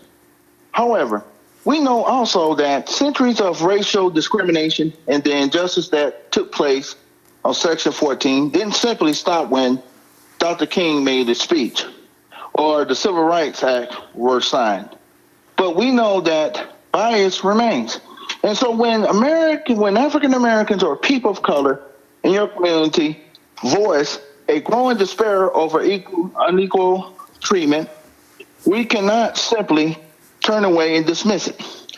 To have your experience denied like that, dismissed by those in authority, it hurts. Surely we can see that, and all of us, that so much of the tension between police department and minority communities that they serve is because we ask the police to do too much and we ask too little of ourselves. As a society, we choose to underinvest in decent schools. We allow poverty to fester so that entire neighborhoods offer no prospect for gainful employment or hope. And then we tell the police, you're a social worker, you're a parent, you're a teacher, you're a drug counselor, and then we feel and surprised when periodically tensions boil over. And we know these things to be true, and they have been true for a long time. In the end, it's not about finding policies that work. It's about forging consensus and fighting cynicism and finding a will to make change. Thank you. Thank you, Mr. Terrell. We'll disconnect.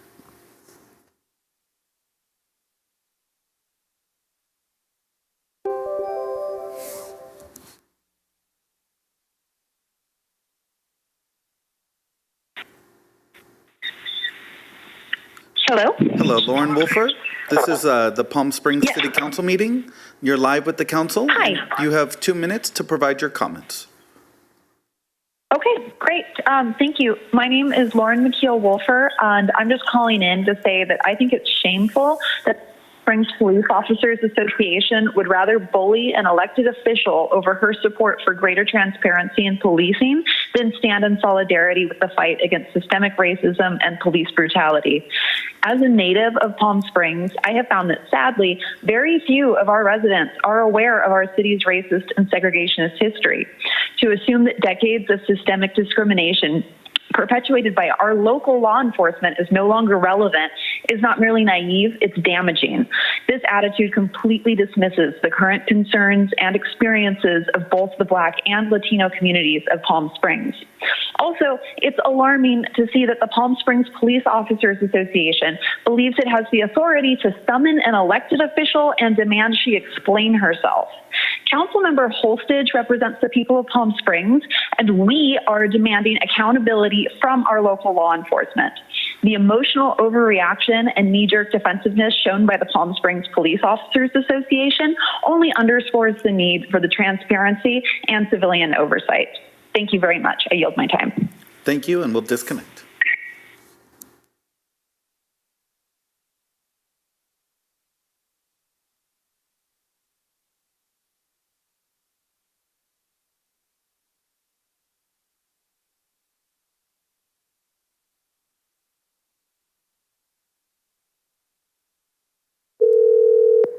Hello?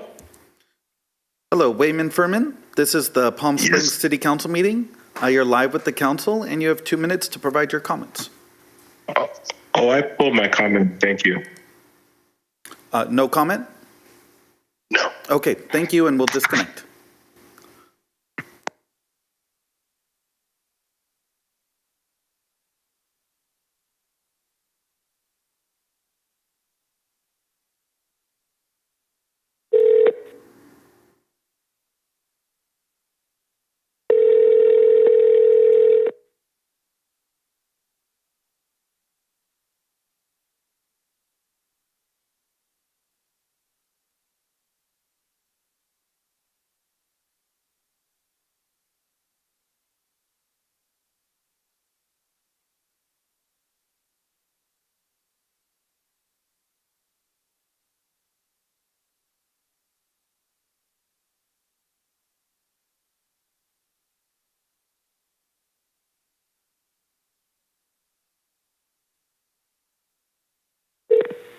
Hello? Hello, Brad Anderson. This is the Palm Springs City Council meeting. You're live with the council, and you have 2 minutes to provide your comments. Thank you. Brad Anderson. I live in the city of Rancho Mirage. I wanted to comment tonight. I just want to let you know that I'm not with any political organization, and I don't get paid to make comments. And actually, I've received no money since this all happened from anybody, even the government. So anyway, this evening on the TV news, I noticed a report concerning your mayor pro tem of your beautiful city of Palm Springs. Apparently, she wrote a letter to the Board of Supervisors concerning policing and policies, but anyway, to Mr. Perez, Supervisor Perez, and I happened to listen to that meeting at Supervisors earlier this week, and of course, that's a purely a political stunt. I called it because even Mr. Perez said he didn't read the policy, complete policy of the sheriff department, and because he didn't have time before he made an issue of the meeting. So that's, there's the policies in place, and like I said, it's definitely a political ploy, I guess. And the sheriff, I saw his interview on the news this evening too, and there's a negative narrative out there cast by the Desert Sun newspaper too, because I read that article, and it doesn't correspond with what took place at that meeting. So there's a spin on this, and it's a negative spin. So, and I just want to conclude with the mayor pro tem and the newest council member. I believe she wasn't a council member, but back last year in the city of Coachella, along with the Coachella mayor, I think in August of 2019. She's down there with other members of council speaking about white supremacy, and I had to look it up because I thought, what is this? So I know it doesn't account to me or anybody I know, but even the BLM, I thought that was Bureau of Land Management, and so that was hijacked. But anyway, I want to say this is all connected, and there's a greater agenda here, a narrative, a negative narrative. Mr. Anderson, so, thank you. Your time is over. Thank you.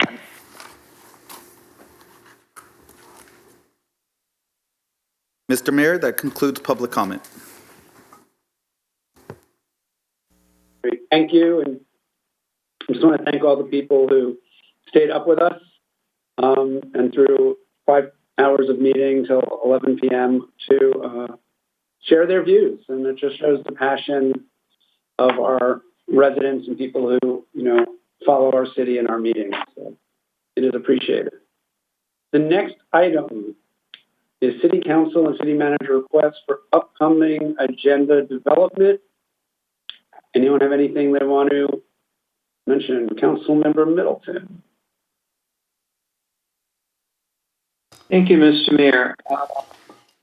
On the ballot in November is going to be a bill known as the Schools and Community Funding Act, which, if approved, will create what's known as a split roll.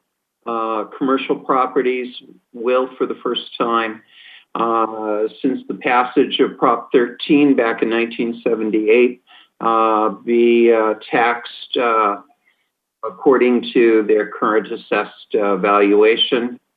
That's an issue that I is extremely important to local government and would like to have it set on the agenda for us to discuss, and I hope ultimately take a support position in favor of the passage of the Schools and Local Community Funding Act. Thank you.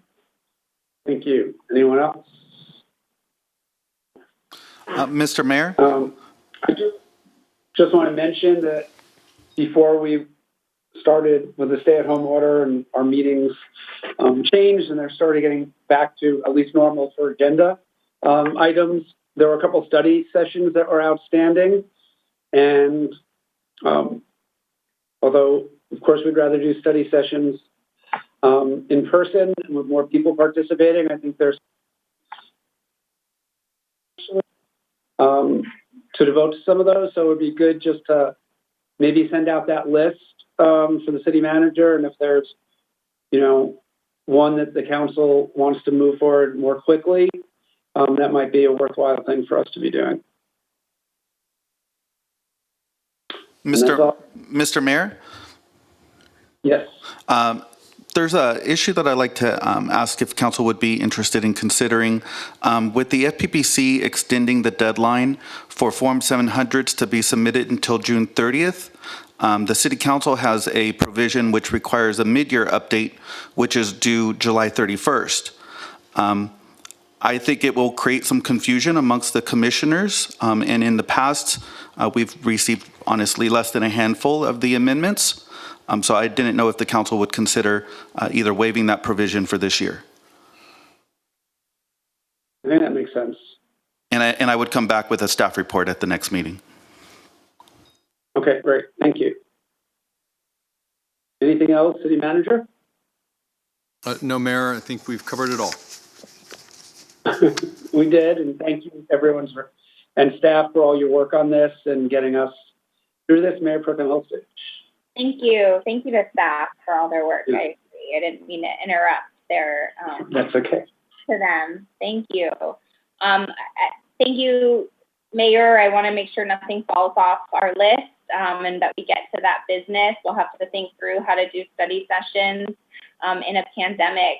And I agree that we should move a lot of those items forward. We had been working on a styrofoam ordinance and plastic waste. And we halted that because of the pandemic. And unfortunately, plastic waste has just ballooned over, we're not allowed to use our reusable cups and our reusable bags, and it's become a huge issue. I know masks are now being found in the ocean, and it's trashing our cities as well, or people are leaving them places. So I don't want us to drop off any of those issues because I think they're important. I did get a request for the City Council to participate in Plastic Free July.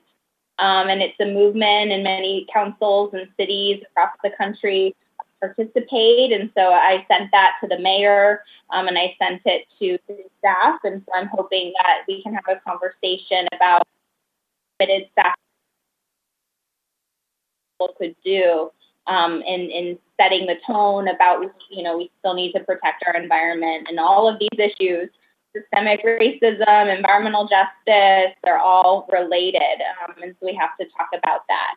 And then I just wanted to echo my formal request to have a listening session with the community. I want to thank the public comment that we heard tonight. You don't get to see our faces anymore when we're listening, but we're listening intently, and the statements in our community members are powerful and resilient, and I'm really proud of our community. And we also heard some disturbing experiences that I don't think can go left alone, and we need to investigate those. So I just want to echo, I think we should have a listening forum. We can do it on Zoom, or we can meet people where they're at. We could have an outreach person do some of that work as well. But I think we should do that, and I think it's the most urgent thing on our agenda at this point without the other study sessions. Thank you. Okay. Nothing else. The next regular city council meeting will be held on Thursday, June 25th, 2020 at 6 p.m. in memory of Dr. Frank Ercole, Dr. Ron Fragan, and Michael Malone. Have a good night. And we, again, reminder, we will be adjourning to tomorrow at 8:30.